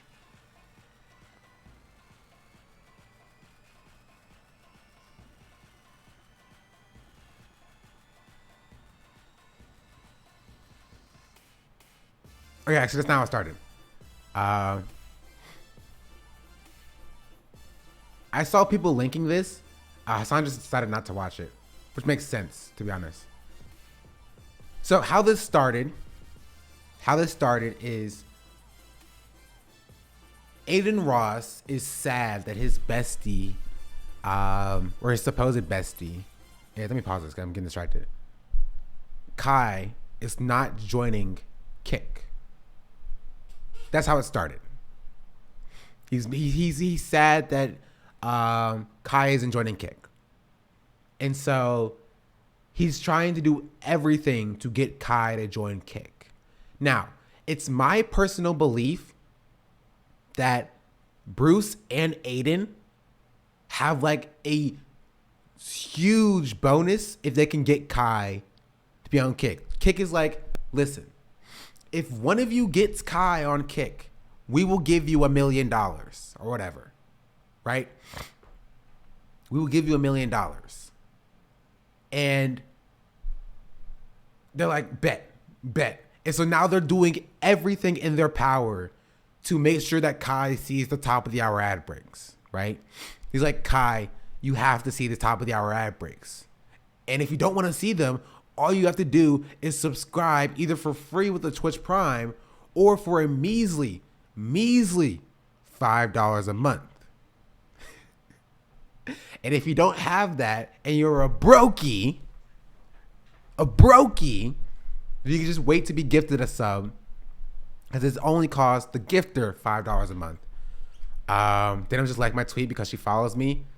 Listen, we've already established Denim just does not like SeanDaBlack for some reason, because she won't follow me on Twitter. That's it. Oh yeah, if you don't want to see the ads, you can just wait to be gifted a sub. Get oiled up, baby, from one of our oilers. Here is the 1 minute ad break now. That set up. Thank you. Chat. It was perfect. It was so good. Before Dembo win. Now. She refuses to follow me on Twitter. Crazy.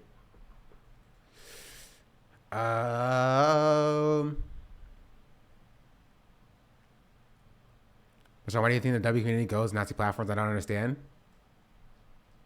Money. Easiest thing of my life. Money. Easily.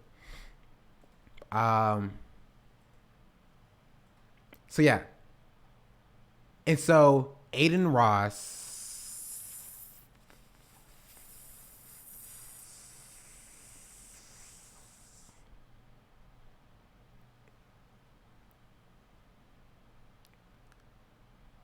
And this, okay, I'm gonna start with this. Listen to me, chat. Aiden Ross said this on his alt. He said, Kai, say the truth. I'm watching your stream. You can't say this on Twitch without getting banned. How many genders are there? Answer, I'll give you $50,000, right? Nick Merckx just doubled down. I have no idea who Nick Merckx is. Better than that Tractor song? Don't be a hater. Tractor song was fantastic. I didn't know it existed until the other day either. What are you talking about? What are we talking about? Who knows? For this neo-misogyny incel wave, kids were still ignorant because their kids, but their idols, rappers were painting their nails, rejecting the gender binary. It felt as though the needle had moved a little bit, even if society is homophobic, transphobic by default. Having these conversations about pride and nail paint still feels so backwards, upsetting. Yeah, like Young Thug specifically, like single-handedly was working to tear down the gender binary. Nick Merckx is a pretty huge streamer. Nick Merckx is a COD player. A Twitch streamer that plays COD. Well, that should have told you all you need to know. He did anti-mask stuff last year at TwitchCon. Okay. But yeah, like Young Thug was like wearing dresses and like painting his nails forever. Still one of the biggest artists. Before he got arrested for a RICO case.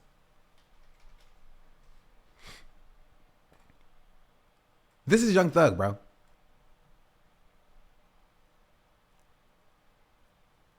Like, to be honest, fire. This is a fire fit. I will say it. It's so good. It's so good. It's so good. It's so good. Like popping out like this is drip. This is drip. I'll say it. I'm not a big fashion person, but like, it's a really good fit. Young Thug's popping out in dresses in forever.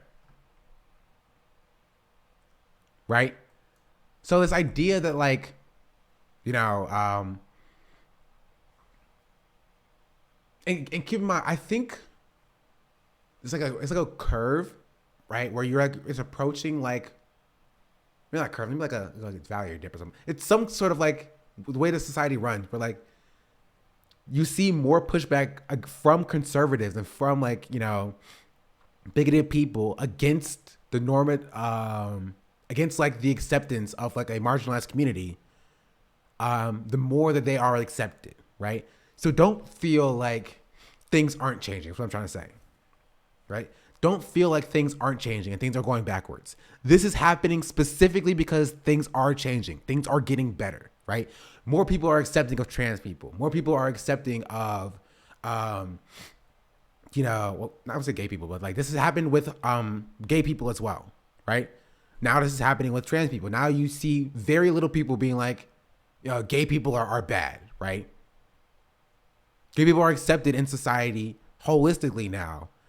And they tried to do this with gay people and it didn't work, right?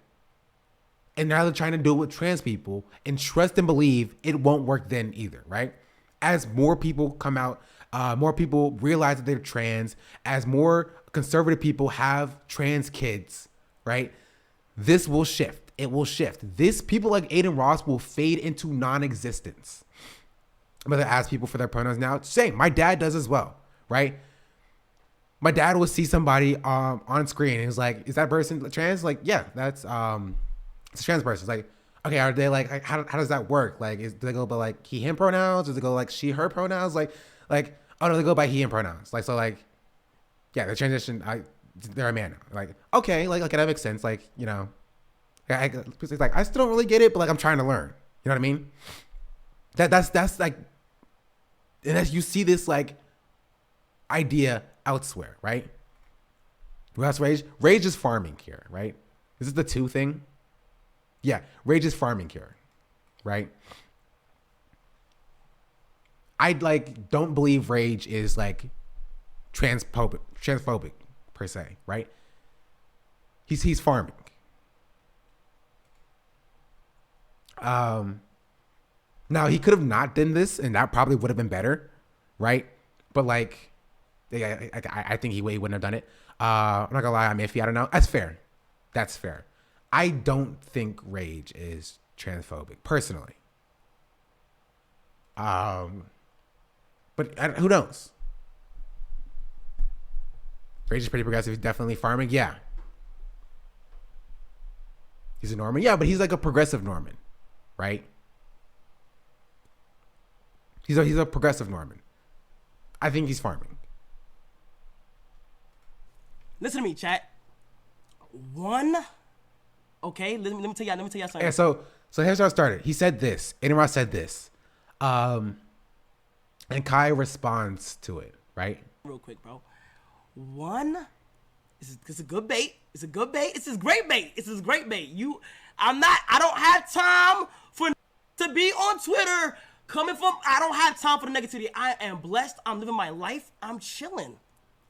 Why? And Aiden, why should I have you give my community 50,000 when I can give my community 50,000? What? I feel like I'm getting a little bored right now, bro. Actually, I respect Kai for not taking the bait. He didn't take the bait. I respect that, actually. He's like, I know what you're trying to do, and I ain't rocking with it. I don't like that, bro. Mostly because like Kai doesn't want problems. You know what I mean? Kai doesn't want problems. Kai wants to grow. Kai wants to keep doing what Kai is doing. So Kai is like, if something is even just a little bit iffy, Kai's like, I'm not touching it. I'm not touching it. He's not gonna say anything that gets him canceled. He's not stupid. Exactly. He's not stupid. Kai's like, I see the bait. Dolph, what's up? What's good? Now keep in mind, Kai's done iffy things as well. But like here, he's like, no, I don't like it. I feel like, matter of fact, I'll give 100,000. Bro, I don't like that. I feel like I'm getting little boyed, bro. Please stop, bro. Chill, bro.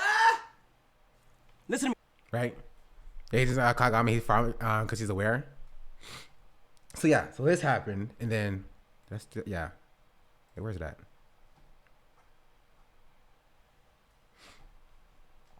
Let me just move it out here before Dexardo gets me canceled. I have too many tabs open. That's for sure.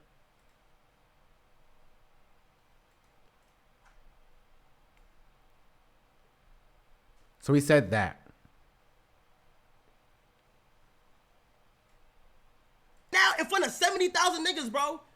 And then Kai responded again. Like, bro, y'all niggas is my friends, bro. Like, what is y'all niggas doing? And fucking trying to little bro me on the internet right now in front of 70,000 niggas, bro. Like, bro, y'all niggas is my friends, bro. Like, what is y'all niggas doing? Y'all coking right now. Y'all coking, bro. Y'all gotta chill, bro. Y'all niggas is my friends. To stop trying to, like, bro, come on, bro. Like, that's whack. That's whack. I think that's whack. If I'm being honest, I think that's whack, bro. If I'm being honest, that's whack, bro. That's whack. That's whack. Boost tweet. Oh my god. And see, this is the thing, chat, right? Normal people don't think about trans people this much, right? Normal people aren't going through their day-to-day life thinking, how many genders are there, right? Normal people don't care. They don't care. Conservatives do, right? Conservatives care too much about trans people. And that's what Aiden Ross is. When Aiden Ross is doing these things, he's signaling towards conservatives. And Kai is like, I don't care. I don't care. Leave me alone. Leave me out of this. I'm just trying to stream, right? They don't care. Normal people don't care. It's just like, and this idea that like you're trying to get people to care, right? You're trying to get people to be like, yeah, like, oh, trans people were everywhere, and they're trying to trans our kids, like, No, normal people don't see that. Normal people are just like, leave trans people to do trans people things, right? And then that evolved from like Aiden Ross from here. I think this was like the catalyst. Aiden Ross went stir crazy. He was telling Hassan to kill himself. Oh, yeah, trigger warning, suicide. Telling Hassan to kill himself.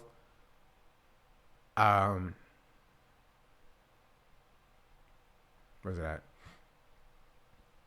He was telling, also he tried to ban Hassan from Kick. Like, does anybody have that clip?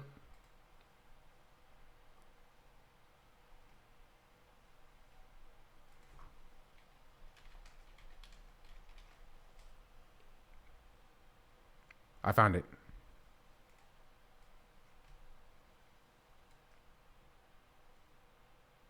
Actually, thank you. I'll use the starter link. Not this clip. I have this clip open already. I'm going in order here. There's only 2 streamers that are banned from Kick. Miskiff, you can't come. You're not coming to Kick, bro. I'm sorry, you're not coming, bro. Me and Brucey don't want you here. You're not coming. That's first. Also, this like idea that like Aiden has any say over who goes to Kick. Trust and believe. If and they only say this because they know Hassan will never go to Kick. Trust and believe that if they can get like Hassan on Kick, they would. 1,000,000%. 1,000,000% they would. You know how big Hassan's audience is? If they can convert Hassan to like a Kick supporter, that's money for their propaganda. That is money. You here, you're not coming. That's first of all. Fuck you. Like this idea, like, bro. Yeah, sorry, me and Bruce don't want you here, so you're not coming. Like you and Bruce run Kick. You don't. You are streamers on Kick's payroll. That's it. Now, if Train said it, then maybe. But there's the reason why Train has never banned Hassan from Kick. Right? Exactly. Real big, you're not invited to my party. You weren't coming to Energy. Yeah. Right? But there's a reason why Train has never banned Hassan from Kick. Right? Because one, that's stupid. But 2, why would you cut off an entire potential source of revenue if you want to make your platform a legitimate platform? You're telling me that if Twitch goes down tomorrow, you wouldn't want Hassan to bring him and his viewership to your Nazi platform? Please. Me and Brucey don't want you here. You're not coming. That's first of all. Fuck you. Suck a dick. Hassan, you're not invited either. I'm gonna be honest, bro. You're not coming. Those 2 are banned. Okay? They cannot come. Pokemon is, I got no problem with Pokemon. She never directly said some shit to me. There's only 2 streamers that are banned from Kick. So, yeah. And he only said this because Miskiff signed with Rumble, right? Surely Pokey will move the Kick. Surely Pokey will move the Kick. Why do people always bring up Pokemon? Pokemon's a big streamer.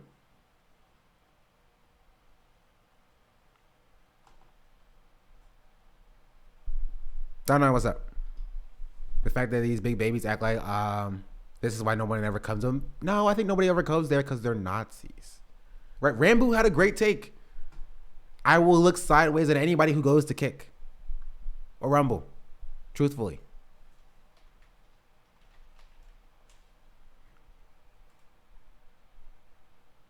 Oops. Here. Right, Rambo said it. I shouldn't really bring this up because he said he wanted to keep it in community. But yeah, he said, I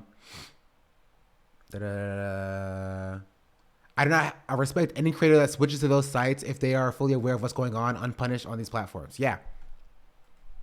Yeah, I meme a lot, but I'm not going to Rumble, dog. Bruce really makes me sad. Yeah. So so that happened. And Hassan responded, was like, I'm good, thanks. And then Aiden Ross then called for Jake Sucky to be stoned. Stoned to death. He can't, he didn't go to college, chat. It's okay. Did he finish high school? I think he finished high school. You said it on stream as well? Yeah, he, we know his, literacy is not the best. And then he followed up with a recent tweet with this video. I'm not on lean. Me and Bruce, we are relaxing. Very relaxed right now. We're just having fun, man. You know what I'm saying? Nobody's on lean. We're sober. We're going to the Miami Heat game. But he did just show me how much you poured, and it was, you just poured some crazy shit, and you just drunk it all. No. Cap. It's fun. Cap. All shit aside. Ooh, dirty Jew. All shit aside. What? All shit aside. Ooh, dirty Jew. All shit aside. Jake Lucky and yourself. Hassan and yourself. The other guy who tweeted at me and yourself. Stop doing what you guys are doing, bro. I don't care. Nobody gives a fuck. I don't care. Hassan, you're banned. You're banned for good. You can't come to kick. And you too, Miss Kiff. I heard you're banned on Twitch. Smoking on a fucking Miss Kiff pack. Let's go. Bozo. That's so sad, bro. Bruce, you don't need to do this. You don't need to do this, bro. Please. You don't have to lay in bed with Aiden. He will drag you down.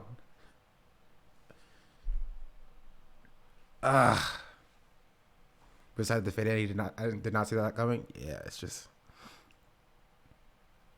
Bruce is still pissed off at Miskiff and is misfiring at Hassan, in my opinion. Probably.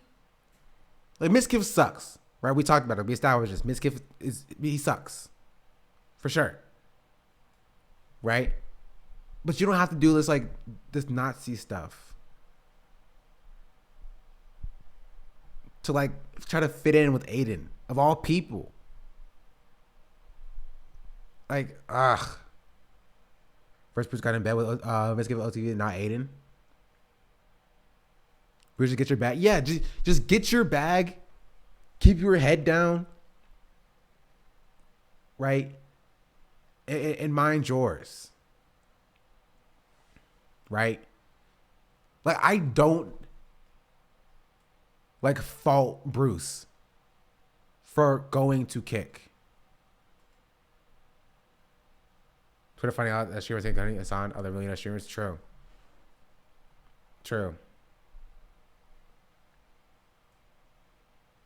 Also, like, Nazi propaganda. Hassan, other streamers. And Miskiff for some. What is Aiden's beef with Miskiff? What is part of his contract is being friends with Aiden? No shot. He can maybe be nice with Aiden, right? Be nice to Aiden, right? Don't make Aiden upset, right? Teach Aiden right from wrong, but like usually just let him do wrong. Maybe, but like you don't have to be friends with him, right? You don't have to engage with Aiden's like anti-Semitism. You don't have to engage with Aiden's like Nazi, rhetoric. You don't have to engage with Aiden's like homophobic or transphobic rhetoric. Like, just get the bag and just mind yours. Son's going to bat for DEO repeatedly. Honestly, I feel terrible for Son. Tries to do the right thing, but these guys are reaching out, offering help and trying to eat him alive. Aiden, Bruce, XQC, kind of. But, like, I wouldn't put XQC on the level of Bruce and Aiden here, personally. Like, we could talk about XQC separately doing the same thing, but it's kind of different. But I don't disagree. Not the same level, no, but same concept? Yeah, basically. It does. I do see how that would suck. People that you try to, like, you respect and you try to, like, ride for, just like turn their back on you, right? Because that's happened to me, right? I've been snaked as well, right? People that I've respected, that I thought I was friends with, but then would like go and act a certain way when I'm not there, right? I understand that, especially in like the content creation sphere, right? Content creators are snakes, chat. Surprise, surprise. They're snakes. But yeah. Point being is that Aiden then came at friend of the show, Jaubrey. Friend of the show, he follows me. So, you know, kind of cool. When he said this, he said, Hassan, you push a gay agenda for little boys and girls. You're a creep. You're going to hell, right?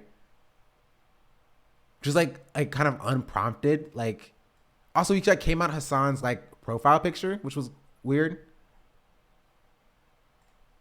Where he said this.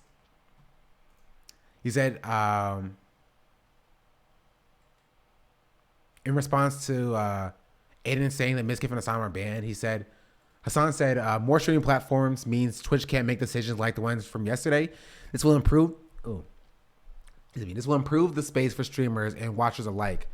For that reason, I hope Kick becomes successful in spite of this little gremlin doing his very best to undermine that. Right? And Aiden's like, how come for Black History Month you didn't change your profile picture to support that month? I'm curious. I'm just curious, genuinely asking. Right? And yes, we know Hassan is racist. He won't get cornrows. You know, he won't have me on the stream. We get that. We understand. We know.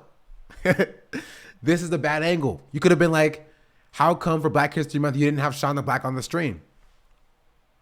Could have been valid, but no, you came after the profile picture for some reason. But yeah, but my question is like, what did he want Hassan to post? I didn't do anything for Black History Month. Like, what did you want him to put in his profile picture for Black History Month? You wanted him to put a black person there? Yeah, Black History Month is in February. Like, there's no black flag, right? Like, what did you? Also, yeah, what did Aiden do for Black History Month? He said the N-word, obviously.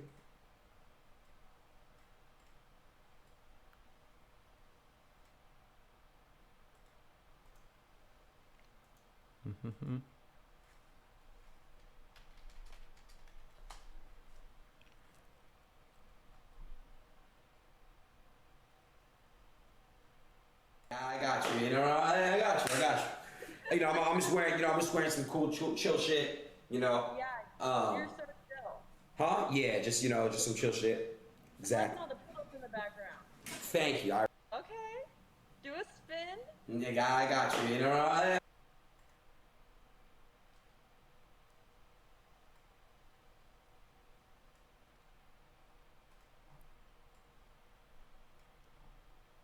This is what Aiden Ross was doing for Black History Month. Well, she was like 2 days ago. Okay. Do a spin. Yeah, I got you. You know, I got you. He didn't even say it. It doesn't even roll off the tongue well, right? You can't even just like say it like normally. You know what I mean? It don't even work.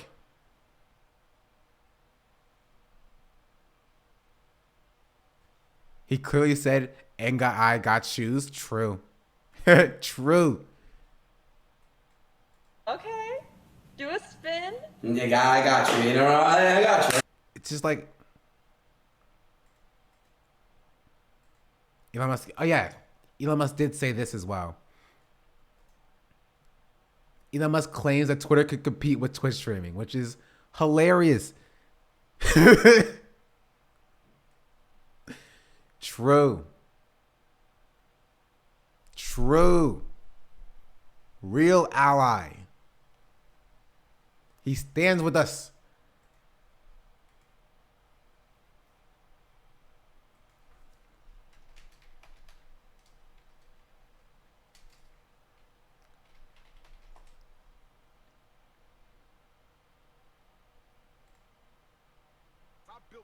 And I ain't going nowhere. But I appreciate the concern, my beautiful African queen. I hope your hair is natural.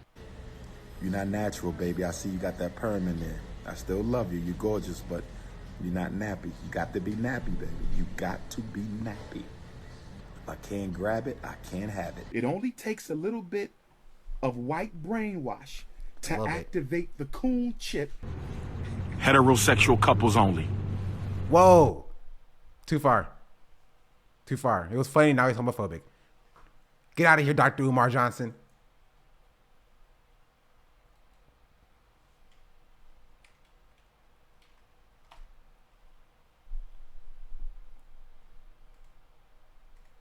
What? I found a clip where Aiden learned to say the N-word. True. This is how Aiden learned to say the N-word. Beat it up, N-word, catch a charge. Extra large and extra hard. Put this P-word right in your face. Swipe your nose like a credit card. Hop on top, I want to ride. I do a kegel, well, it's inside. Spit in my mouth, look in my eyes. This P-word is wet, come take a dive. Mario Judah. I'm a big dog, big bear, nigga, I'm a lion. I'm the predator of the prey that is hiding. Oh my, I have found you, nigga. Don't you run from me, little nigga. You are not fast enough. Where did Mario Judah go? Mario Judah dropped this song. It was fire. Then he dipped. He left.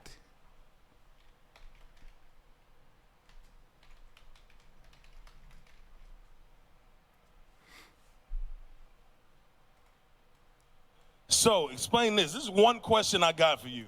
This is Aiden When Ross. you say nigga, a lot of people are assuming. Grabbing my think about shit that I shouldn't. Wheezing Wheeze became a follower. Weezing Weez, thank you for the follow. Welcome, welcome, welcome.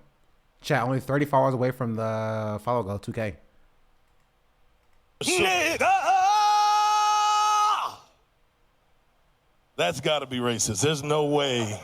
True. I'm just keep it real. There's no way that is like of our culture. There's no way that is of our culture. I would put this as a command as well. But neither I nor chat are going to be saying the N-word. So that's just not going to happen.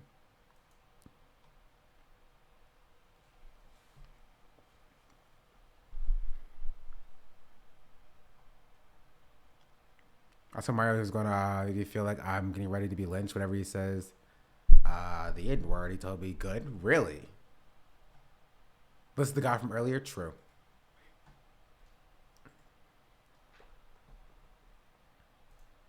So yeah, Aiden Ross going crazy. Because he said this. And Jabri popped back off and was like, you see. And ratioed him pretty heavily as well. Jawbreeze said Aiden Ross complaining about a gay agenda being pushed on the kids when he literally streamed porn to minors, which he did do, chat. In case you didn't remember, Aiden Ross did stream porn to minors. Don't let him distract you. And he popped back off and saying, not saying, no, I didn't. I would never. He said, you flip narratives. Everyone knows I pulled it up to flex that I can't get banned. So cringe. That's all you can say. You two end yourself. And then got ratioed once again. Aiden, you're literally one of the most embarrassing people I've ever had the displeasure of knowing about. Every single one of your fans will grow out of your shitty content. When they become old enough to see you the fraud you are, you should be ashamed of the person you've become. True and based. Based and true. You're pointing to Andrew Tate, no, I didn't. No, he didn't even say, no, I didn't. He was like, no, I did it, but I only pulled up porn to minors to flex that I could pull up porn to minors. Checkmate, liberals. Checkmate, liberals. True. Jawbreeze, more like Wabry. Because it's a W. It's so sad. It's so sad. Man, Aiden's falling off the deep end. What is he saying? I wish I could show you. My Firefox got banned. Okay, not banned. Sorry, blocked. Yeah, and so this tweet violated. This is the tweet where he said telling people to kill themselves, and they were like, "We're not going to ban this person. We're just going to take down the tweet." Like, thanks. And then he said it for Jake Lucky as well. Say he said kill yourself to a second person. Twitter was like, Aiden, please don't do that. Honey, please don't. You can't say that. And then he posted this. You don't even specify that you're a he and we know you're a man. Also, I put my core through the worst of the worst. They with me till I die. Like, what does this even mean? What does this even mean? Like, does he think that Jawbree's trans?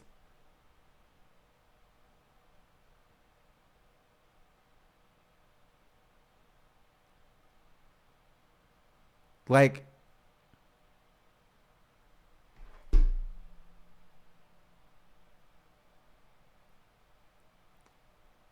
I'm sorry, what?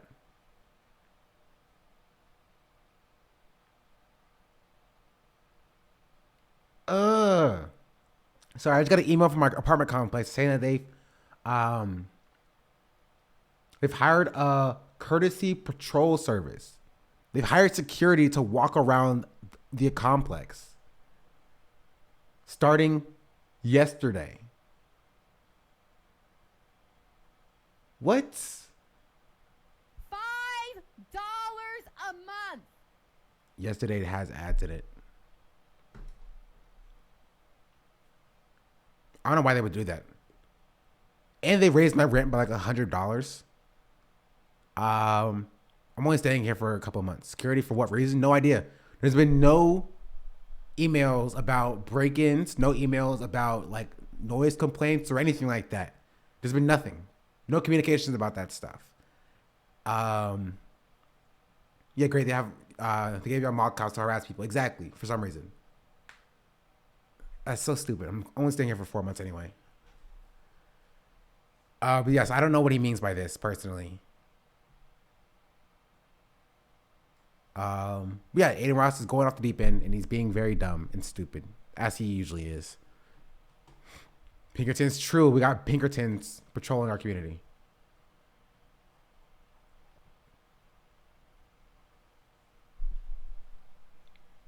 And I hope Bruce separates himself from Aiden at some point, hopefully. If not, I may have to take out the DDG alert.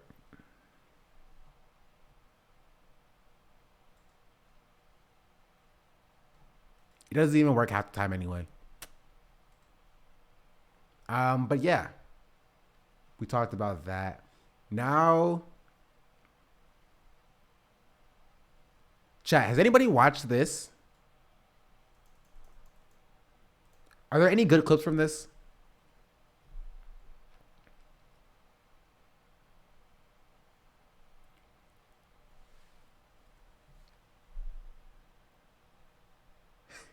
Chat going stir crazy.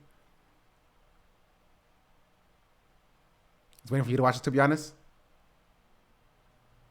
Let's do it. Politics around 2016 with the era of Trump, along with apparently the entire United States got into politics more in that time period than the era of Trump, along with apparently. Why is his chat like linking Hassan? I mean, obviously you know why, but like, sorry, I just saw that. I was kind of curious. All right, chat, looking. We're only looking. We are not tapping the glass. I promise.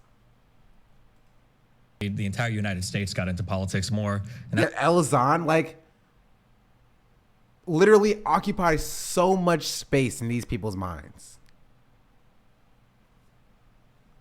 I said it. I said in the Discord. I said it. I said it specifically in the Discord that I was going to be watching this. Cursed image for tomorrow's stream.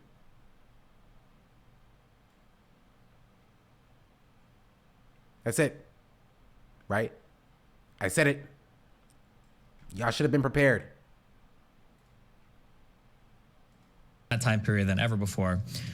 When I first came on the scene, my whole political career was being as combative as possible, combative, condescending, patronizing, and through that kind of like blood sports. I'm in Destiny retiring in December. Did he say that? Oh, man, if only. Battling as like a left-leaning commentator. I kind of cut my teeth doing that for a while, became kind of popular online doing online politics, and now I've kind of shifted away towards like. They care so much. Sorry.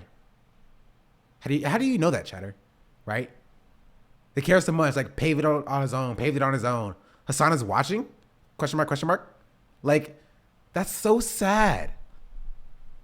Bro, Hassan was playing Diablo. Hassan was playing Diablo at this time. He was minding his own business. Cut my teeth doing that for a while, became kind of popular online doing online politics, and now I've kind of shifted away towards like, how can I be more empathetic, understanding, and like really hone in on why do we disagree with people politically, and then what can I do to kind of push my message while still understanding, I guess, the concerns of the other side. Broadly speaking, that's what I do. But I try to actually do that, not like in a Dave Rubin centrist kind of way where you pretend to listen to both sides, but really you're just a conservative in disguise in every single sense of the word. Yeah, definitely not Destiny. Definitely not Destiny. Destiny, Dave Rubin, totally different. They don't play both sides. Oh, also, just so we have it here, chat, let me just pull this up real quick.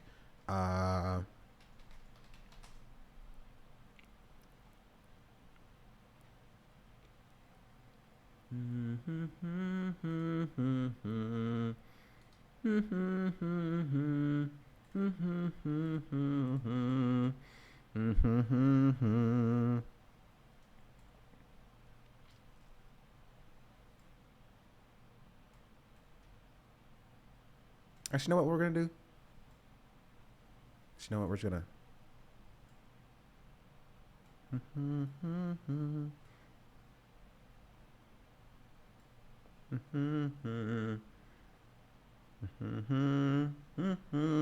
We're just gonna boop. You know what? Okay. Sorry, chat. I have nowhere to put this. Nowhere to put it right there. Okay. No, Stephen, I'll give you credit from the get-go that from the few things that I've seen, no, you appear to be an actual independent thinker. So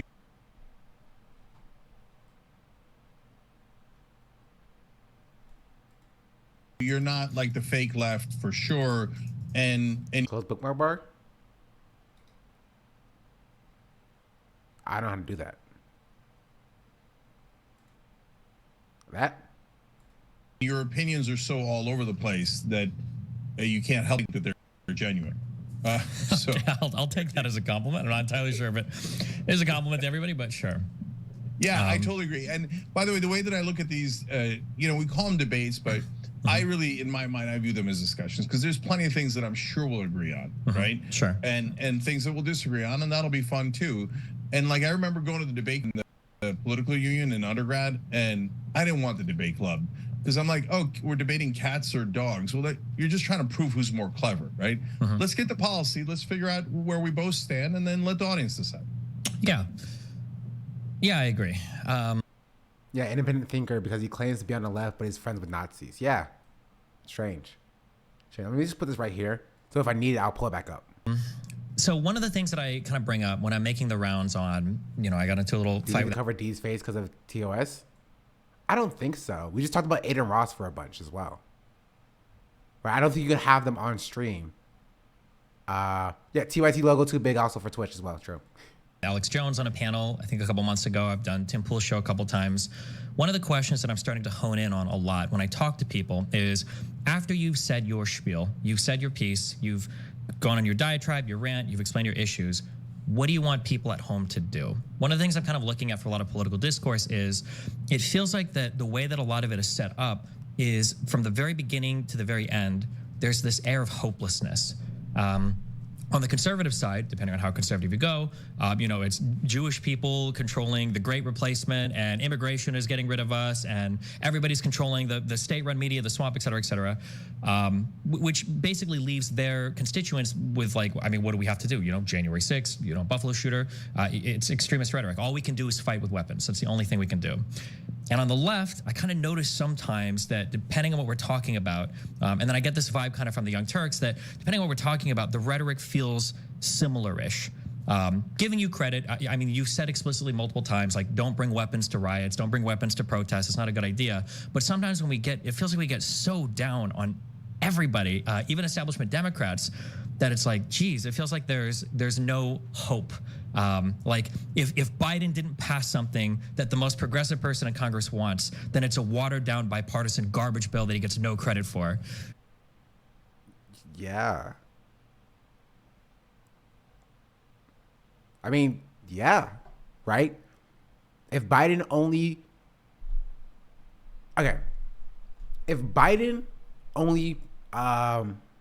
passes a bipartisan bill when he has the opportunity to pass a more progressive and transformative bill, right?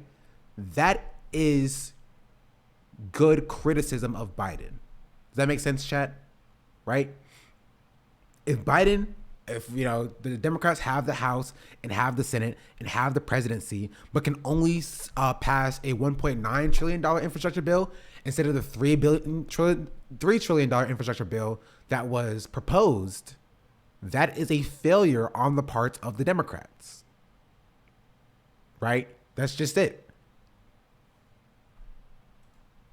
And then kind of, I guess, the ground for this discussion, I guess, can be the recent debt ceiling negotiation. But I mean, we can talk about the infrastructure bill, the American Rescue Plan. That's what I just talked about, by the way. And whatever other thing. I guess, what is your general feeling of that? Like, is there any part of you that's like, you know what?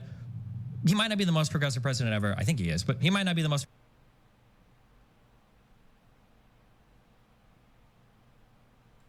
progressive president ever, but at least Biden did this or this in terms of major legislation. Do you have that feeling, or? No, especially when Biden even falls short of what he himself promised on the campaign trail.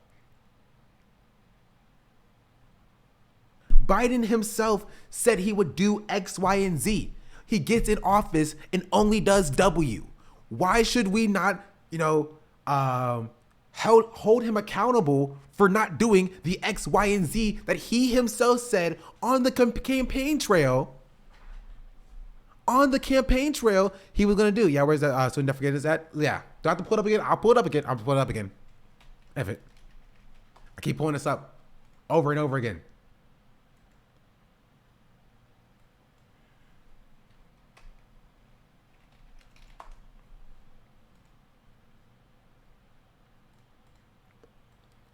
Boom. Yes, Biden proposed full debt forgiveness for students of HBCUs and public colleges on the campaign trail. Well, it's so crazy. Oh, that's so crazy.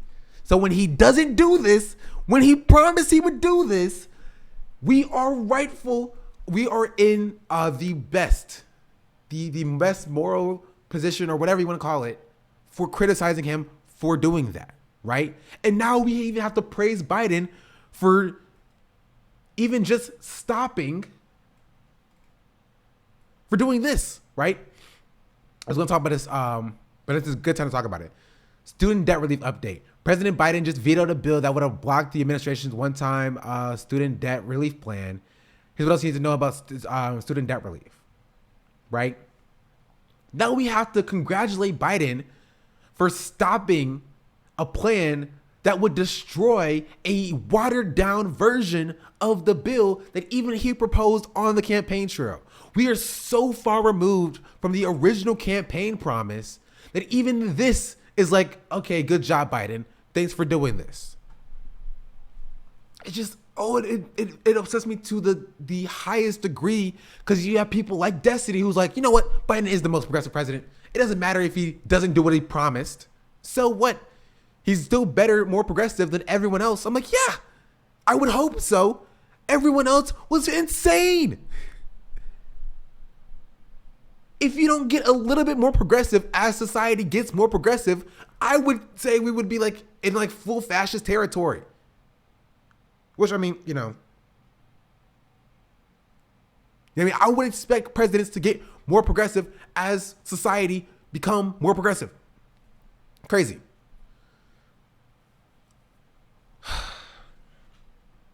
I don't know how you Americans don't go to full civil war behind this. As 1020K, they just put back a lot of people. America has no revolutionary potential. So yes and no. But it's a great question to start on. So first off, look, if you've come looking for hope, you've come to the right place. Okay. So I'm the king of hope. And I even wrote a poem called Hope. Okay, so and our audience knows I am intensely optimistic. Yeah, we And- talked and- about Bruce a little bit earlier. I think we just got off of Bruce actually, like 2 minutes ago, 3 minutes ago. Shank debated D. Yeah, 2 minutes ago. 2 minutes ago. 2 days ago, or 1 day ago. Yesterday, the 6th. 2 days ago. So when What did I miss? when We get talked a about sense of Aiden Ross. Talked about Bruce. Talked about Aiden Ross telling people to kill themselves, and Twitter just like not being okay with it. And yeah, now we're on this. Listeners, what I do is I try to fix it. And we do active things in the world. Like we created Justice Democrats. We launched it on the Young Turks. We launched the improbable campaign of AOC, and nobody thought that was possible. And we did it. And then when we started Justice Democrats, everybody thought you'd be lucky to get one. Now we have 11 in Congress, right?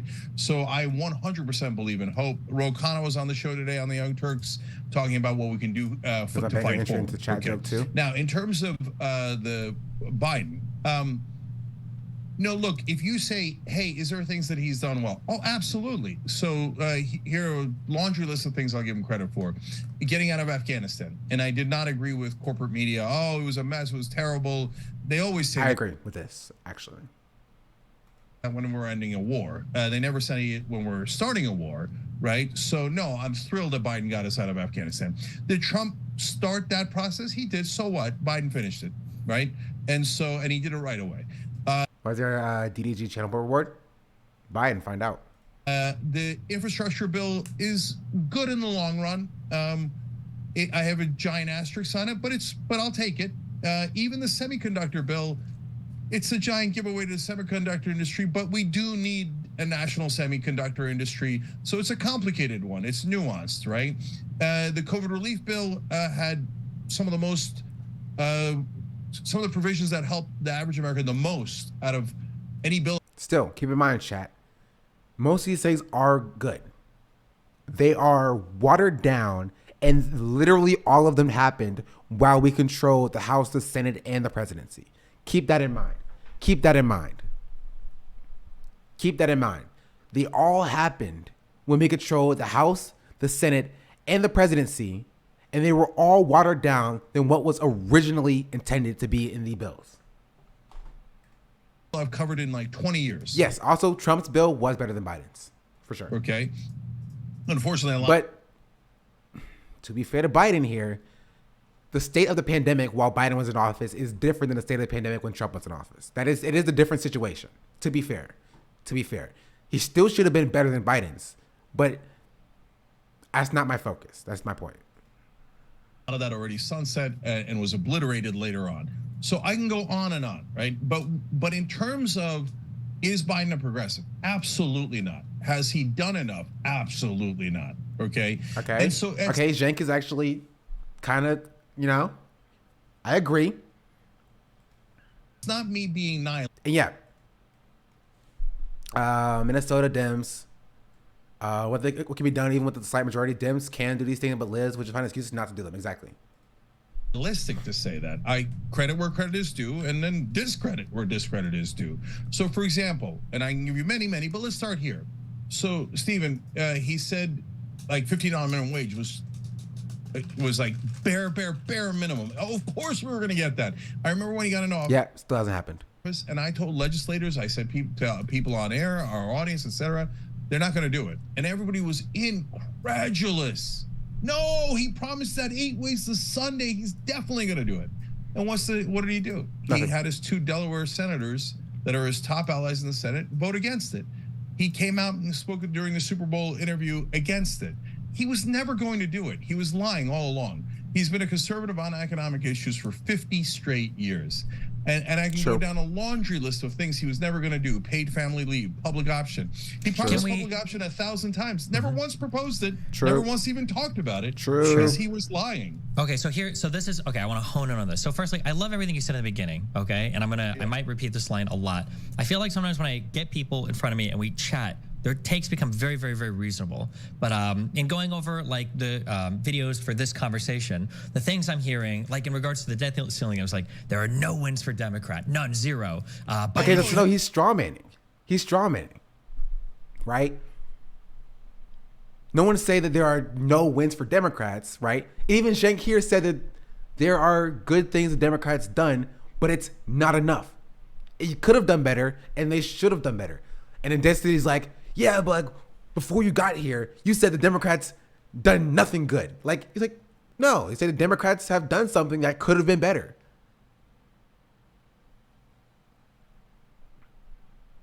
Like, come on. What? Hates the middle class. It's called hyperbole. The often is the epitome of bad faith argument. Yeah, so he's like, things that I usually hear from people like you, Shank, is Democrats are all terrible and never done anything good. They hate the middle class and they hate working class people, and they're so bad on economic issues and X, Y, and Z. But you're telling me that they're actually kind of good in some ways. Like guys fighting ghosts? True. Well, sure. The Democrats and the Republicans are on the same goddamn team. Democrats. They are. They are. They are. This does not mean that they are the exact same in every single way. They're on the same team, right? And that's a different conversation. That's a different conversation, right? The conversation of the Democrats doing something but not doing enough, right? And keep in mind, the question that he asked was, what good thing did the Democrats do? Like, what do you have to say about the good things the Democrats have done? Cenk answered that, and he's like, yeah, when people come here, they always talk about the good things the Democrats have done, but they never talk about like the bad things that they have always said before they came here. Like, yeah, you asked the question. You asked the questions. Do you think Biden is like a good president? Like, what are your thoughts on Biden as a good president? He answered the question, and then Destiny's like, you know, it's funny because people always get here and their tastes become reasonable, right? They always used to say that Democrats have been so bad and horrible, and now you're here talking about the good stuff that the Democrats have done. Like, what? Just give McCarthy gift after gift after gift after gift. Do you Which they are doing. really think that like a Republican administration would more or less do the same thing as like a Democratic administration? No, that's not the take. That is not the take. You see, chat? This is what they do. This is what debate bros do all the time. His original take was, you say the Democrats and the Republicans are on the same size. The question he asked was, do you think if the Republicans were in office, they'd do the same thing that the Democrats were doing? Those are two fundamentally different things. Fundamentally different things, right? It's the fallacy of false dichotomy. Right? Because the Democrats and Republicans can do different things, but still be on the same side. The reason why the bills are watered down is because they are on the same side as the Republicans, which is the side of the capital owning class. It's just the side of the capitalist class. That's it. Fundamentally, that's it. So yes, the Republicans would definitely ham up the hatred, but they would do similar things as it pertained to the Democrats in what the Democrats aren't doing, right? They would also not implement a public option, right? That would also not implement a $15 minimum wage. They would also not implement free universal health care. They would also not implement or work towards like stronger unionization efforts in the country. They would also not implement student debt relief, right? The things that the Democrats don't do, the Republicans also would not have done. It's so dumb. It's so dumb. I just want to say, pop in and say, Sean, you're doing a really good job breaking down these straw men. Thank you. I deal with these people a lot. I used to be a debate person on TikTok. I used to make like debunking content. Why do we need to theorize Republicans have had power before? Look at history. Yeah, exactly. Exactly. We know, right? We saw from Obama to Trump to Biden, right? Obama to Trump to Biden. We saw that Roe v. Wade still hasn't been codified. Obama said he would do it in 2007. 2023 still hasn't been done. Republican and Democratic president. Minimum wage increase from Obama 2007 to now still hasn't been done. Universal health care still hasn't been done. right? Student debt relief still hasn't been done. None of this stuff has been done. So that would show you that they are still fundamentally on the same side. Are you allowed to show D? I don't want you to get banned. I'm watching his content. He's not on the stream. I don't think you can have him on the stream.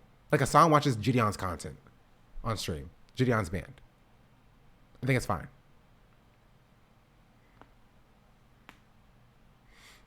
Sound like you're not vote blue no matter who. And that makes me irrationally angry. I'm not. Well, my take is nuanced, but yeah. Or Democrat administration. You just can't watch it live because that's considered aiding ban evasion. Yeah, that would make sense as well. This is a recording. Also, it's on TYT's channel. So I'm watching a TYT video. Got to sneeze. I also need more water. So with an asterisk, yes. So like, for example, they did the IRS, funding the IRS $80 billion over 10 years. That was sneeze. the one. Oh. But as progressively as possible, you can, who can realistically win. And by the way, Steve, you can go back and watch our clips on Afghanistan, on the infrastructure bill, on all of these. I haven't changed my position 1%. So what I say was that loud? Sorry. at the Young Turks is what I'm saying here. Yeah. So, and by the way, the reason you might notice me being more vitriolic is because those are the videos that get more attention, right? Sure. Yeah. And but I also mean those 200. Also, I think it's kind of funny that he's calling Destiny Steven, just like I call Destiny the top of the hour ad break. Because at the top of the hour, every hour, there is a 60-second ad break. And if you no longer want to see those ads, all you have to do is subscribe either for free with a Twitch Prime, or don't 0 out of 10 me. That was a decent segue. It wasn't my best. It wasn't my best, but it was okay. It was okay. Y'all been spoiled. Whatever. Take that. Actually, no. F y'all. 3-minute ad break. Boom. 3 minutes of ads. Get wrecked, non-subs.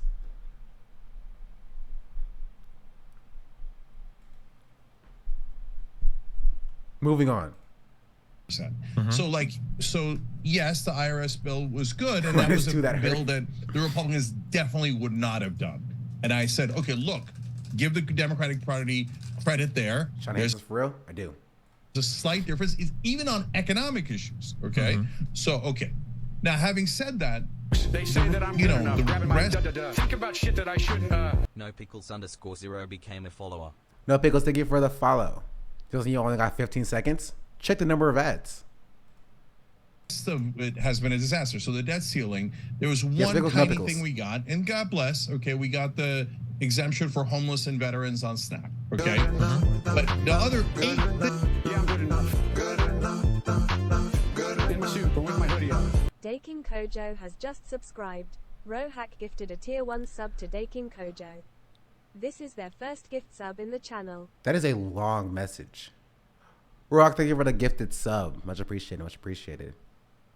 And if you have extra money that you don't know what you do with it, then all you have to do is gift a sub to me or to other people to give money to me. Thank you. Things were all for Republicans. We got nothing back. We didn't need to do it at all. And I think, and this is the part that's probably going to really bother you, I think that Biden wanted to do all those things. So when Obama was president, okay, yeah, I agree with Shank here, actually. Let's back it up because I got distracted.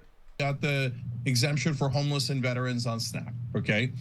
But the other 8 things were all for Republicans. We got nothing back. We didn't need to do it at all. And I think, and this is the part that's probably going to really bother you, I think that Biden wanted to do all those things. So when Obama was president, they invent this thing about, oh, we're going to now negotiate the debt ceiling. Okay, it's a Republican ploy, but Obama and Biden love going along with those ploys. They love it. They could easily just go. I agree. Shank is cooking. He is cooking. He's correct, right? The Democrats love when the Republicans don't allow them to do stuff. I live like a capitalist every single day. I live as a capitalist. Okay? I live when I believe. Bear Cilium has gifted Bear Cilium a sub. Bears, thank you for the gifted sub. Thank you, thank you. I just realized that the alert for the gifted sub is about Jink, who's right here.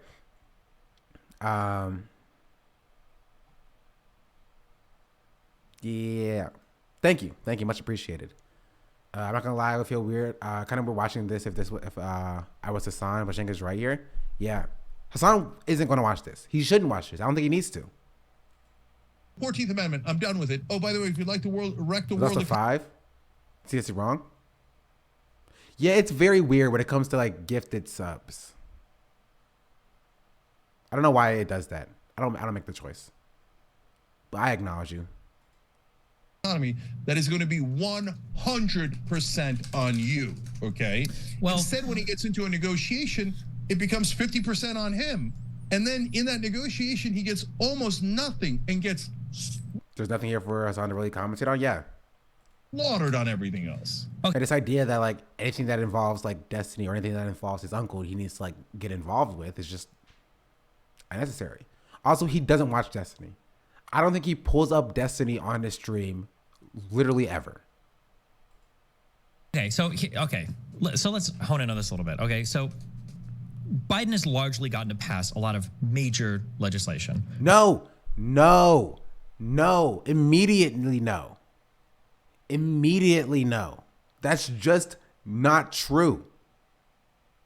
That is just not true. This major legislation is watered down versions of bills that could have been better and already existed. Right, we had the infrastructure bill, we had the American Rescue Plan, like huge ticket things, and our budget has been insanely huge. Yeah, I'm good enough. In my suit, but with my hoodie on. It Be Prolly has just subscribed. An anonymous user gifted a tier 1 sub to It Be Prolly. Anonymous gifter, thank you for the tier 1 gifted sub. Dude hasn't read any bills and it shows. Are they really spamming his name in chat at the beginning? Hassan doesn't need to engage with these freaks? Yeah, we saw it. Yeah, I'm good enough. In my suit, but with my hoodie on. Black Sheeparies has just subscribed. An anonymous user gifted a tier 1 sub to Black Sheeparies. And she's thanking for the second gifted sub. Tier 1 gifted sub. I don't know who you are. Show yourself. That's fine. I think D made a little cameo. He did Fresh and Fit Albert Beach podcast and Hassan watched it. Yeah, but he's not watching like Destiny's content itself. On our discretionary spending, we're talking like $1.5 trillion over and over and over again.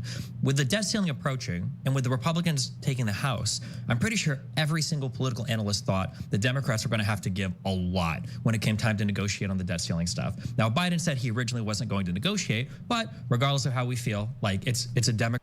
Like, this is stupid because the deficit isn't real. It's made up. All of it's made up. If the deficit was real and it actually mattered, then guess what? We would stop giving money to the military. Our biggest expenditure by far. Right? Keep in mind, when we talk about like 1.5, 3 trillion spending packages, it's not all at one time. Right? It's not all at one time. It's over 10 years usually.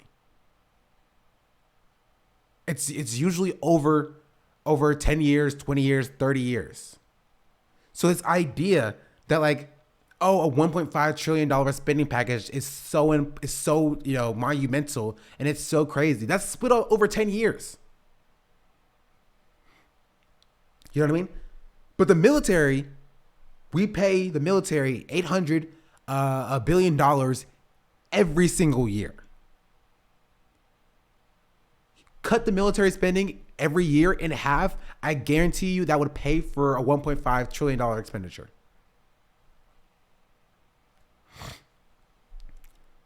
Oh, jeez. It's so dumb. Democratic president. If the United States defaulted on the debt, it would be catastrophic. Failures to negotiate the debt ceiling are always going to hurt the sitting president more than the Republican Party. We're not going to be able to blame House Republicans when Democrats have the Senate and the the presidency. I feel like when we look at everything that was given, and I guess this is my problem when I listen to you guys talk about this, is I hear this like Republicans got everything they want. We just gave and gave and gave and gave. The difference between the House bill that McCarthy passed versus what was finally signed in the Senate, I felt like it was some of the, and I see everybody else say this. Krugman was saying this. The guys at Pod Save America was saying this. Even Ben Shapiro was admitting this, that the political maneuvering was pretty good. That like some of the stuff that was... See, here's the problem, chat. Is Destiny is very hyper-focused on just the situation of the debt ceiling, right? It's the debt ceiling, how bad it could have been, and how bad it actually was. That's what he is focused on. And these are very liberal framing, right? Liberals frame things in these ways to not address the overarching systems as well, right? No reason to like why things got to as bad as they were in the first place, right? When talking about the debt ceiling and why we even had to negotiate in the first place, right? Comes back into the midterms. Why did we lose the midterms? Because the Dems suck, right? Why does the Dems, why did we lose the midterms in general? Well, because they didn't pass any bills, right? Why weren't any bills passed? Because the Dems suck. You had spoilers. You had Manchin. You had Cinema, who spoiled any legislation to keep it from going to as far as it could have been going, right? These are systems that are interconnected. You know what I mean? They are interconnected, and you can't just look at the debt ceiling conversation and be like, well, the Republicans could have asked for more, but the Democrats were able to effectively politically maneuver around the Republican, I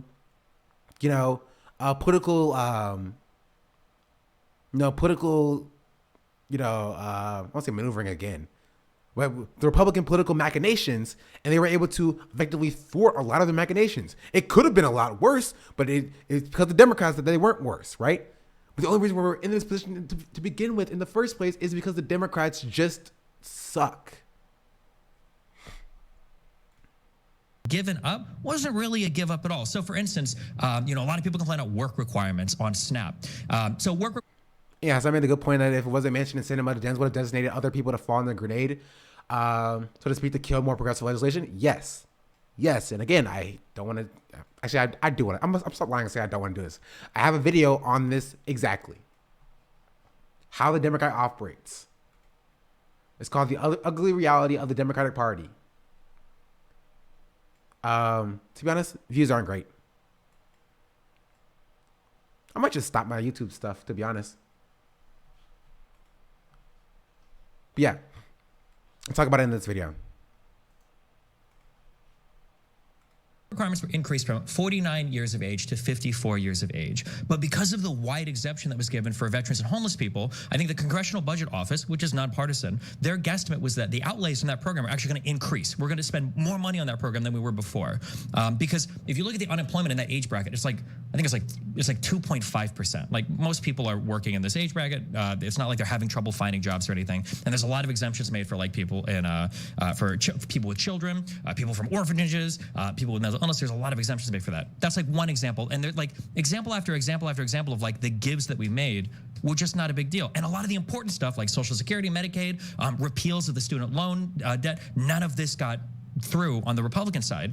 So when I see that like the things that we did give were things that were either coming anyway. So for instance, like the student aid, the interest on the student loan starting to, I guess, tick back again and repayment starting again at the end of summer. This is already going to happen, and we gave that. But we didn't really lose anything. You look at like the SNAP stuff. You look at the IRS. Yeah, okay.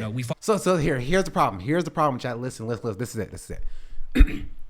Destiny and other liberals take that stuff as a necessity, right?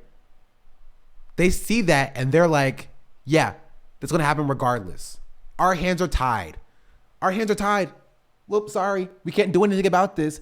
That is the problem. That is my disagreement with this specifically, right? My disagreement with Destiny on this point specifically is that the Democrats should have done something about that. They shouldn't have just like allowed that to pass because like, oh, whoop, it's going to happen anyway, right? You're in there for a specific reason. You claim to care about working class people. You claim to care about student debt cancellation and that college is too expensive. And you say that you're going to do something about it. right? But when it comes time to do something about it, it's our hands are tied. So Destiny is framing that as a good thing because, hey, only thing that we gave is something that was already going to happen anyway. So it's not that bad. Like, it's such a stupid way of framing this. The discussion is primarily about why the Democrats suck, right? And he is defending the Democrats by saying the Democrats allow things to happen because, oh, well, that's it. That's his defense of the Democrats. This was going to happen anyway, and the Democrats weren't going to do anything to stop it, and didn't have to do anything to stop it because it was going to happen anyway. The framing on that is so stupid. It's so stupid, and it can apply to everything, right? Because, like, okay, I'm going to play it again. I'm going to address it one more time. See that, like, the things that we did give were things that were either coming anyway. So, for instance, like the student aid, the interest on the student loan starting to, I guess, tick back again and repayment starting at the end of summer. This was already going to happen, and we gave that. But we didn't. Going to happen from what? Who? Oh, jeez. I just don't understand. Going to happen. Who was doing it? Who was doing it? These aren't just things that happen, right? These are legislations that are being passed by people. What do you mean it's going to happen? This isn't like a natural disaster that was ordained and destined to happen, right? This isn't the flood of Noah's Ark. These are things that are being done by people. So this idea that these things have to happen and they were going to happen anyway, what do you mean? You mean that the Democrats were going to support it anyway, which is, again, a failure of the Democrats. This is just all a way that operates as a way to shift the blame from the Democrats onto some imaginary force, or this imaginary thing that was forcing the hand of the entire congressional caucus to do a thing, right? It's so dumb. It's so dumb. I heard all the time from Boomer Libs, the Dems have no power ever whenever they're the ones in power. Yeah. No, JP Morgan CEO is telling moderate Dems to abolish the debt limit. True. I saw that actually. Excuse me. It doesn't even seem like the Dems are good at forecasting future policies.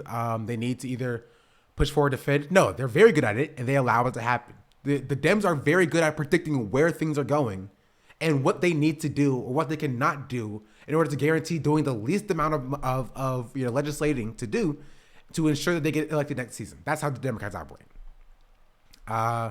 So much nonsensical expectations. I always hear this lip sentiment where society skews left. Like, are you stupid? Capitalist realism? Yeah. It is capitalist realism. I had the book. I actually had to take it back to the library. The libs see capitalism as a natural thing. Yeah. Exactly. We can't do anything about it. That's his entire argument for the Dems hinges on this is just something that's going to happen. Oh, well. And that's why it's stupid. Really lose anything. You look at like the SNAP stuff, you look at the IRS, we fought for 80 billion in increased funding. We gave 20 billion back for now. I feel like that was a major win for Biden in that we moved past the debt ceiling thing for 2 years. The 2-year thing bothered you guys. The House bill was worlds apart. They wanted a 10-year cap on spending, and we got that down to 2. And then the budgets that we got was like 700 billion versus the 550 that we're asking for in the House for 2024 fiscal year 2025. That all of this seems like pretty decent stuff. Again, I understand that we didn't like fight for anything, we didn't get anything, but considering it was a House majority for Republicans and considering why Destiny, please, why was it a majority for the Republicans? Why? Please riddle me this, Batman. Why did the Republicans have a majority? Maybe it's because of Democratic failure. And that's the point. That's what's being talked about here. Democratic failure. If you're going to excuse the excuse the Democrats from all wrongdoing as it pertains to the legislation that they passed and why it sucks and everything that they've conceded to the Republicans, because the Republicans have a majority in the, did he say House? I don't remember if he said House or Senate. Doesn't matter. Have a majority, then you have to take a step back and realize why they have the majority. It's just Thought we were going to lose a lot more. I don't understand why there's not just like a little bit to be happy about there. No, nothing. Zero. Okay. So thank you, Shank. Shank is literally like my spirit animal in this conversation at this point. Like, okay, never put Shank up or Anna Kasparian up against any leftist or progressive because they will come off as unhinged. Put them up against a liberal, and like literally they'll sound like the most like anarcho-communist that ever existed. So let me explain. Okay. So look, brother, when you say political analysts expected that it would be worse, well, first of all, that's corporate media, and corporate media always thinks the country is center right. That the Republicans are right on the debt and deficit. I mean, they're clowns. Trump drove up the deficit by the debt by $7.8 trillion. Reagan, Bush, they all drive up deficits. Last Republican president to balance the budget was Dwight Eisenhower. Okay, but what does corporate media always tell you? Oh, the Republicans care about the debt. They care about the deficit. It's a lie. Okay. He's right. He's so right, and that's the craziest part. He's correct. Media will tell you, right? And this is like CNN as well. CNN, Fox News, MSNBC. They will all tell you that Republicans truly care about the debt ceiling. They will say this, and they will keep spouting this nonsense out. The Republicans care about the debt and the deficit and how much we're spending. They don't care. They don't care. We know they don't care. Please bring up the military, Jake. I would. Please bring up the military. We know they don't care because they will throw infinite sums of money for a blank check towards the military. Imagine being flanked by Shank from the left. Yeah, literally. Like, we know the Republicans don't care about the debt, or the deficit, or any of the spending because they will continue to spend on things that they want. Right? Yeah, because all they do is about it screech nonstop and yet run it up like other exactly. They want to cut spending for like, why are they passing tax cuts for the wealthy? They care about the deficit so much. Why are they cutting taxes for the wealthy? Why are they increasing military spending? Riddle me this. If they care so much. Why are they giving like subsidies to large corporations if they care about spending so much? That is spending, but that is spending that they want. Also, somebody said Pat Robinson. I still don't even know who he is, to be honest. Did I close the tweet? I closed the tweet. Let's see if I can find the tweet. Yeah. No, that's Dr. Umar.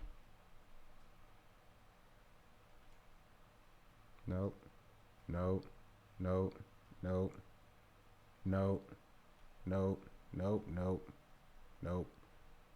I don't know where the tweet is. We're just start closing tabs now. Right wing religious commentator. There was a tweet about it specifically that somebody sent me. I think it was it Karma Katie?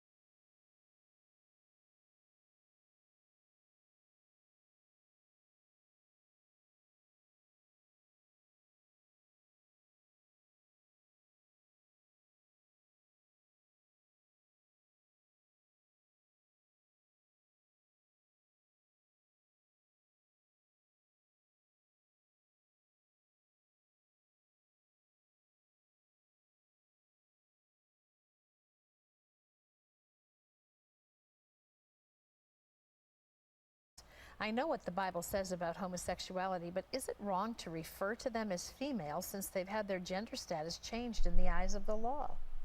Why would you have to refer to them as females? I by don't name or- understand all that, but I think there are men who are in a woman's body.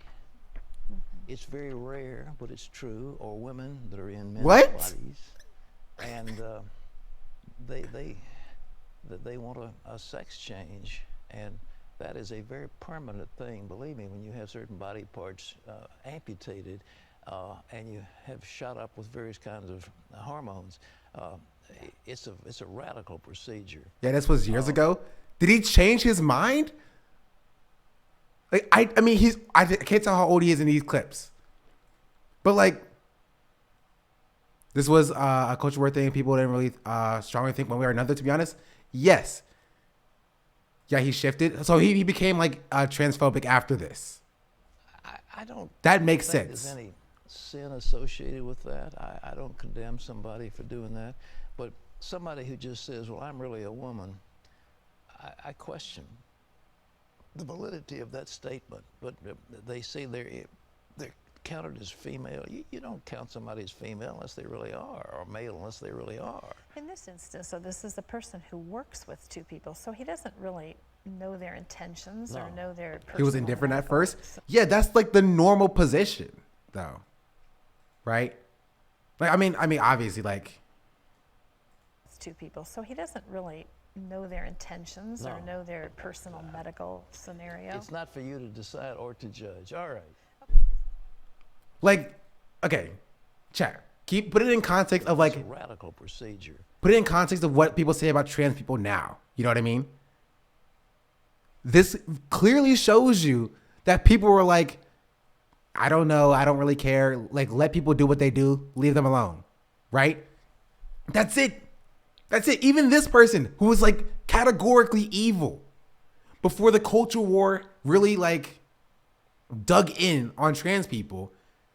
Like, most people, the normative position is just like, leave these people alone.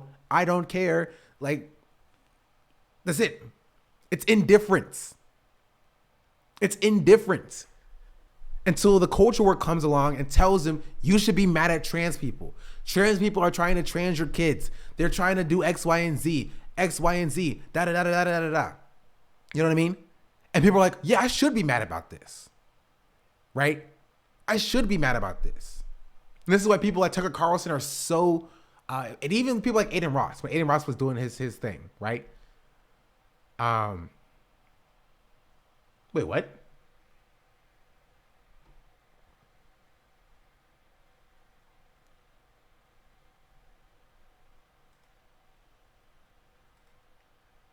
Sorry, give me 1 second. Oh, they did it. Wow. Kick removed the logo from Aiden Ross's profile.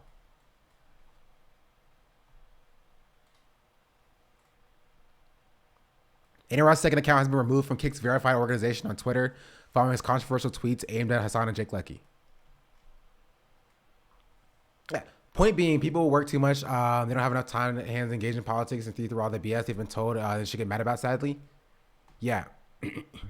Why would he get the logo on his alt? Who knows? No clue.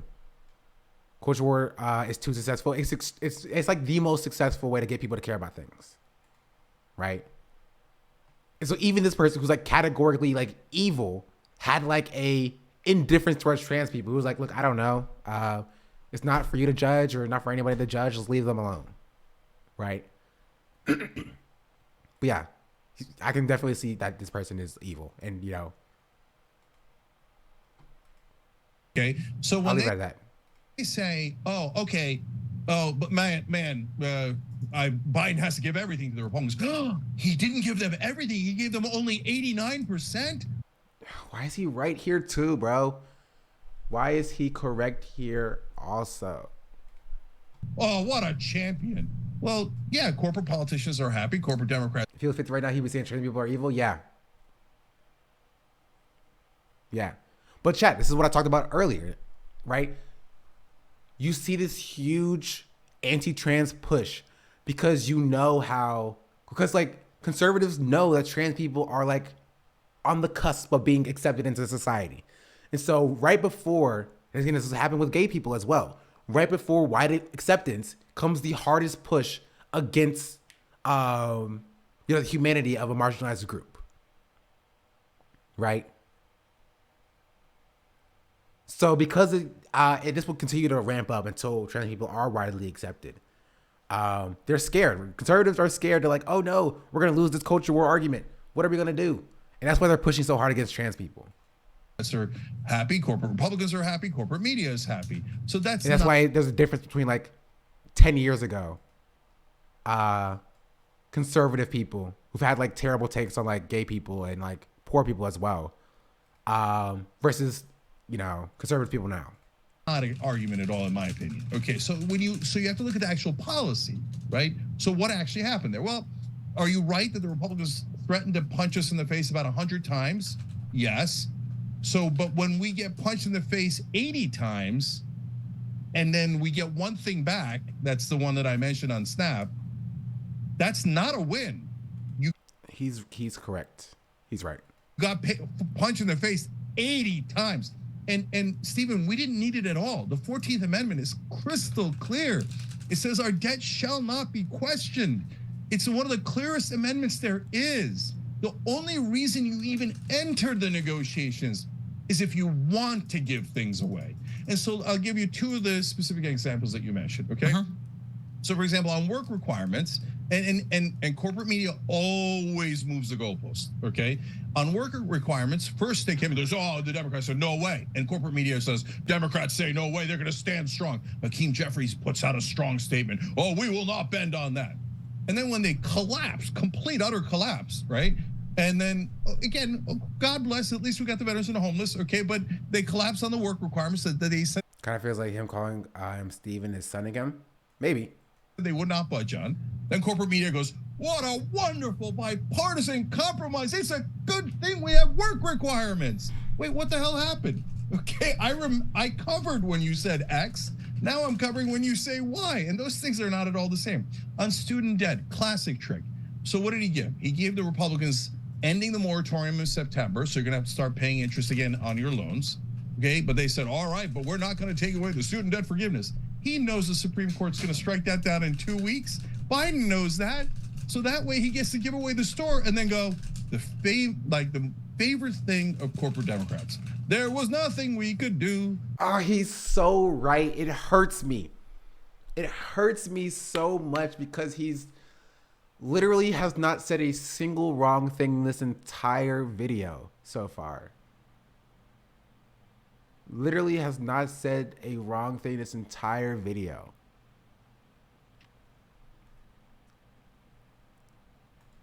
There was nothing we could do. Oh, the Supreme Court, golly gee, did they end my student debt relief program? The one thing that was going to help young people? Oops, I did it again. So no, not buying it. Okay, so firstly, okay, this is a huge gripe I have sometimes with progressives. I think we have to stop relying on these like Hail Mary legal arguments that we think or hope are going to bail us out of having to do any sort of legislative compromise. The idea that the 14th Amendment is crystal clear, that we both know that is absolutely not true. One of us might think that, and some people might think that, but that is a hotly contested thing. Not only is it hotly contested, it would be so contested that if we were to go that 14th Amendment route, there was a chance that the legal challenges would extend that past the expiration date of our debt. And if we default on our debt while we're trying to play complicated legal battles on whether or not the 14th Amendment allows us to just pay the debt with absolutely no negotiation with Congress required, that could potentially be like... He's 6 layers deep into like hypotheticals, right? He's 6 layers deep into hypotheticals at this point, right? It's just, it's so dumb. Like, okay, but like, what if the invocation of the 14th Amendment takes longer than our debt to you know what I mean? For the expiration date on the negotiations. Then we default, and then that's really bad, right? But yeah, the point of the point of the 14th Amendment is to make sure it doesn't even get to that point. So just like do it. I don't think I need to explain how disastrous it would be for the United States to default on its debt while we play this political football back and forth with the debt. This is what they do, Chad. This is exactly. All right, Hiem, peace. This is exactly how they operate, right? They operate in this way by just automatically. His assumption is 14th Amendment automatically equals defaulting on our debt. So now Cenk has to debate defaulting on the debt instead of debating on the validity of the 14th Amendment. You know what I mean? It's a direct corollary that he draws. He says, well, defaulting on the debt may potentially lead to, the implication of the 14th Amendment may lead to a default on our debt. So I'm just going to argue against the default of the debt, right? And that's what he did when he said this. Required. That could potentially be like, I don't think I need to explain how disastrous it would be for the United States to default on its debt while we play this political football back and forth with the debt. So right, boom. So in no world does Destiny even entertain the notion that maybe the 14th Amendment could go through before the debt ceiling ends. Right? He just presupposed an entire argument. Yeah. I don't buy that the 14th Amendment was such an easy way out. Number one. Number two. Why? As much as we hate it, well, I don't hate it. I mean, it's part of how our system works. Bipartisan is not the enemy. Bipartisan is not. Yes, it is. Yes, it is. Especially, and this again, this is why he's a liberal, right? This is why he's a liberal, right? Bipartisan is 100% the enemy of us as leftists because the Republicans want to kill anything that will help us. That's it. Bipartisan is 1,000,000% our enemy. Giving anything to Republicans, right, is antithetical to what we are working towards, right? If we want a $15 minimum wage and the Republicans want no increase in the minimum wage and we have no increase in the minimum wage, guess what? That's a win for the Republicans. If we hit a $10 minimum wage as a bipartisan compromise, still a win for the Republicans. $12 minimum wage as a compromise, still a win for the Republicans. We are fighting for $15 minimum wage, even though a $15 minimum wage is still not kept up with the cost of living. If it would have scaled with the cost of living, it would be like $23 now, right? $15 minimum wage is the compromise. A public option of healthcare is the compromise. That is the compromise, right? That's it, fundamentally. So when we do less than that, that's not bipartisan compromise. That is just caping to the Republicans. The Republicans still win. And that's the problem. Evil. If you don't have majorities or supermajorities in both of your houses, bipartisan is the way that you have to go. Even you mentioned that $15 an hour minimum wage hike earlier. That $15 an hour minimum wage thing in the Senate, that was opposed by 8 Democrats. And that's when you're only winning by a vice president tiebreaker vote. Like, there's no way that you can get through anything that is going to help the American people if you're not looking to be bipartisan in some way. You brought up the moratorium on student debt. That moratorium was expiring anyway. Student debt was always going to be, the interest payments were always coming back on the table at the end of summer. That was a freebie, a literal freebie. Republicans got nothing there. Why? Why was it coming back? I don't understand. I do not understand. I don't get it.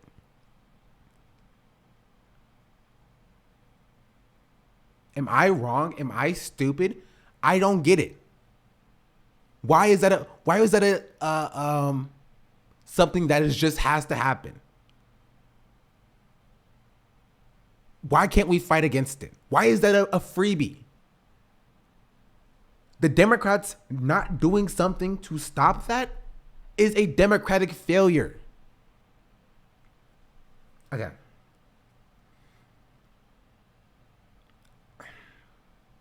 I think I understand kind of the gist of what's happened here. If somebody cares enough about this and wants to look through this for some more clips about some crazy stuff, maybe I could look at it on Saturday if it's really important. If it's not, we'll do something else. But I think we have an understanding of how this conversation went.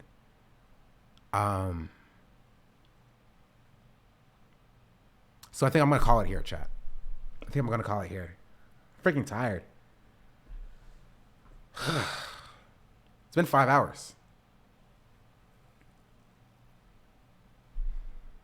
When someone you're speaking with suddenly speeds up, it's because it's cause for concern. The real speaking is done intentionally and solely. As they follow, they speed up when there's only one reason. Yeah. I think I'm calling it here, chat. Where's my... I closed my music.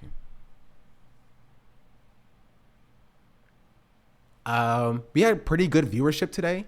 Is the VOD going to be up or not? All my VODs should be up. If things go well, probably by maybe Saturday or Sunday, I might hit my 75 hours viewers. In which case, I can apply for partner. So come here Saturday and Sunday, chat. Help me get a partner.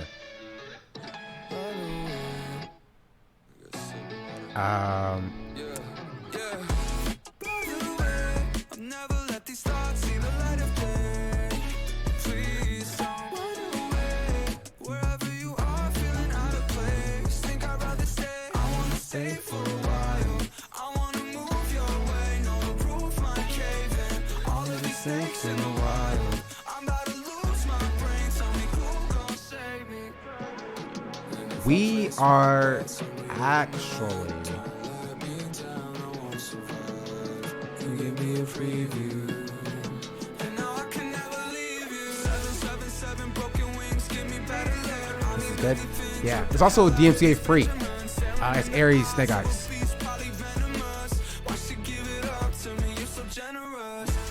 Know what, Panda? I will raise your person. How about that?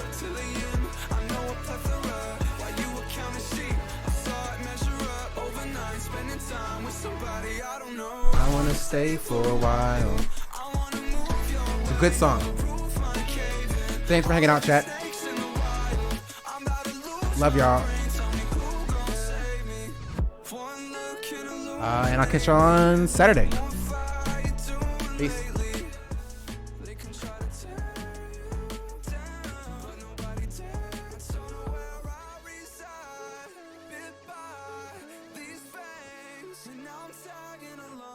Even give me feedback singing to these songs. You're the only reason this is where I belong. I wanna stay for a while. I wanna move your way. No roof might cave in. All of these snakes in the wild. I'm about to lose my brain. Tell me who gon' save me.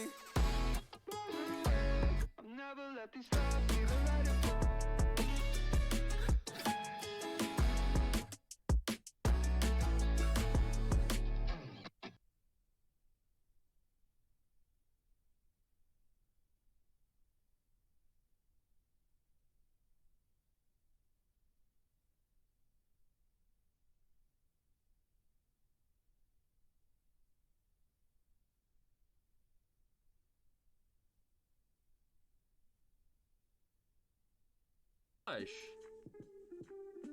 Thank you for the follows.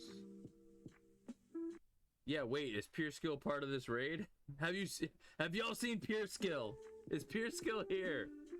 Sean, oh my god, thank you so much for raiding me, homie. That's so nice of you. If anyone doesn't follow Sean, here, let me shout you out.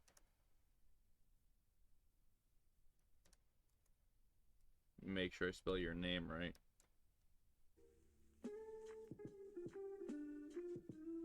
If you guys don't check out Sean, go check out Sean. Does awesome YouTube videos and is a great streamer. I've lurked in some